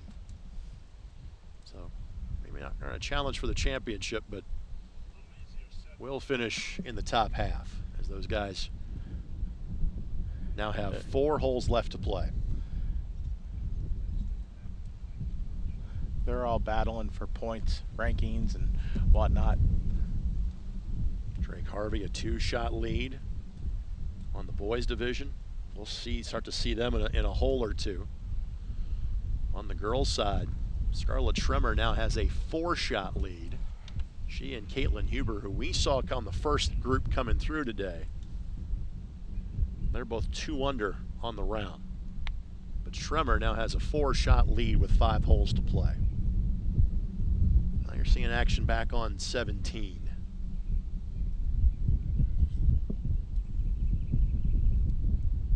And if I have the groups correct, this is the Miller, Bunn, Campbell group we're seeing on 17. Eli Walker Campbell is the player you're about to see. One of the players is going to chip from off the green. That's Eli right there. Richmond, Texas is going to play at Oklahoma. And rolled that one well past. He's got his work cut out for him on his par putt. Drew Miller of East Lansing, Michigan. Also part of this group, not surprisingly. He too is going to Michigan State. So Sparty's got 3 players playing this field today. And then Parker Bunn from Ogden, Utah. He'll play at Oklahoma State. And Oklahoma State's been known to produce just a couple of pro golfers over the years. A few. Including one from this state. Richmond's Bo Van Pelt. And as I joke, because Bo has spent so much of his life now in Oklahoma, that he's only known as Richmond's Bo Van Pelt in the state of Indiana. But yet when he got to play in the BMW Championship here, which was the first PGA Tour event in this state since Crooked Stick in 1991, Bo talked about how that special that was, because his home tournament has always been kind of a memorial in Columbus. Right. But to get to play one here, and the following he had in that tournament here, was really a sight to behold.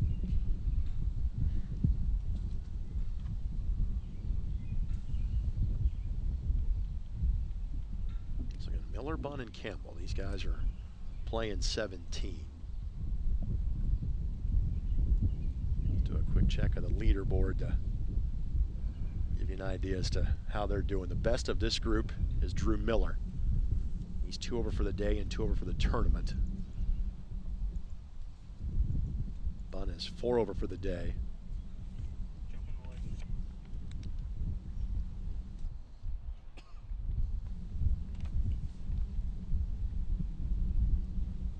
Unfortunately, Campbell's had a rough go of it.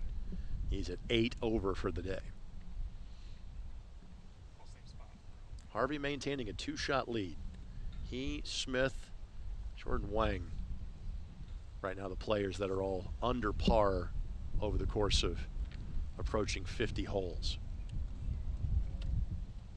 So these golfers hitting putts on 17. The group in front of them is approaching the 18th green.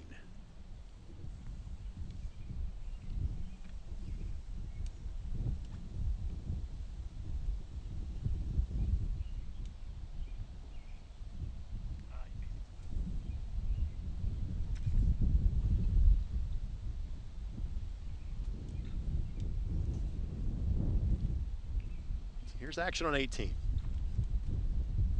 In this group, Whitaker, Grazerman, Vandermolen. Whitaker, like Campbell, a hole behind him, heading to Norman, Oklahoma in the very near future. Grazerman will play at Princeton. Vandermolen simply is going home. He's going to be a high school junior in the state of Michigan. And this approach, that will be the stance is the biggest problem, I think, on that shot. Yeah. The ball is hole high, but you'll be standing well below the ball trying just to funnel that down. That was Whitaker, Asher Whitaker. They had that approach from Wichita, Kansas.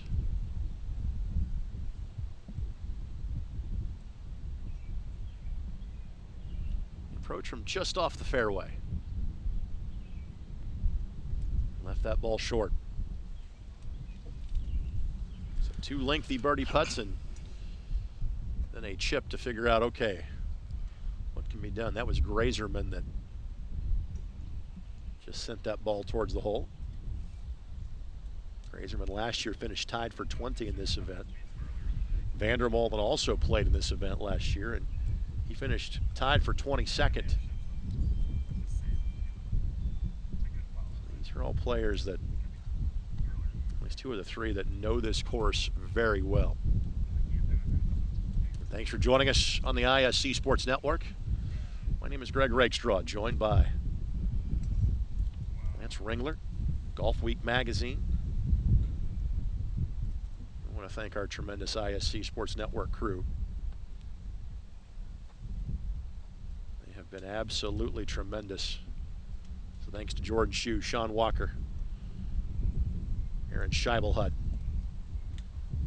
Ashley Mizuko, and Ashley, I'm sure I got your name wrong. I'm sorry about that. Braden Foster, Chase Eisnagel, Aaron Van Wolde, Eldon Wheeler, Matthew Stein, Rachel Henderson, Dylan Lax.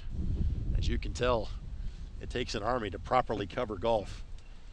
This is perhaps the single biggest production we do every year on ISC. We hope you've appreciated the coverage now for the last 4 hours here from Carmel, Indiana.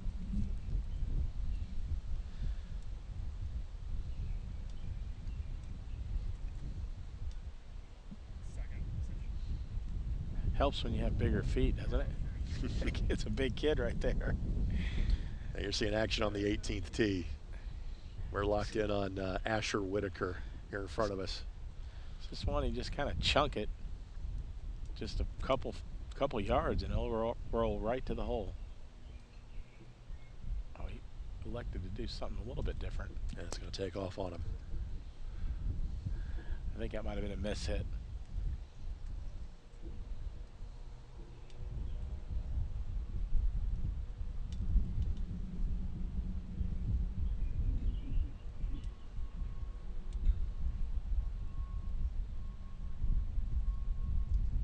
Whitaker still inside his playing partner, so now he'll get a chance to kind of reset a little bit. Whitaker, by the way, the 2022 Kansas Amateur Champ. Finished tied for 8th last year at the Junior Players event.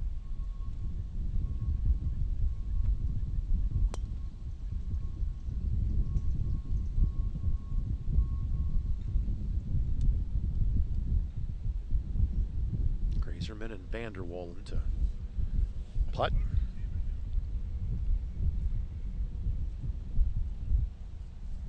This is the Miller, Bunn, Campbell trio. It's currently teeing off, and again, after the group that is on the tee, we only have 3 more foursomes to make their way through.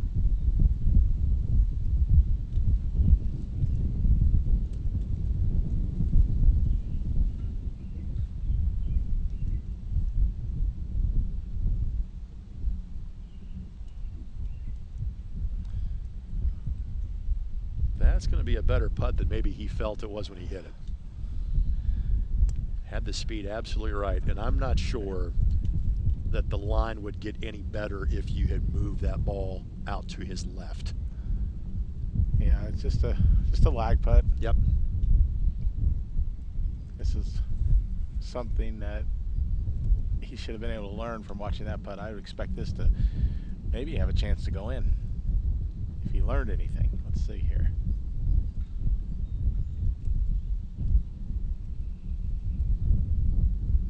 Definitely took it out a little more. It's just going to lose its speed. Yep, they're going to finish almost the exact same spot. But again, he had a little more speed. He had that. And Vandermolen's at 3 over. Whitaker's at 4. It is a pretty tightly bunched group between 3 over and 5 over. There are currently 10 players. By the way, Drake Harvey got his 2 shots back. He's now 4 shots clear of the field. Drake, a young man from Las Vegas that will be a high school junior next year.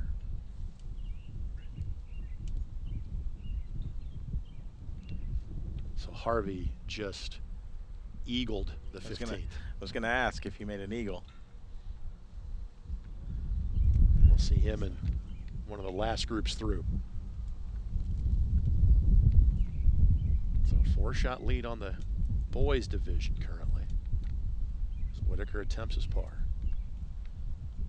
And at last report, a 4-shot lead in the girls division.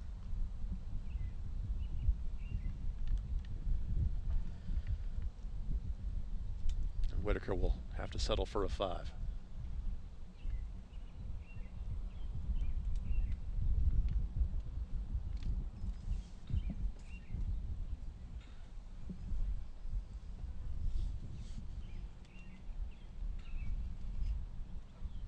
Grazerman currently at 2 over. An even par on his round. Taps that home.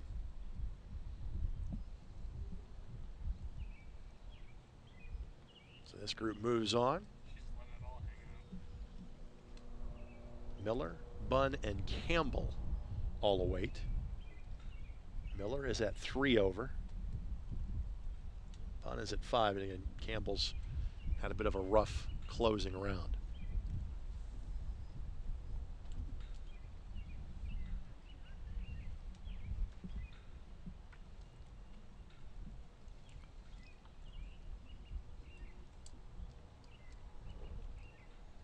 A quick update of the score. Schremer's lead is now 3 on the girls' side.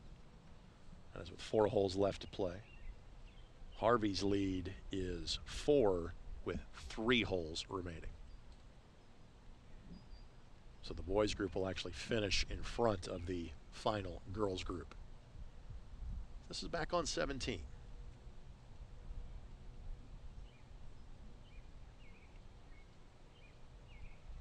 This should be Finley Bartlett, Jordan Wang, and Morgan Riley.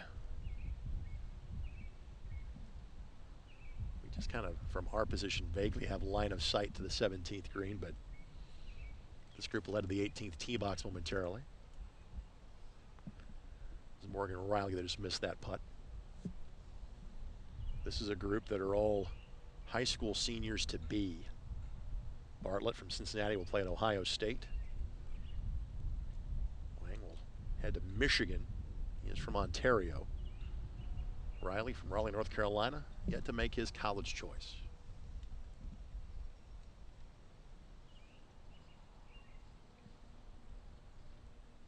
Good looking putt there. Well done to sink that one.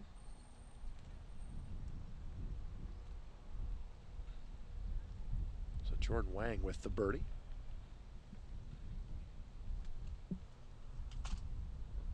Jordan currently in 3rd place. It might be a race between he and Brady Smith for 2nd at this point. Wang is at 1 under par, so he is one of the 3 golfers on the right side of par for the tournament. So back to the 18th fairway. 180 yards.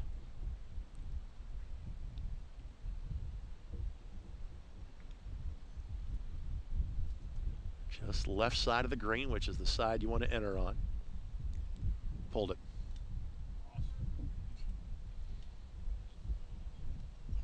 Ball flight looked good off the club face, but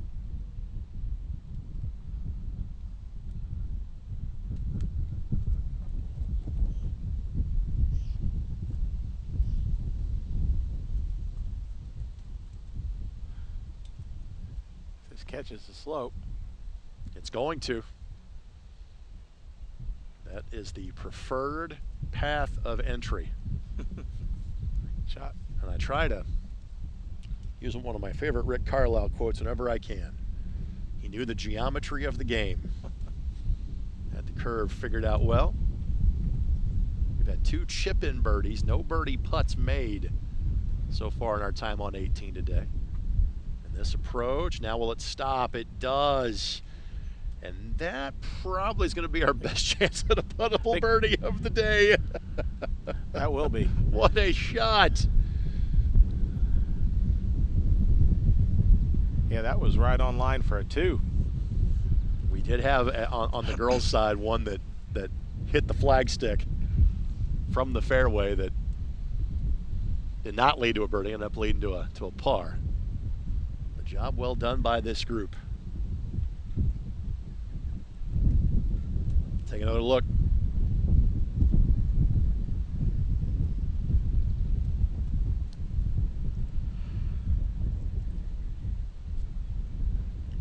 That might make the golf shots highlight reel at the end of the day right there. For sure. Absolutely. So now we go back to 18. This is the next to last boys group of the day. Bartlett, Wang, and Riley.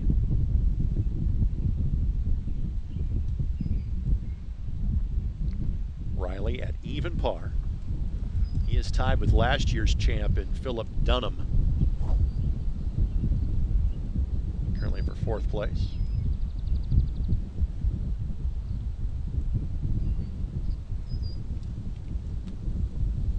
Morgan's brother is a golf professional.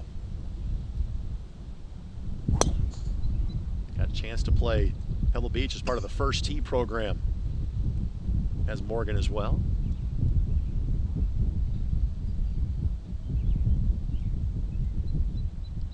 Joining Riley in this tee group, Finley Bartlett, Jordan Wang.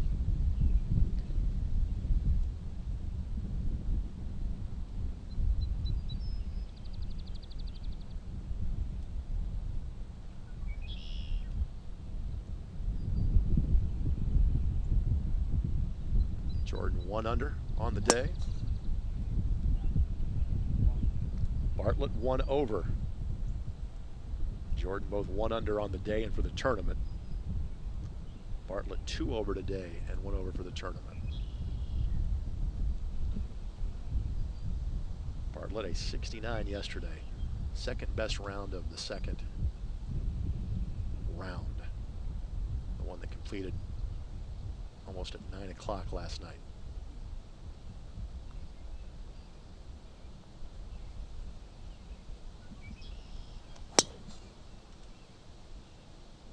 So all 3 off the tee on 18.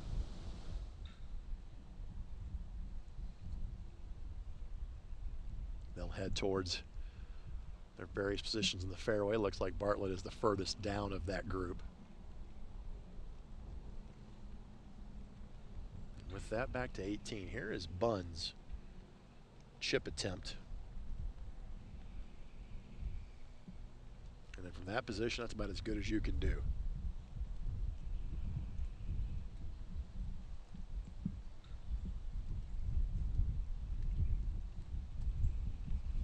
And Parker going to play at Oklahoma State, young man from Ogden, Utah. He's 4 over on the day. 5 over for the tournament.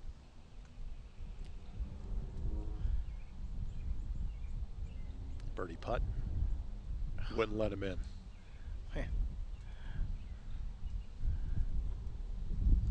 That is one difficult hole location for these players to read.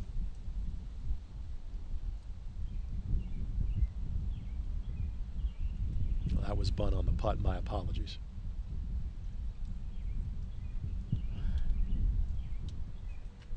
So now Miller and Campbell get to play this one out.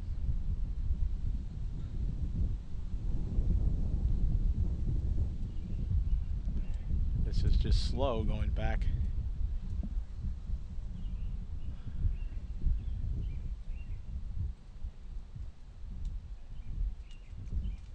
Not much in that one, just straight. Yep.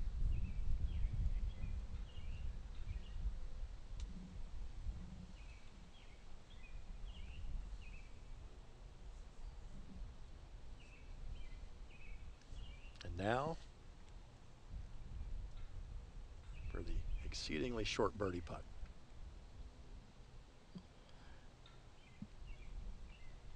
It's Drew Miller.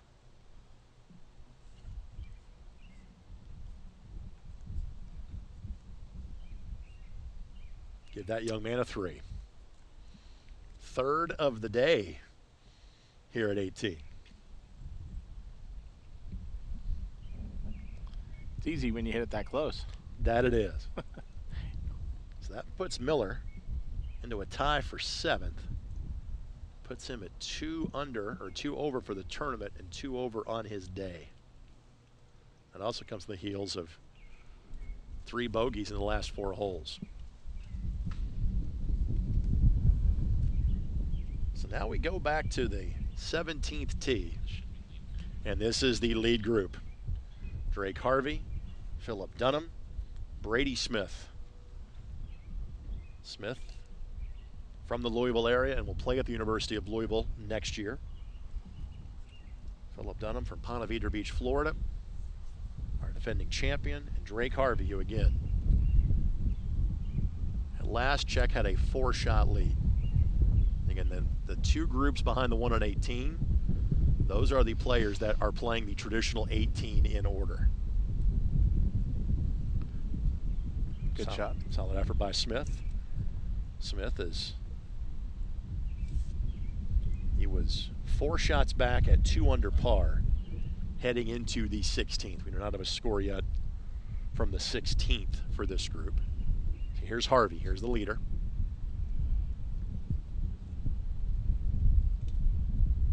And I can tell you that Dunham bogeyed 16, Harvey bogeyed 16, Smith parred 16.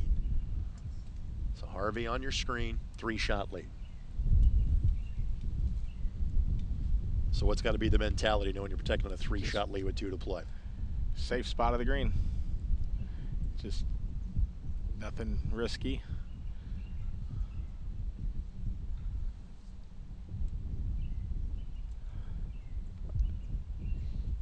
You can tell there's concern there.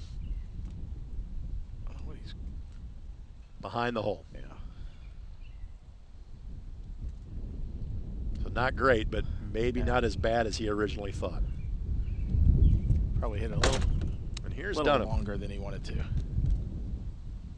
Dunham, last year's champ in a playoff. He has made this an annual part of his calendar. Why wouldn't you?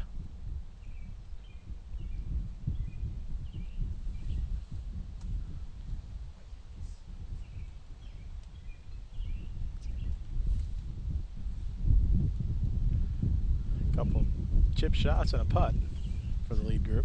Dunham's 3rd consecutive year of playing this event. He won last year in a playoff with Luke Colton. Dunham went 68, 74, 74. Now we go back to 18.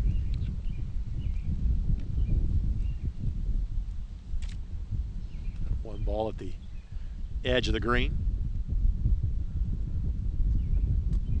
One off to the far left-hand side of the green. One more to play.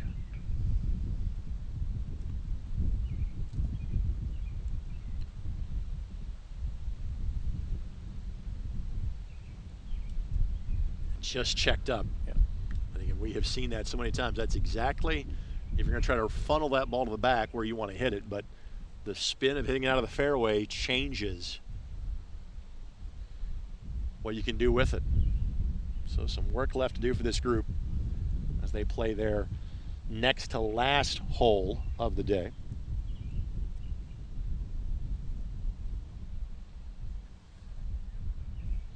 And this group has some updating of scores to do. They are shown as being a little bit behind on the scoreboard. So we don't think that's going to make a difference, frankly, in terms of the kind of end result, given the lead that Harvey has staked to, but we do not have scores past what would be the 14th hole for this group.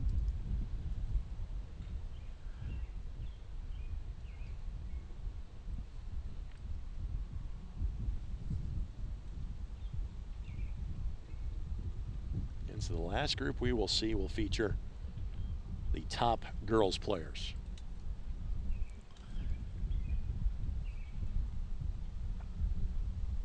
So the boys leaders making their way to the 17th green right now. This is the group that's on the 18th green. Morgan Riley, got a last check, even par. He's going to go with the wedge here.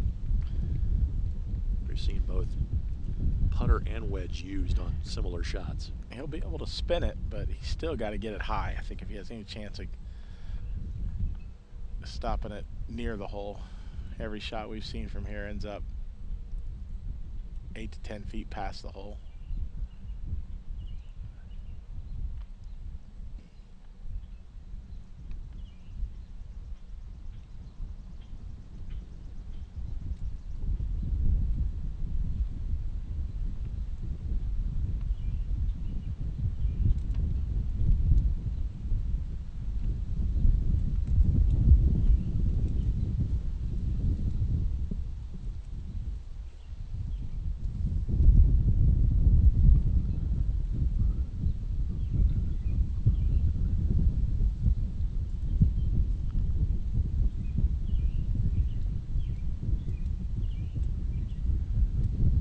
Solid stop. Yeah, a little spin. Yep.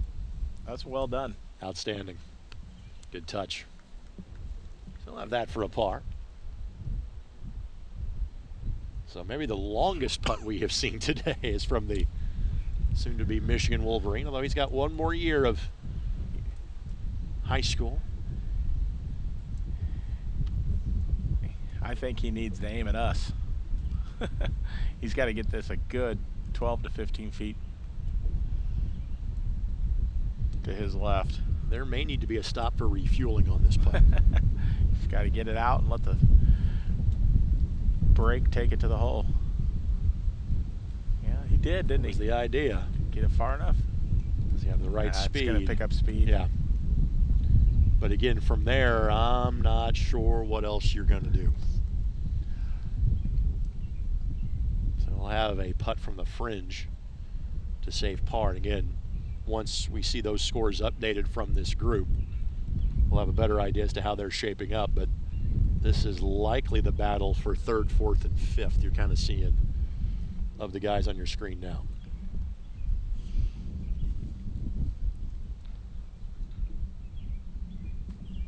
Bartlett at last check was 1 over.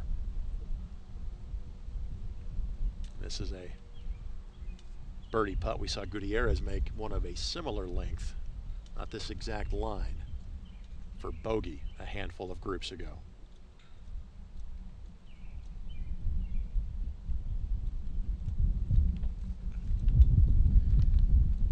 And again, look at how close that came to making it. But he's got a bit of a knee knocker coming back.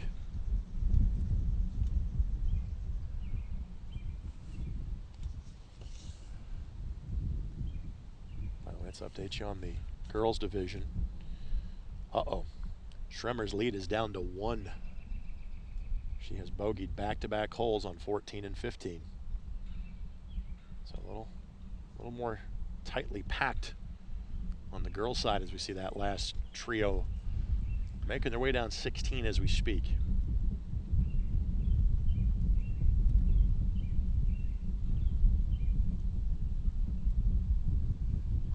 That'll be a bogey. I believe that girls group's on 17T waiting. The lead, I believe.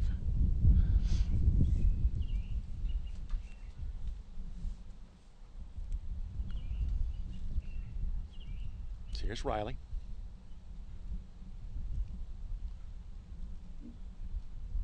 Again, scores for this group are a couple 3 holes behind. So we'll try to update you on the back end as to exactly where these young men are.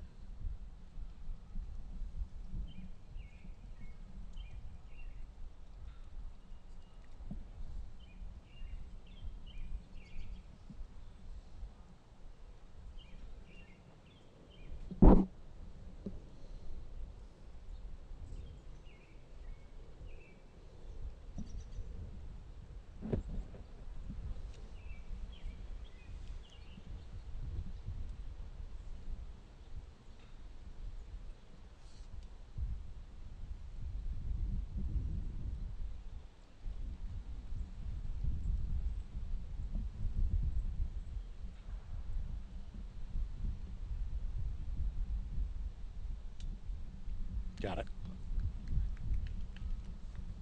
Pretty well handled where he was to get that down in 2.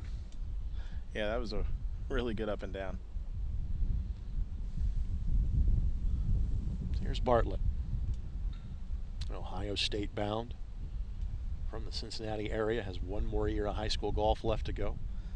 Buckeyes made it to the Final Four this year in golf. We say F-O-R-E, Final Four. I like that.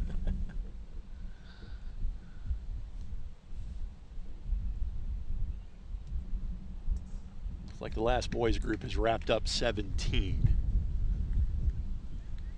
I see people starting to make their way towards the 18th tee box here. So again, this group now will go play the first hole as their final hole because they teed off on 2. And that round is right at 4.5 hours. We got 2 groups left to finish. 4:45. Everybody started at 8:30 local time this morning in shotgun style to avoid weather that thankfully has kind of gone from a noon start to a 1 o'clock start to sometime after 2, and frankly it was at about 3 yesterday locally when the heavens absolutely unleashed.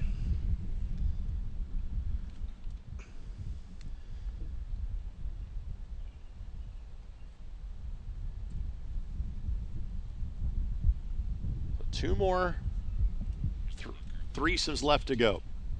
So here's our group of leaders. Again, their scores are updated.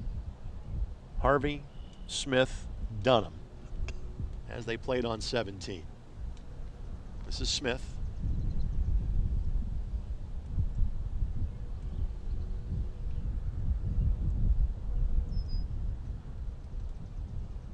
We showed you the tee shot of Harvey that he was a little concerned about as he hit it over the green.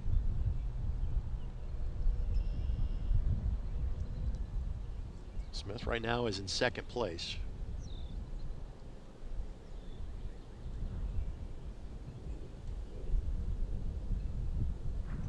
Harvey, no problem there, dead center. Little fist pump. Yep. That tells me that was probably for a par, knowing where he was behind the green. And Dunham.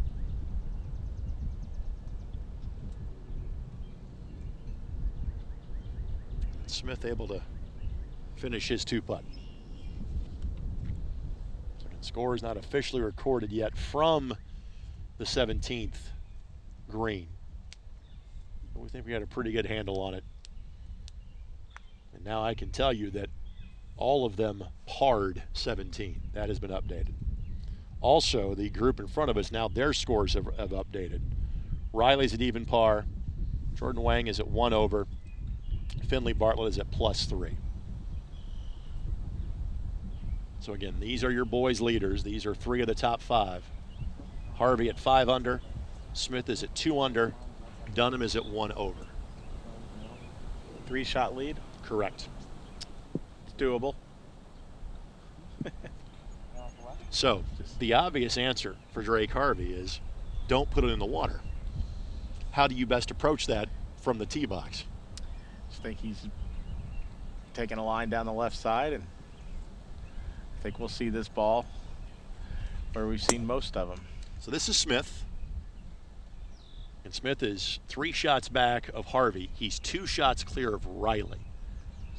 Now I will say this, 1 is a much easier finishing hole than 18 is, so when you're not going to finish on the same hole, I'm not sure how concerned Smith is with finishing 2nd or 3rd, right. But thinking about the guy behind him, probably can't afford to bogey this hole. So here's Harvey.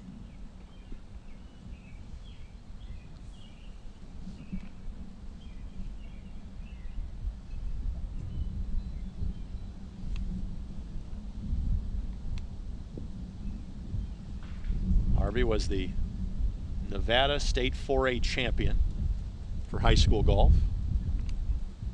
He was the state junior champion 2 years ago, or 3 years ago rather, in both Nevada and Utah.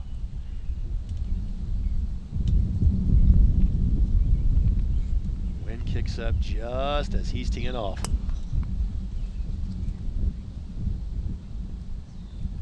He's kind of staring it down a little bit. Yep. Right in that little valley. Which is safe. Probably about 200 out. 190-ish. Here's Dunham, last year's champ. 3rd year in a row he has played this event. Ponte Vedra Beach, Florida. Of course, also a very popular golf residential town. So Dunham won't repeat this year, but another outstanding finish.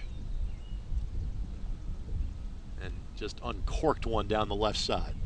Not sure it stayed in the fairway, but still a big ball. yeah, he absolutely crushes the ball off the tee.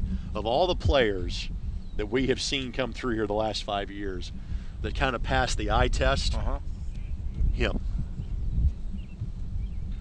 Well, length and speed is so important. Hit it as far as you can. figure it out from there.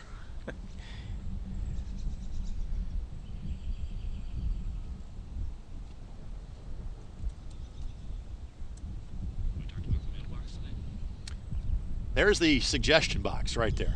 If you have a idea you'd like to pass along to the Greens Committee, you can swim out to that post. That's where your suggestions, in theory, are officially checked. I'm not sure anybody's actually ever officially checked. That's what I was going to ask you. Do you think there's anything in it?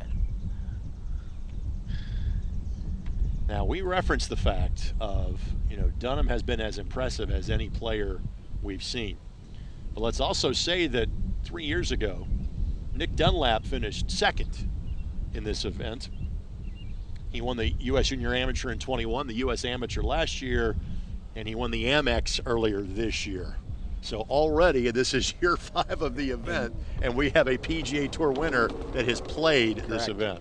It's amazing how ready they are to win at the professional level at such a young age.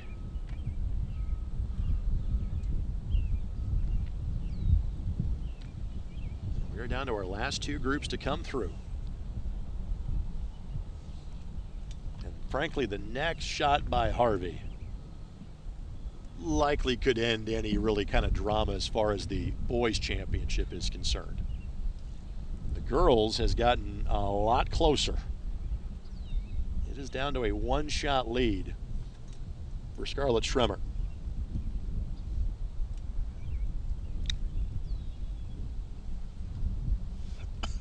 We'll have eyeballs on 16 and 17 as they are finishing up as well. And again, boys will finish first and the girls will.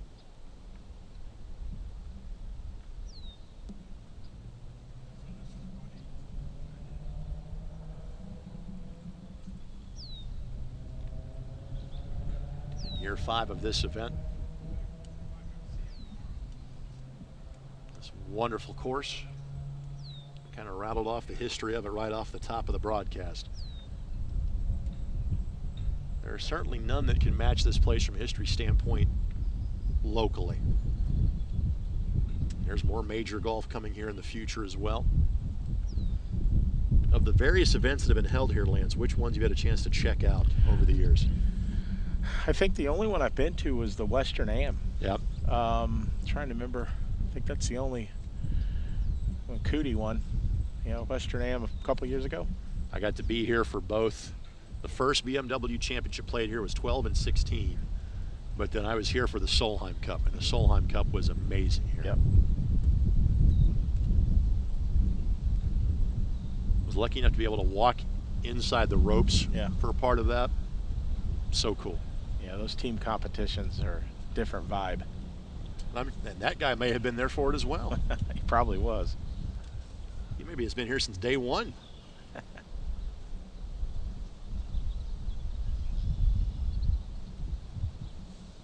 So Harvey looks like he's going to play first.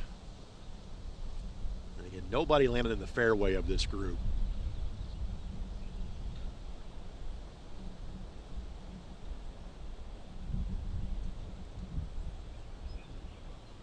And if you're Harvey, what are you aiming for here?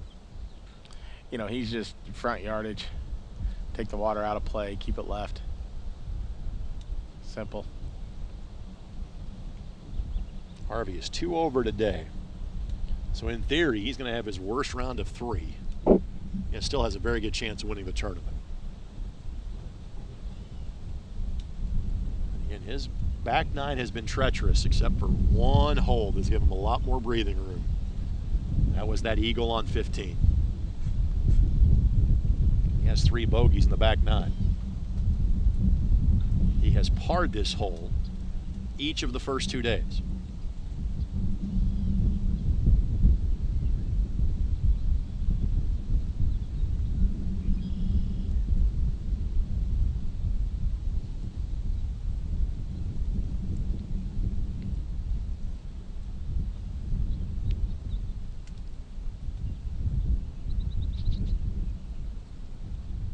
Yeah. He just aims it down the fairway and left. Total layup shot. Yep.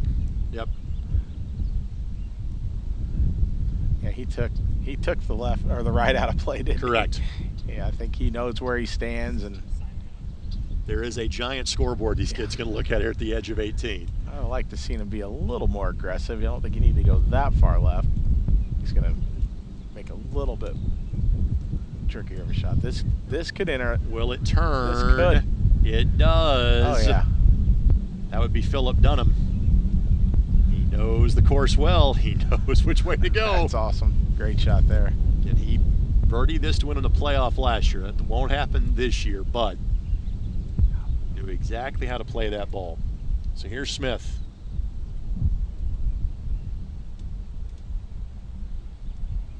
Again, how aggressive does he get to put pressure on Harvey? Oh, he has to take dead aim.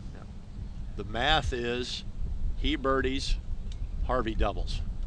So with that, he's going for the flag. And just hangs on. He gave it a go. I don't think he knows that it's up. Right. It did hang on. We have line of sight to it here.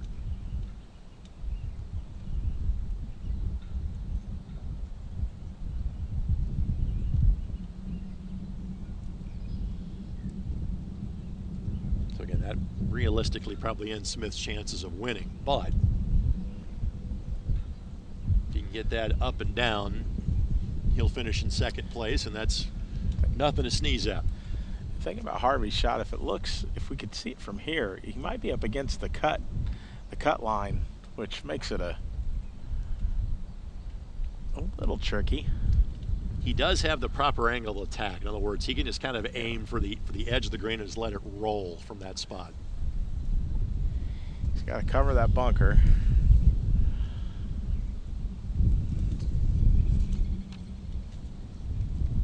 That's his ball, well back in the fairway. And the high school junior to be just walked to the green to kind of get the view and of what exactly his shot's going to look like. So again, the final girls group behind these guys is on the 17th green now.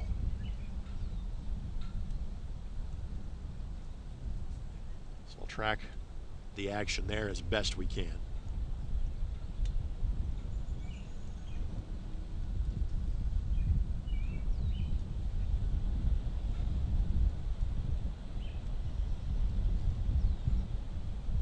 And Harvey being well away is first to go. Dunham will have a birdie putt, but again, he's not going to factor in the decision. He's potentially playing for a tie for fourth or third even.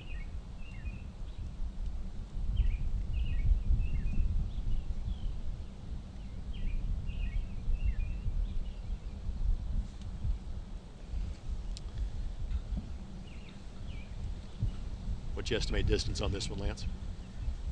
About 65 yards to the hole.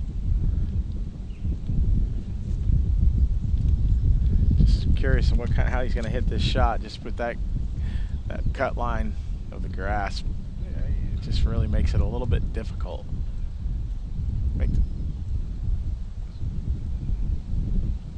Does the wind at this distance make that big of a factor? It'll help him because he can be more aggressive because it will knock it down.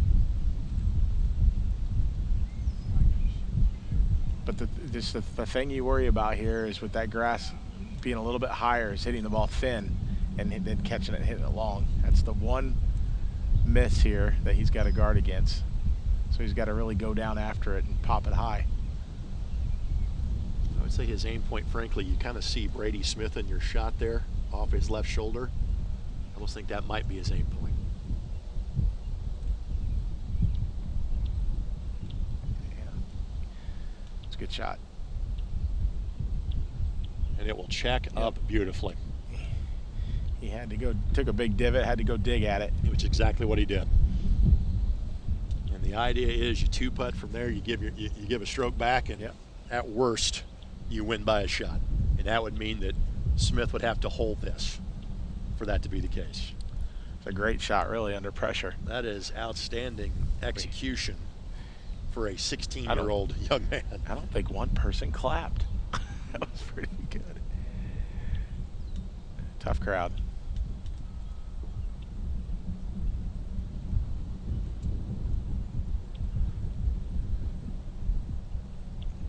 effort here. Good effort here. So again, that should give him solo second for the soon-to-be Louisville Cardinal. So Brady's going to finish 69, 73, 72. So he is in the house at 2 under and 214.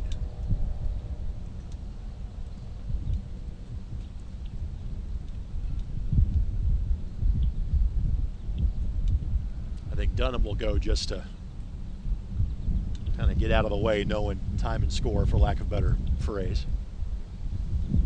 Again, this putt would put him at even par for the tournament. We will have 2 golfers finish below par if he hits this one.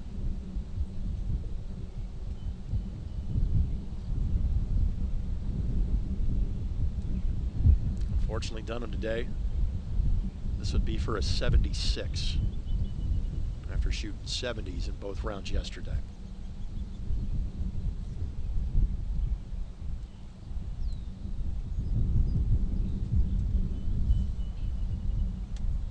So Dunham taps that home. He'll finish tied for 4th. And he's just going to be a high school junior. I hope we see him again here next year. So yes, he played this after completing his 8th grade year 2 years ago. So this is his 3rd? Correct. I would bet we will. In theory, he could play this 5 times. So again, frankly, multiple shots to win. This to finish with a par on the final hole and to win by 3. Well, won't get it, but good enough. Yeah. Rarely do you smile when you miss that putt. You do when you have a 3-shot lead. So Harvey will bogey the last for the first time in 3 rounds played. But he will do so knowing he has a tournament championship in hand.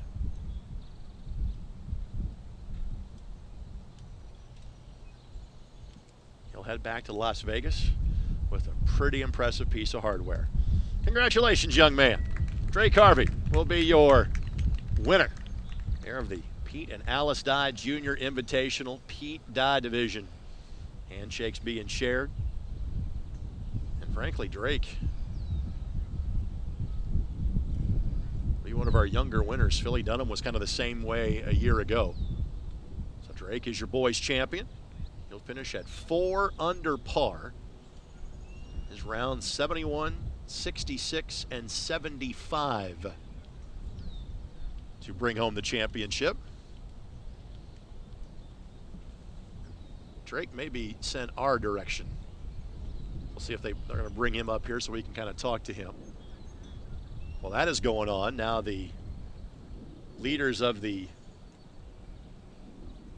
Alice Dye girls division are on the 18th tee.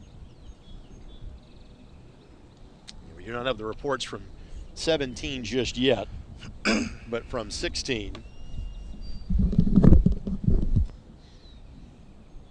Schremer had a 1-shot lead.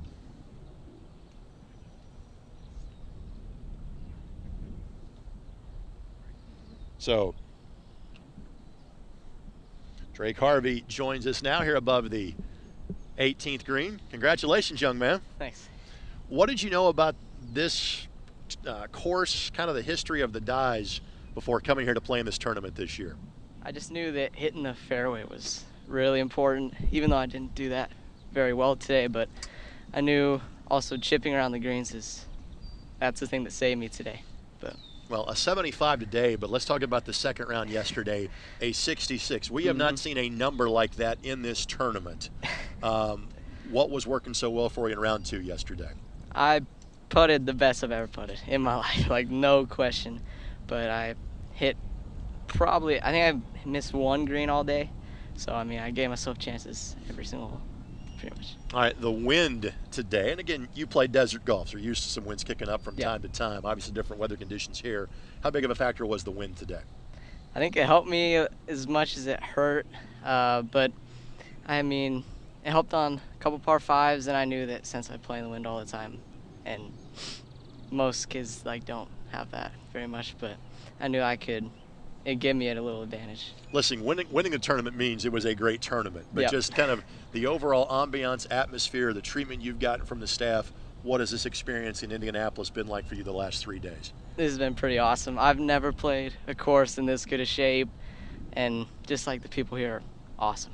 And finally, very few tournaments like this have a video stream like this. Mm-hmm. So is anybody watching from back home right now you want to say hello to? I'm not 100% sure. Maybe my grandpa might be, but I think he's probably the only one. All right, so I'm not sure if the trophy's big enough where you have to have an extra seat on the plane ride home. You can figure that out in a few hours, let you go enjoy it. Thanks for the time. Congratulations. Thanks. And Drake Harvey, again, he is your winner of the boys division here for the Pete and Alice Dye Junior Invitational. Thank you very much. And now we've got one more threesome of golfers to kind of track here for this tournament. And they are back on 18, getting ready to tee off as we speak. Scarlett Schremer, Emma Wang, and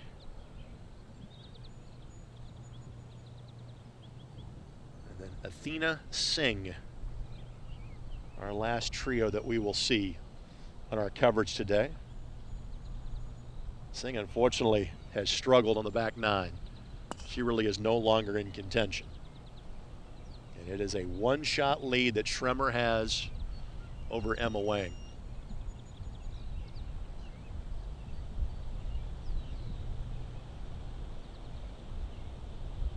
Schremer from Birmingham, Alabama.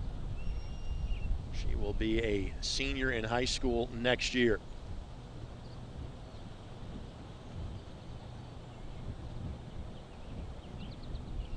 Schremer, a member of the USGA Junior National Team. She was the Alabama Girls Player of the Year and an AJGA Rolex Junior All-American. Emma Wang will just be a sophomore next year in high school. She is from Palo Alto, California.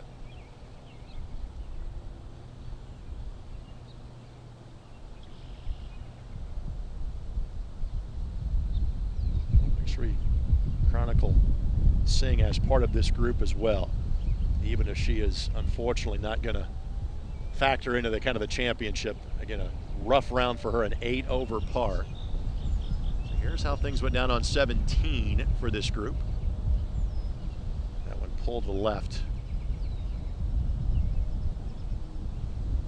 Singh, a two-time Kentucky Junior champion, a two-time AJGA champion, and part of the Rolex Girls Top 20.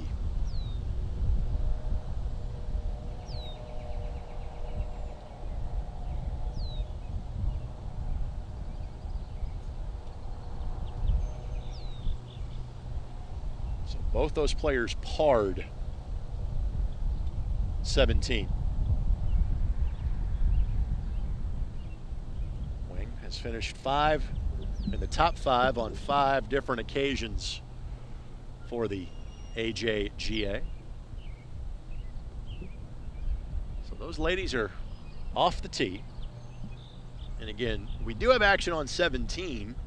However, and those are players that are going to probably factor for, say, 3rd, 4th, 5th. That's the first group that we saw come through, but again, unlikely to kind of factor in terms of the championship. Huber, of the group that is playing 17, closest to the top of the leaderboard, she's 3 shots back at 3 over, and she's going to play at the University of Florida. Lance Ringler rejoins me now. How you doing going into almost wrapping 5 hours of live coverage today here on ISC? Not too bad. It's been a pleasant day, really. So Schremer, a 1-shot lead. And she has gone 70, 74. She is even par today. Emma Wang, 70, 72. She is 3 over today. Unfortunately, Athena Singh kind of had the wheels come off on the back 9. Singh in the last 7 holes is 5 over. She has had 3 doubles for her day. And right now she is tracking towards an 80. at +8.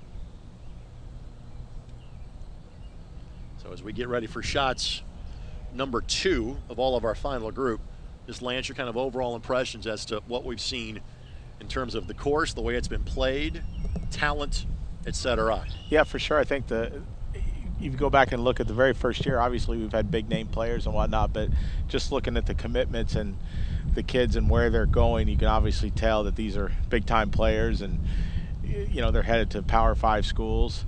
And obviously the effort of Crooked Stick and Tony Pancake and his staff and everybody that puts on this event is doing the right thing, because kids keep coming back.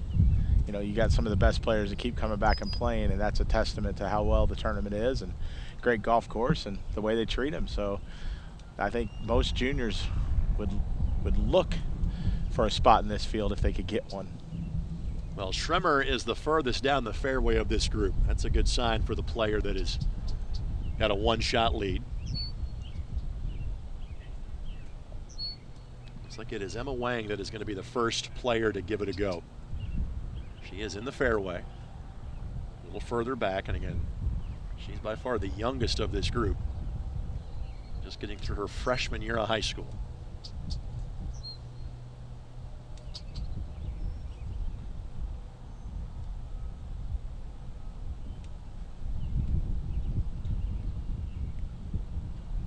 She's away.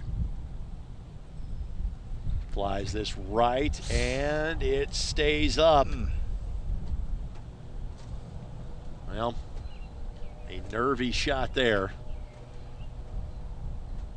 but still certainly possible to get a 2 or get there from 2 more shots to keep pressure on Schremer to have to par this hole. So Singh is up next. Athena from Moorhead, Kentucky.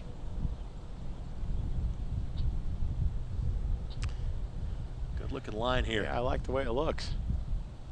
And should get a pretty good roll here. It'll roll through the back edge, but again, we've seen that. Yep, up and down for 2, and she's still in the top 10.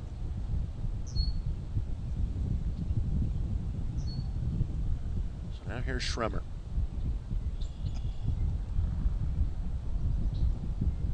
And looking at those around her, only Caitlin Huber, who again has played this event numerous times, who's in the group that's finishing on 17 as we speak. Only she has a better round going today. Sydney Gibbons at even par on her round. Schremer's at even par on her round. What's your estimate on distance from this point? I believe she's about 155. She has parred this hole each of the first 2 days.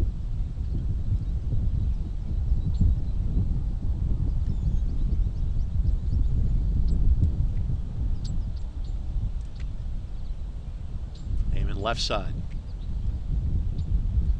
This could be really good. Has it dialed up perfectly. This will catch the slope. This will run down toward the hole. This will finish right on the collar of the green, and again, she basically has 2 putts from there to win the tournament. If she holds that, she is the outright winner. Well done with the pressure on the line. Yeah, I thought that was going to get a little bit more, stay a little bit more on the green. It actually had a lot of speed coming out of the rough, as we've seen all day long. Schremer had a 4-shot lead at one point. Again, she's even on the day. She birdied 5, 7, and 9 on the front 9. She then bogeyed back-to-back holes at 14 and 15.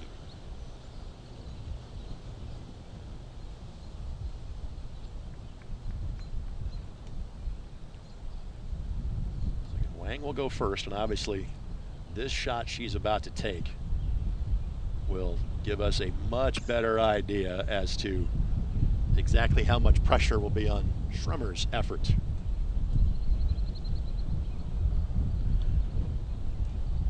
Well, in the last group, we nearly saw a hole out from that exact spot. It's possible. So it's a pretty straightforward chip shot. We're reference Huber in the group behind this one. She finished tied for 5th last year. Right now she's got potentially 3rd lined up. Athena Singh, a part of this group, finished tied for 20th in this event a year ago.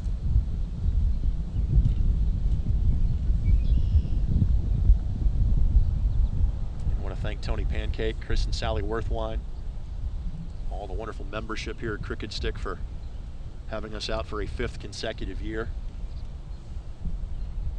Simply put, this is one of the cooler things we get to do each and every year on the ISC Sports Network.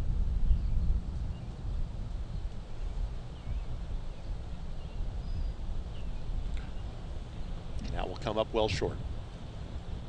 So again, 2 putts to win it for Schremer.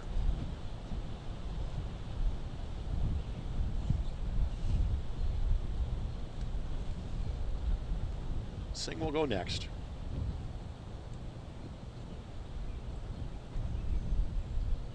I want to thank our ISC Sports Network crew, Jordan Shue, Sean Walker, Aaron Scheibelhut,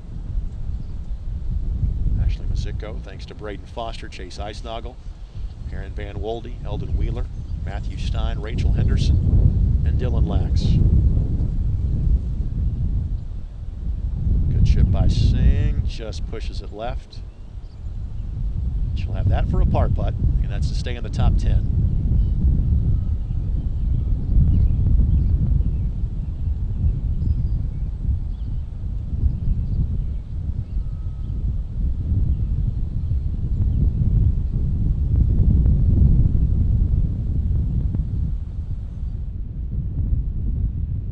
And the wind's starting to howl, as you can tell.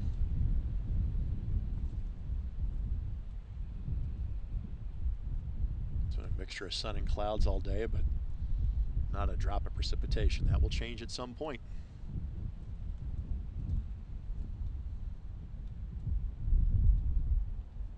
What's the aim point here for our tournament leader? Yeah, I think more than anything, it's just speed. She just wants to get the speed dialed in and leave herself just to tap in. 2 shots to win the tournament. But it's got to go a little bit to the left.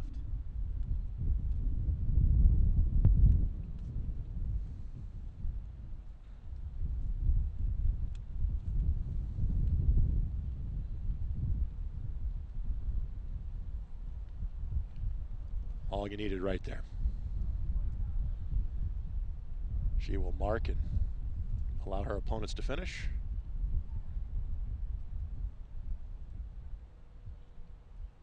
Wang has to hit this to put any modicum of pressure on Schremer.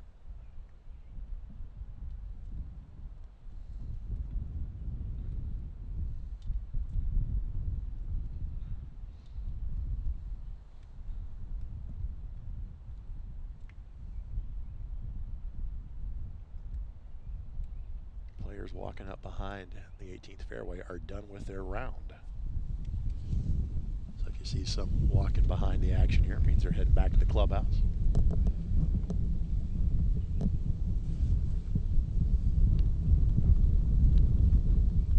Emma connects on the par putt. So she will finish at 1 over. And again, Schremer has to make that tap in to finish the festivities this afternoon.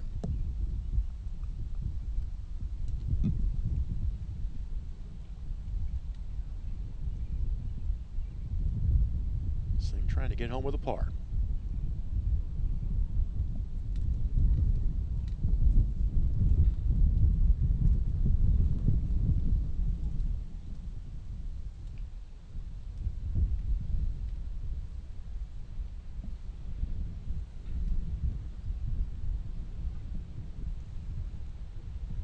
And does exactly that.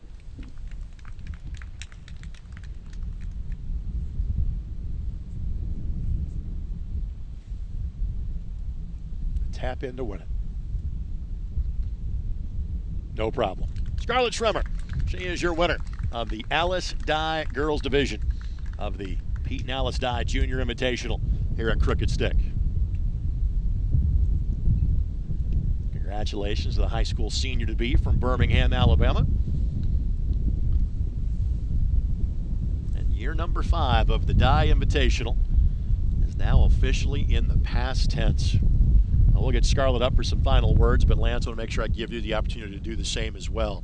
Just your thoughts on what you saw today. Just, well, first thing is we escaped any potential weather, so that's good. Correct.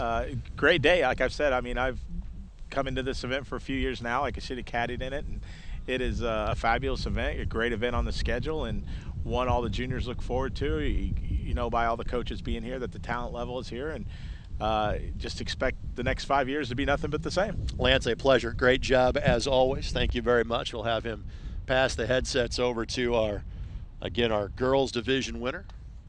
Next time Lance and I work together, it'll be a basketball game, except he'll be actually on the floor. I'll just be wearing headsets talking about it. And a donated golf ball as well. We'll hand these over to Scarlett. And she'll join us now. So Scarlett Schremer is our girls division winner. How does that sound to you? Congratulations. Thank you. I'm really, grateful for this win. I feel like it's been a long time coming. I didn't really have my A game today, but I just stayed patient and trying to do my best. Now, I found it funny. You birdied 3 out of 5 holes. You didn't have your A game today. That's pretty good. A big picture question. What did you know about this course and about kind of the history behind it before you came to Indianapolis this week? Well, Crooked Stick, first of all, obviously there's so many great players that have played here and won here. Coming into the tournament, I said to my mom how cool it would be if I came out with a win, because there's so many, legends and current players that have been successful here. Not only that, but the course is really difficult. Fortunately, the rough was grown down a little bit for us this week. But I was grateful to be here in the first place, and I'm grateful to leave as a winner. You can hear the wind rustling in the background. How big of a factor was the wind in today's round? Yeah, the wind changed a lot of my shots, and I had to do a lot of, adjusting to the adversity I was facing a little bit here on the back 9 is when the wind really picked up. But so I over there, and my caddy Quinn did a really good job of helping me get all the numbers I needed to, and I'm happy with the way things went. Now, we have a listing of those that have made a college commitment at this point, and Yes. it didn't have a name by your name, No. but I do see a particular ball marker Yes. that you have on your visor. I'm going to University of Texas, so I just committed a couple weeks ago, so I didn't submit it when I applied for the tournament, but I don't go until fall of 2025, and I'm super excited to hopefully win with that team too. Well, congratulations on the Thank win. you. We'll let you get the trophy. Thank you Thanks very for much. joining us. Yeah, thank you for having me. You got it. Scarlett Schremer again. She is our winner of the, Alice Dye girls division here, and that will wrap up our full day of coverage on the ISC Sports Network. Again, cannot thank our crew enough for the job they did yesterday and getting up early today to make sure we could bring you 5 hours of golf coverage on the ISC Sports Network. And again, Tony Pancake, the Worth Wines, everybody involved in this tournament, Lily Harmon as well, from the Crooked Stick, from the club's perspective, they are so gracious to welcome these golfers, their families, as well as our crew from the ISC Sports Network. We are thrilled we could bring it to you for a 5th consecutive year. We're looking forward to next year, 2025 as well. That'll do it for our full day of golf from Hamilton County on the north side of Indianapolis. For Lance Ringler and our entire ISC Sports Network crew, this is Greg Rakestraw. Goodbye for now. Congratulations, Drake Harvey and Scarlett Schremer, your winners of the 2024 Pete and Alice Dye Junior Invitational. You've been watching on ISC. Congratulations, young man. Drake Harvey will be your winner. Alice Dye Junior Invitational Dye Division